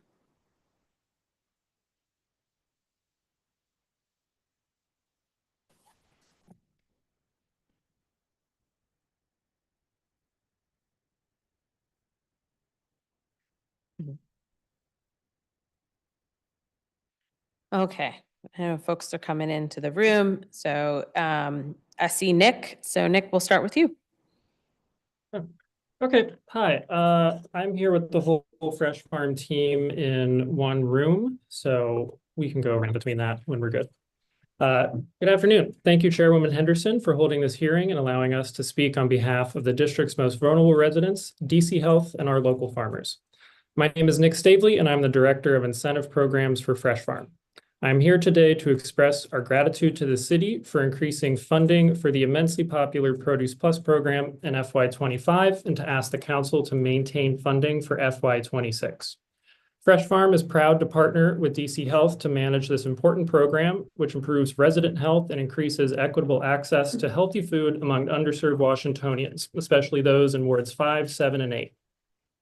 Day in and day out, Fresh Farm is able to push Produce Plus forward because of our close partnership with the DC Health team, who work creatively and tirelessly to improve the health of district residents. Produce Plus equitably and efficiently meets a clear need for DC residents. In 2024, over 6,000 residents spent nearly $1 million on fresh fruits and vegetables at over 50 farmers markets, mobile markets, and farm stands across Washington, D.C., a 13% increase in spending over the previous season. The Produce Plus program model empowers customers to choose where they spend their benefit dollars, allowing them choice of any farmer's market in the city to spend their dollars where they want to.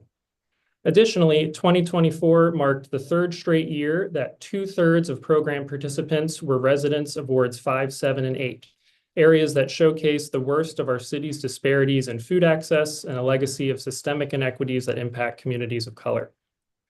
DC residents trust and engage with Produce Plus. Under our management over the last 3 years, the majority of all participants spent at least 80% of their allotted funds, with more than 1/3 spending 100% of their available funds every year. For the past 3 years, we've enjoyed an over 30% response rate to our annual end of season survey. Last year, 98% of 1,700 respondents agreed or strongly agreed that because they participate in Produce Plus, they eat more vegetables and feel healthier. Nearly 4,000 people approved in the program last year self-reported Medicaid. And with the promise of the 1115 waiver on the horizon, Fresh Farm feels confident that the district's initial investment can translate into sustainable long-term funding. Produce Plus is a vital and trusted resource that is used by thousands of district residents. I urge the council to maintain support for the program at $2.1 million in fiscal year 26. Thank you again for the opportunity to provide testimony today. Thank you. Ms. Rhodes? Yes, good afternoon, Councilmember Henderson and everyone here. My name is Sabrina Rhodes, and I serve as the ANC Commissioner for Ivy City 5D02 in Ward 5. Also as the community organizer with Empower DC, and I'm a native to the district. I'm here today to strongly advocate for continued and sufficient funding for the Department of Health to ensure it is adequately staffed and resourced to analyze and act on critical air quality data collected by the Department of Energy and Environment. Ward 5, Ivy City and Brentwood has been historically burdened by environmental injustices, have suffered from the harmful effects of long-term exposure to pollutants such as nitrogen dioxide, black carbon, particulate matter 2.5, PM 2.5, and volatile organic compounds such as formaldehyde, which are in high levels, creosol, acetonitrile, and methylene chloride, along with others, which are coming from industrial uses facilities that use cancer-causing chemicals with no air quality permit, the rail yard, and traffic on New York Avenue. These pollutants and toxins are known to be in high levels and have well-documented links to respiratory diseases, cardiovascular issues, cancer, and other chronic health conditions, particularly in vulnerable populations such as children, seniors, the unhoused, those with pre-existing health conditions, pregnant women, low-income, marginalized communities, and residents that live in public housing. Without dedicated efforts to utilize air quality monitoring data, we will fail to address the root causes of these health disparities. DOE's air quality monitoring, from ACLIMA has given us an invaluable tool.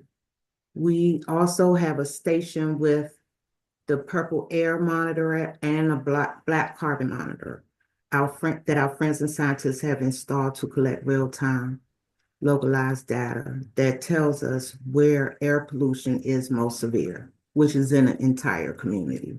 We have had to dive into this field of health and science because we are very concerned about the health of our environment. However, data alone is not enough. A couple of days of testing just isn't enough.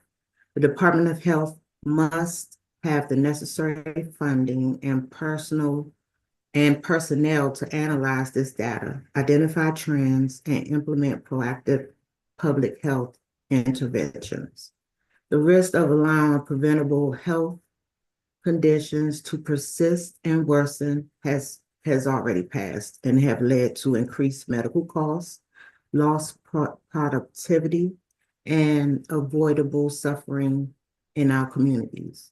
We find that studies have shown the connection between extreme heat, which we experience, and serious mental and health conditions, something that we are learning due to climate change. And we know too well about the extreme weather events we're experiencing here in Ivy City. Investing in DOH's ability to respond to health quality threats is a matter of equity. Low-income communities and communities of color are disproportionately affected by poor air quality, often living in areas with higher traffic congestion, such as New York Avenue. Oversaturated industrial uses and inadequate green. Yes. You're about a minute and Am I 30 it? over your time. Oh, okay. Well, can I just wrap up this Sure. paragraph? Okay, thanks. We cannot ignore the science that tells us these pollutants I mentioned earlier and toxins are directly linked to asthma, lung cancer, heart disease, and even cognitive decline, amongst others. Addressing these health impacts requires a robust, well-funded public health response. Thank you for allowing me to testify.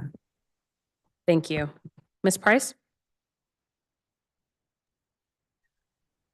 Good afternoon, council members. Thank you for the opportunity to share. My name is Kimberly Price. I am a both customer and mock champions for Produce Plus. One day, almost 13 years ago, I was way to the doctor. I spot a sign about Produce Plus, a program offering free fruits and veggies for DC residents. Now, I admit, I thought it was too good to be true, but I found out it was real. It's a lifeline for low-income residents, and it doesn't have any benefits like Medicaid or SNAP. This program let us go to the farmer's market, worrying about losing benefits. That means the money we spent on groceries towards other things while keeping our place healthy. When I first joined Produce Plus, we used a paper check at the market, and our seniors were standing long lines, so I spoke up. Now I'm proud to be my champions with Fresh Farms, making sure everybody gets the help they need. Being part of Produce Plus has made easy healthier, even on a tight budget. And you know what happens? When I sign people up, it's like a ripple effect. You tell one person, they tell your friends and family. Here's the thing, we have more residents waiting to join. So we asked for DC Council to maintain Produce Plus budget of $2.1 million. Produce Plus made life better, and we need your support. We need to keep our serving the thousands of DC residents that rely on Produce Plus. Many of us who live in wards 5, 7, and 8. Your support so much for us. Thank you for listening and backing up Produce Plus and the help of DC residents. Thank you. Thank you. Ms. Blessingame? Good afternoon, members of the DC Council, members of the Committee on Health, and our committee chairperson at large, Councilmember Christina Henderson. My name is Juanita Blessingame, and I'm here today on behalf of Fresh Farm and the DC community to advocate for maintaining funding for the Produce Plus program. Looking back over 10 years, the demand for the program was high. We were still using paper vouchers and would always run out before servicing everyone. There were not many locations that distributed the vouchers, and then only on Saturdays, further reinforcing transportation and time, which are known barriers to accessing fresh and local produce. What is consistent about Produce Plus 10 years later is the need and focus on serving low-income DC residents who often reside in food insecure areas. Produce Plus also increases access for those whose income isn't low enough to qualify for federal benefits like SNAP and Medicaid, but it's still not enough to afford all their necessities like food. In 2024, we received over 13,000 applications to the Produce Plus program and had a wait list of approximately 5,000 individuals. The program's demand is evident, especially in wards 5, 7, and 8. DC residents get the benefit of nutritious foods without having to go to a farm because the markets are located in their neighborhoods. The source is right there for them to discuss directly with the farmer. In stores, you don't always know where your food came from or how long it's been sitting there, and there's usually no one to talk to and ask. The food at the farmers markets are fresh and local, and the taste is different from the food at the store. And our community looks forward to coming to markets. It's the socialization of coming to the market, especially for our seniors. It's an outlet to get out of the house and pick up some good, nutritious, and affordable food. Some folks stay 2 and 3 hours, even if they are not shopping. This also helps small businesses like farmers to be able to feed their families, so it all comes full circle. We urge you to maintain the local support for Produce Plus at $2.1 million in FY26. Produce Plus is a critical service that thousands of district residents rely on. Your support will strengthen our community and local businesses. Thank you. Thank you. Ms. Brown? Oh, Hi. you guys are all together. All right. Yes, we all in one room. Okay, go ahead. Hi. Good afternoon, DC Council members and at-large City Council member Christina Henderson. I am Marie Brown. I am a lifelong DC resident, and I appreciate the chance today to discuss the impact of Produce Plus program for both myself and many other DC residents. 9 years ago, I started working as a market champion and also began shopping as a customer with the program. Produce Plus plays an important role in supporting food insecure individuals and families, particularly our seniors, who I am passionate about helping. Helping seniors to sign up and attend farmers markets not only improves access to fresh local fruits and vegetables, but also encourages social gatherings. The markets foster a sense of community, allowing people to connect, make friends, and keep each other informed about what's going on. Farmers markets also provide variety and education. You can experiment with different ways of eating, especially through cooking demos and tastings, as well as find culturally important foods like fresh peas and lima beans. Access to different markets mean more food variety and choices. Children also experiencing different foods and introducing their families to them. Produce Plus is impacting generations. Empowered with the financial means to be able to do so, DC residents are making healthier food choices through Produce Plus. This is important because even when employed, residents may still face challenging times. And Produce Plus addresses the diverse needs of those living in the district. In 2024, we received over 13,000 applications and had a wait list of 4,700 residents. And the demand for Produce Plus is evident, particularly in Ward 5, 7, and 8. We urge you to maintain support for Produce Plus at $2.1 million for fiscal year 26. It is a virtual and proven resources for DC residents. And I thank you for your time and considerations. Thank you. Tracy Robinson.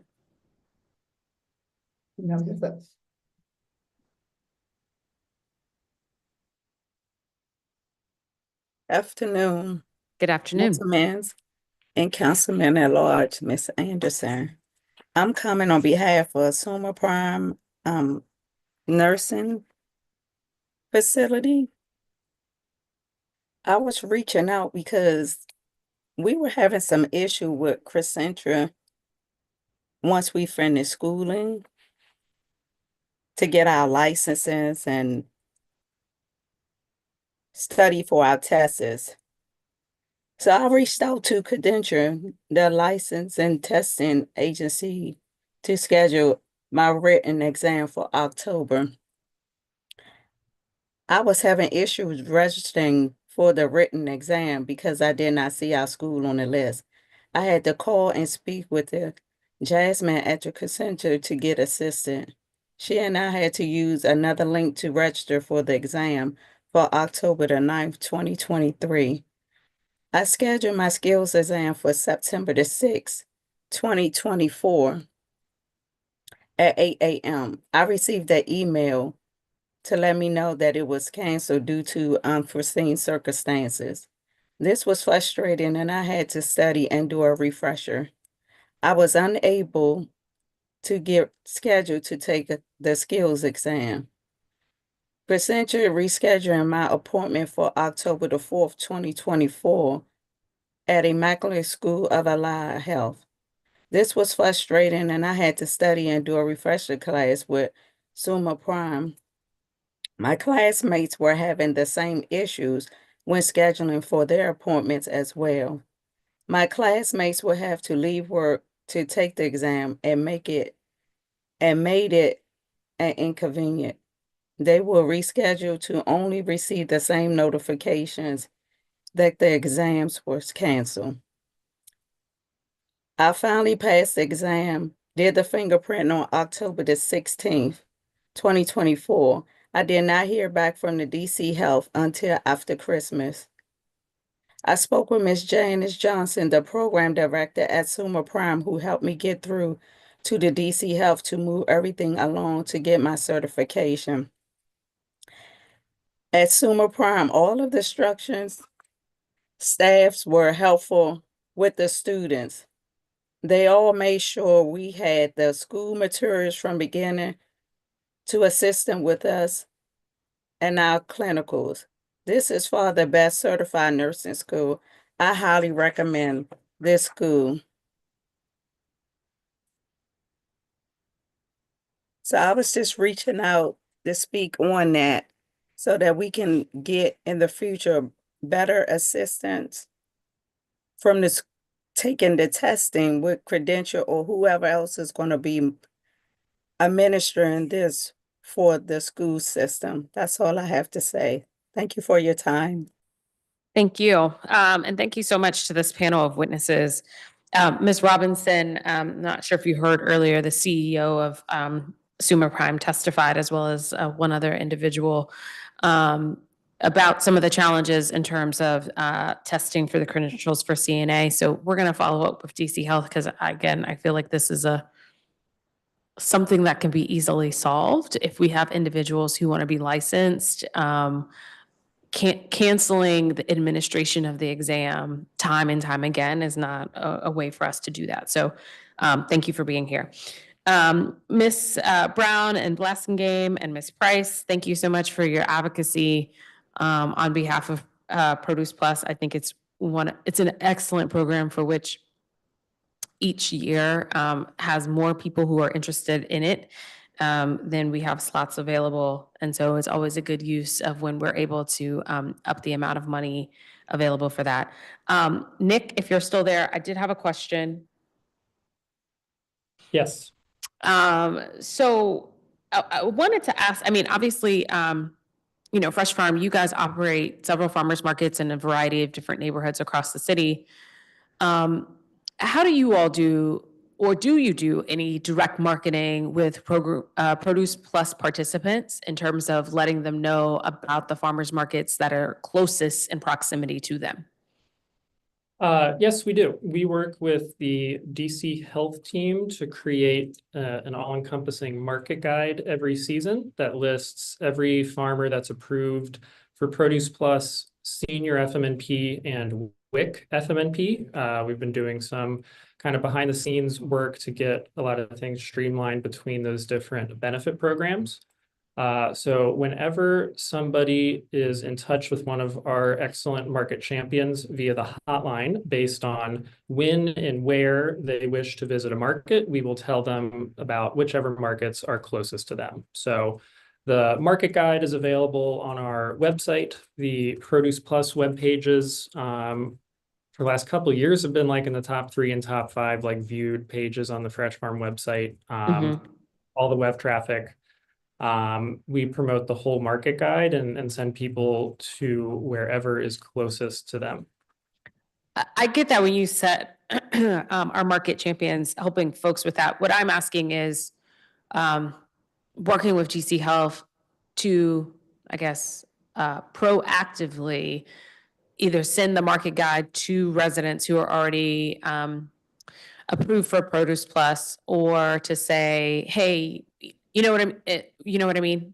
Sort of in like, if I'm running when I'm campaigning, for instance, I get the list from Board of Elections, and then I'm able to like proactively mail people information without them necessarily requesting it. Has DC Health ever given you guys the list of all of the people who are approved for Produce Plus that would allow for you to do proactive marketing? We have not done like a direct mailer before, but in the pre-season, we distribute thousands of copies of the market guide at the like 80 plus senior CSFP locations throughout the whole city. So throughout April and May, we're sending out the market guide at our markets. We give copies of the market guides to other non-fresh farm partner markets, and we distribute those through WIC clinics and the CSFP senior sites as well. Okay, that's helpful. All right, well, thank you guys so much for your testimony and for being here. I don't have any further questions for this panel. Ms. Rhodes, thank you for your testimony. If you can, please make sure you send in the whole thing so I can read everything of what you said. That would be helpful. But thank you all again. Thanks. Thank you. Okay, I'm gonna call everyone who I have left on the list and see who's here. Shane Sullivan, Heidi Ellis, John Gloucester, Mark Mitchell, Shamika Cherry, Inkita Kanandi, and Michaela Deming. Again, you need to affirmatively accept our invitation to become a panelist.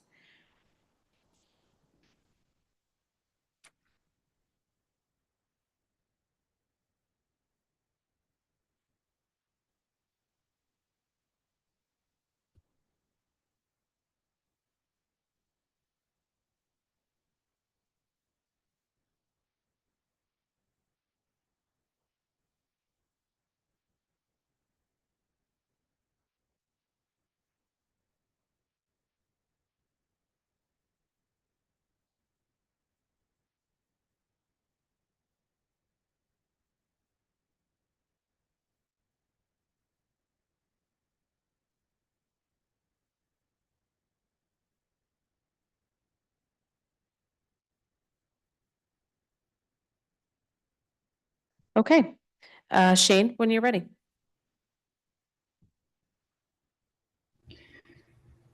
Thank you. Good afternoon. My name is Shane Sullivan. My pronouns are they, them, and I'm testifying today in reference to my time spent working at HIPS as their harm reduction coordinator. Given the profoundly negative things I'm about to say, I want to clarify from the outset that my opinions are solely my own and do not represent HIPS organizationally. My testimony is specifically focused on my time piloting the implementation of HIPS's harm reduction vending machines, which was a role I took on from their outset and continued for about 2.5 years. In addition to that responsibility, a quick snapshot of the trauma I experienced as a frontline harm reduction worker included the mass deaths of dozens, if not hundreds, of participants by overdose. I'm sharing that to state plainly that in my 11 years at HIPS, none of my experiences were as traumatic as partnering with DC Health, specifically HOSTA, as they played paternalistic bureaucrat to us, but offered absolutely no meaningful support in achieving our grant deliverables. DC Health relies upon the expertise and lived experience of HIPS staff members to ensure programmatic success for a vital community resource it could never provide on its own. They are glorified middlemen for what is ultimately federal funding through the CDC and exploited their hierarchical power over HIPS to demoralize and demean staff, institute pointless bureaucratic measures, and gatekeep what we could include in our own machines. I don't believe this has been stated publicly before, so to provide one example of their gatekeeping, HIPS was explicitly forbidden by HOSTA from including one of the most requested items on outreach, safer smoking kits, into the vending machines. As someone who's been in an abusive relationship, I don't toss accusations around lightly, but my relationship to HOSTA grantees was abusive and rooted in games of power and control. At a time when Mrs. Trump and her tech nerd boyfriend are actively staging a fascist takeover of this country and usually using financial levers to threaten the livelihood of life-saving programs like HIPS, I think it's past time someone named how DC's local government has been engaged in a more consolidated version of such abuses of power. I want to end with the direct words of a DC Health employee himself, who for years was HIPS grant officer at HOSTA and was speaking here at a public hearing regarding DHHS's violent eviction of the former New Jersey and O homeless encampment. The issue is really pandemic-centric. Most of these folks have decided to be homeless because they cannot use and be part of a program. I honor that decision, but by the same token, I honor the people who have sacrificed to purchase their homes in the city without the expectation of being adjacent to an open-air drug market. They are rational in their decision-making. We should be too. I see them as rational human beings. I honor that. But if they decide not to go into treatment, if they decide to be homeless, I honor that too. This is not what the community as a whole decided for the park. I think everyone could be redeemed if they want to. If they decide not to, I will honor their decision. These were the words of Stephen Reese, who has worked for DC Health for decades. There are so many issues with his statements, but I'll just end by reiterating the need for people who use drugs to be the leaders of harm reduction services for people who use drugs, and by asking if HIPS's own HOSTA grant officer has such disgusting views of unhoused individuals and people who use drugs, what attitudes towards them are the norm among DC Health staff more broadly? Thank you. Thank you, Shane. Dr. Mitchell?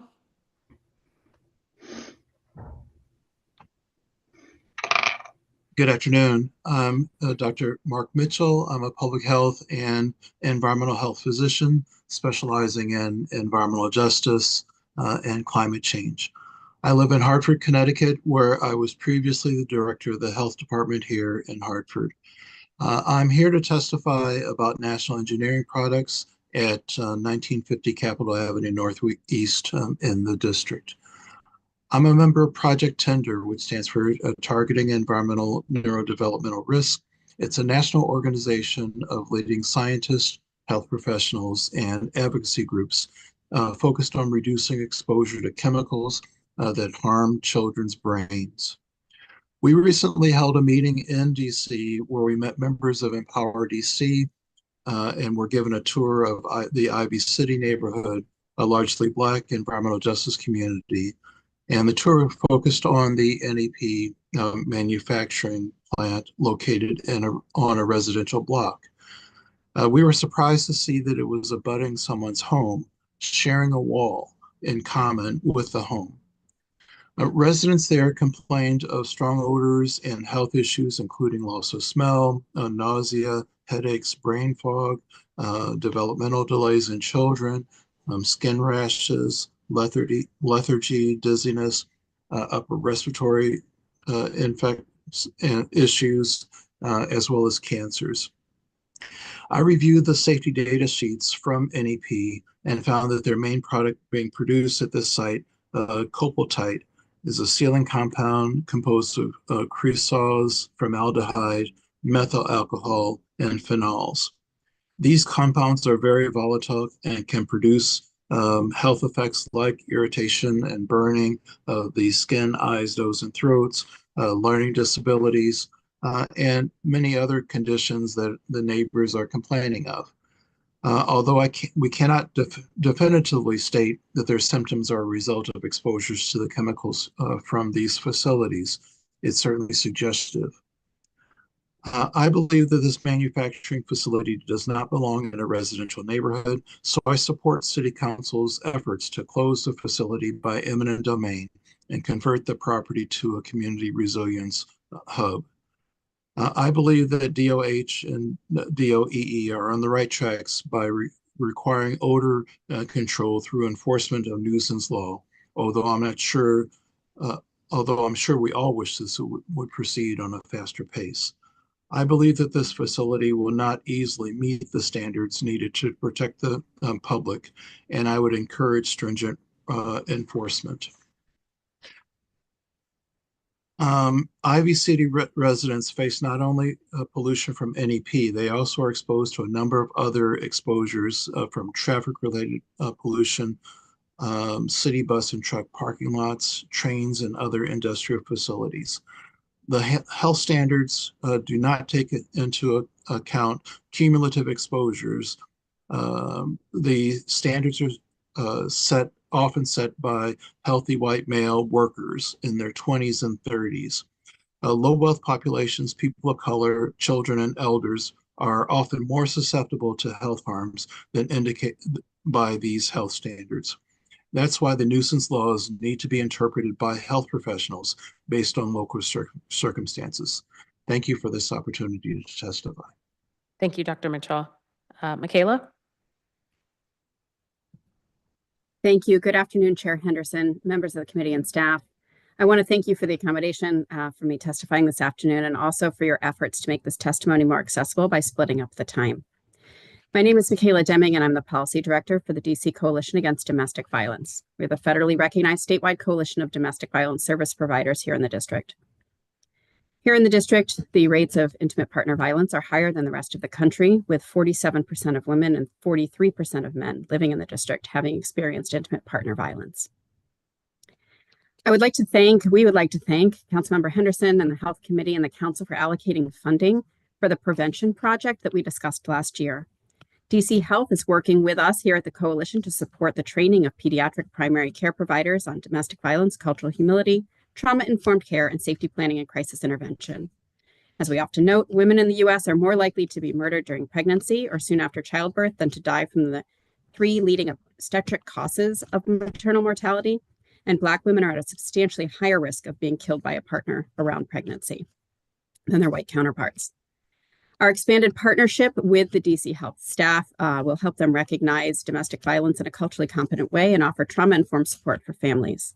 We are pleased to report that we are on track to have this program implemented before the end of the fiscal year. This program that we are undertaking with DC MAP is a good example of the type of work that we can be doing more of with DC Health with just small amounts of dedicated funding. That would help us develop training across all government agencies, starting with DC Health, to give government staff the support they need to prevent domestic violence in the district. I want to take a minute to turn our focus on the increasingly challenging times that we are now facing. Policies from the new federal administration are causing confusion and concern for many and threatening the safety and stability of our most vulnerable communities. With policies targeting and disproportionately impacting marginalized communities, including people of color, LGBTQ+ individuals, immigrants, and their families, we are deepening barriers to safety, justice, and healthy communities.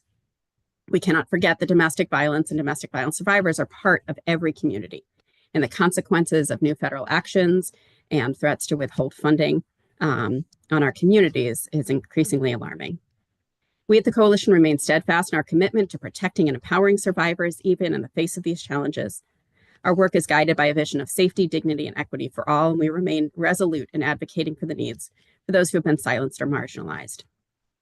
It is imperative that service providers understand the rights and the needs of survivors in the district, including their right to safety and privacy of their information, and look forward to DC Health and the Council helping us make sure that those protections are in place. It continues to be essential for DC to prioritize primary prevention education and provide ongoing dedicated funding for it. We know that intimate partner violence is preventable, and we continue to seek sustainable resources to support the programming and initiatives to make that happen. We thank you, Chairperson Henderson, for the opportunity to testify and for the funding support, and are happy to answer any questions that you may have. Thank you. Thank you to this panel of witnesses for your testimony. I will say this while I'm doing this. If there's someone else who had signed up to testify, but either you missed us or we missed you, use the raise hand feature so we can know, and we'll do our best on that front. Shane, I'll start with you. So it sounds like you have or have been having a specific challenge with a particular grant administrator. Or are you suggesting that this is reflective of all of HOSTA? I believe it's a problem more broadly, like with HOSTA's culture. I was using that specific example just to highlight that. Okay. Okay. We'll ask some follow-up questions to DC Health. And if there's other information that you wanted to share with the committee that you didn't necessarily want to say publicly in testimony, please shoot us a note. Okay. Thank you. Great. Thank you. Dr. Mitchell, thank you for being here. I'm very familiar with the company that you talked about and the particular situation in Ivy City. I've had lots of conversations with the Department of Energy and Environment about this. We've sent out EPA for testing. And, you know, your evaluation of the situation and EPA's and DOE's evaluation of the situation are completely different. And so it kind of puts us in a pickle here. As far as I know, DC Health has not been engaged on this particular matter, but I can certainly follow up with them because this has been primarily an EPA and DOE matter thus far. But yeah, I didn't know if you wanted to add something additional beyond what you were. Yes, like I said, I think that the district is on the right track, but there are things that need to be that need to happen I would certainly hope that they could happen quickly. And then, I'd be happy. I also reviewed their odor plan and have some specifics about that I can comment on in writing. But yeah, I'd love to touch base with the health director and sort of see if there's a way that that we can understand how the different points of view matter and how they can be reconciled. Okay. I'll ask Dr. Bennett. I don't think she and I have ever talked about this project at Ivy City, mainly because it has been such a DOE focus, and I have talked to that director, but we can certainly follow up there. Ms. Deming, thank you for being here and for the work that you all do. We were able to add some additional funding for this current fiscal year. I'm curious, has DC Health done their part in getting that funding out the door? Yes, I appreciate the question. They have done their part in working on getting that the local dollars that you allocated, and we appreciate that. And so we are in the process of getting that new program underway, and they are working with us to do that. Okay. I'm glad that they're in the process. It is also February.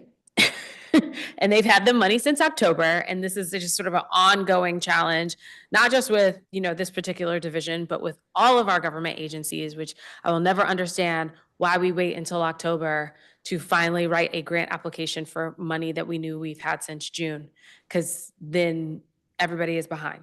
And it's not just DC Health. DBH is the largest culprit on this, and some of the other agencies in our cluster as well. But we'll keep pushing on that front. But thank you so much for being here. Please make sure you submit written testimony for the record. We'll ask some follow-up questions to DC Health. All right. If you give me just a minute, I'm just going to confer with my staff to make sure that we've gotten everyone.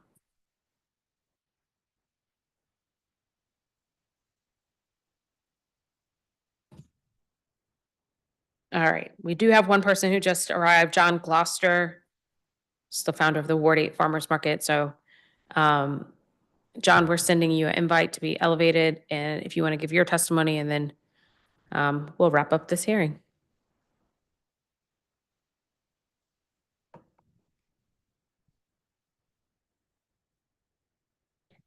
John, if you're speaking, you're on mute. Sorry about that. Thank you. No Having problem. some technical difficulties today. Good afternoon. I'm John Gloucester. I'm the founder of the Ward 8 Farmers Market. The Ward 8 Farmers Market is a creation of Ward 8 residents who banded together after the last supermarket at the time in the ward closed. I want to take this time to thank Chairperson Henderson for introducing the Farmers Market Support Amendment Act of 2025, and also its co-sponsors, Council Members Allen, Froman, Nadeau, Parker, and Robert White. If approved and appropriately funded, this legislation has potential to be transformative for the farmers market landscape and relieve insecurity, food insecurity in this very scary period that we're entering into, while also reducing the scarcity of healthy food alternatives, including for those with financial means in the district, especially in the less affluent neighborhoods. We are particularly interested in the provisions of the Act that call for the creation and administration of a farmers market grant program by the Department of Health, run by the Department of Health.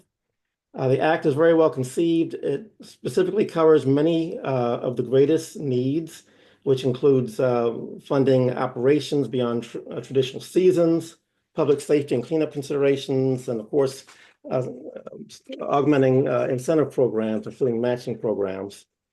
But there is one use which is not specifically mentioned, perhaps it fits anyway, and that is a farmers buyback program. Speaking for the Ward 8 Farmers Market as a small community-based nonprofit farmers market based in an economically challenged area, in a low food access area, we struggle to scale up the market experience for our customers. It is difficult to attract and keep farmers in an economically challenged area. The farmers weigh coming to Ward 8 versus other parts of the city where they know they can make an impressive amount of sales at attractive pricing. From years of experience, we know that if we have too many farmers and not enough volume, that the farmers will leave after a market or two. And if we have too few farmers, then customers who can travel across the river will do that, denying the markets east of the river the ability to scale up adequately to create that kind of experience that the residents east of the river deserve. There's one other suggestion, and we have had buyback programs in the past where we were able to have 3 and more farmers at a time and dramatically increase our volume, attendance volume. There is one other suggestion that I'll make, and we believe that it would be appropriate and desirable if there were a preference given to organizations that were created and run by citizens of the target communities. I see I had 3 minutes. As an organization, I thought I would have 5. Sorry for going over. For example, in Ward 8, there should be a preference given to nonprofits whose boards are predominated by the residents of Ward 8 and which are based in Ward 8. Not only because the residents of an area are best positioned to know what best meets the needs of the residents there, but also there's a very strong self-empowerment element that is often neglected in economically challenged areas. And we believe that it's very important spiritually for the people to understand that they are part of their own solution, their neighbors are part of the solution, and we believe they will support that without as much antagonism that sometimes occurs when people see the solution being parachuted in to them from west of the river. To wrap this up, I will say that I should mention that I'm also a member of Ward 8 Action, which is a committee convened by UPO to advise the council and others of the budget priorities of the citizens of Ward 8. And Ward 8 Action will soon be releasing a report after much deliberation and surveys. And I can say that the passage of this act will go a good step towards meeting the food insecurity element of the committee's budget recommendations.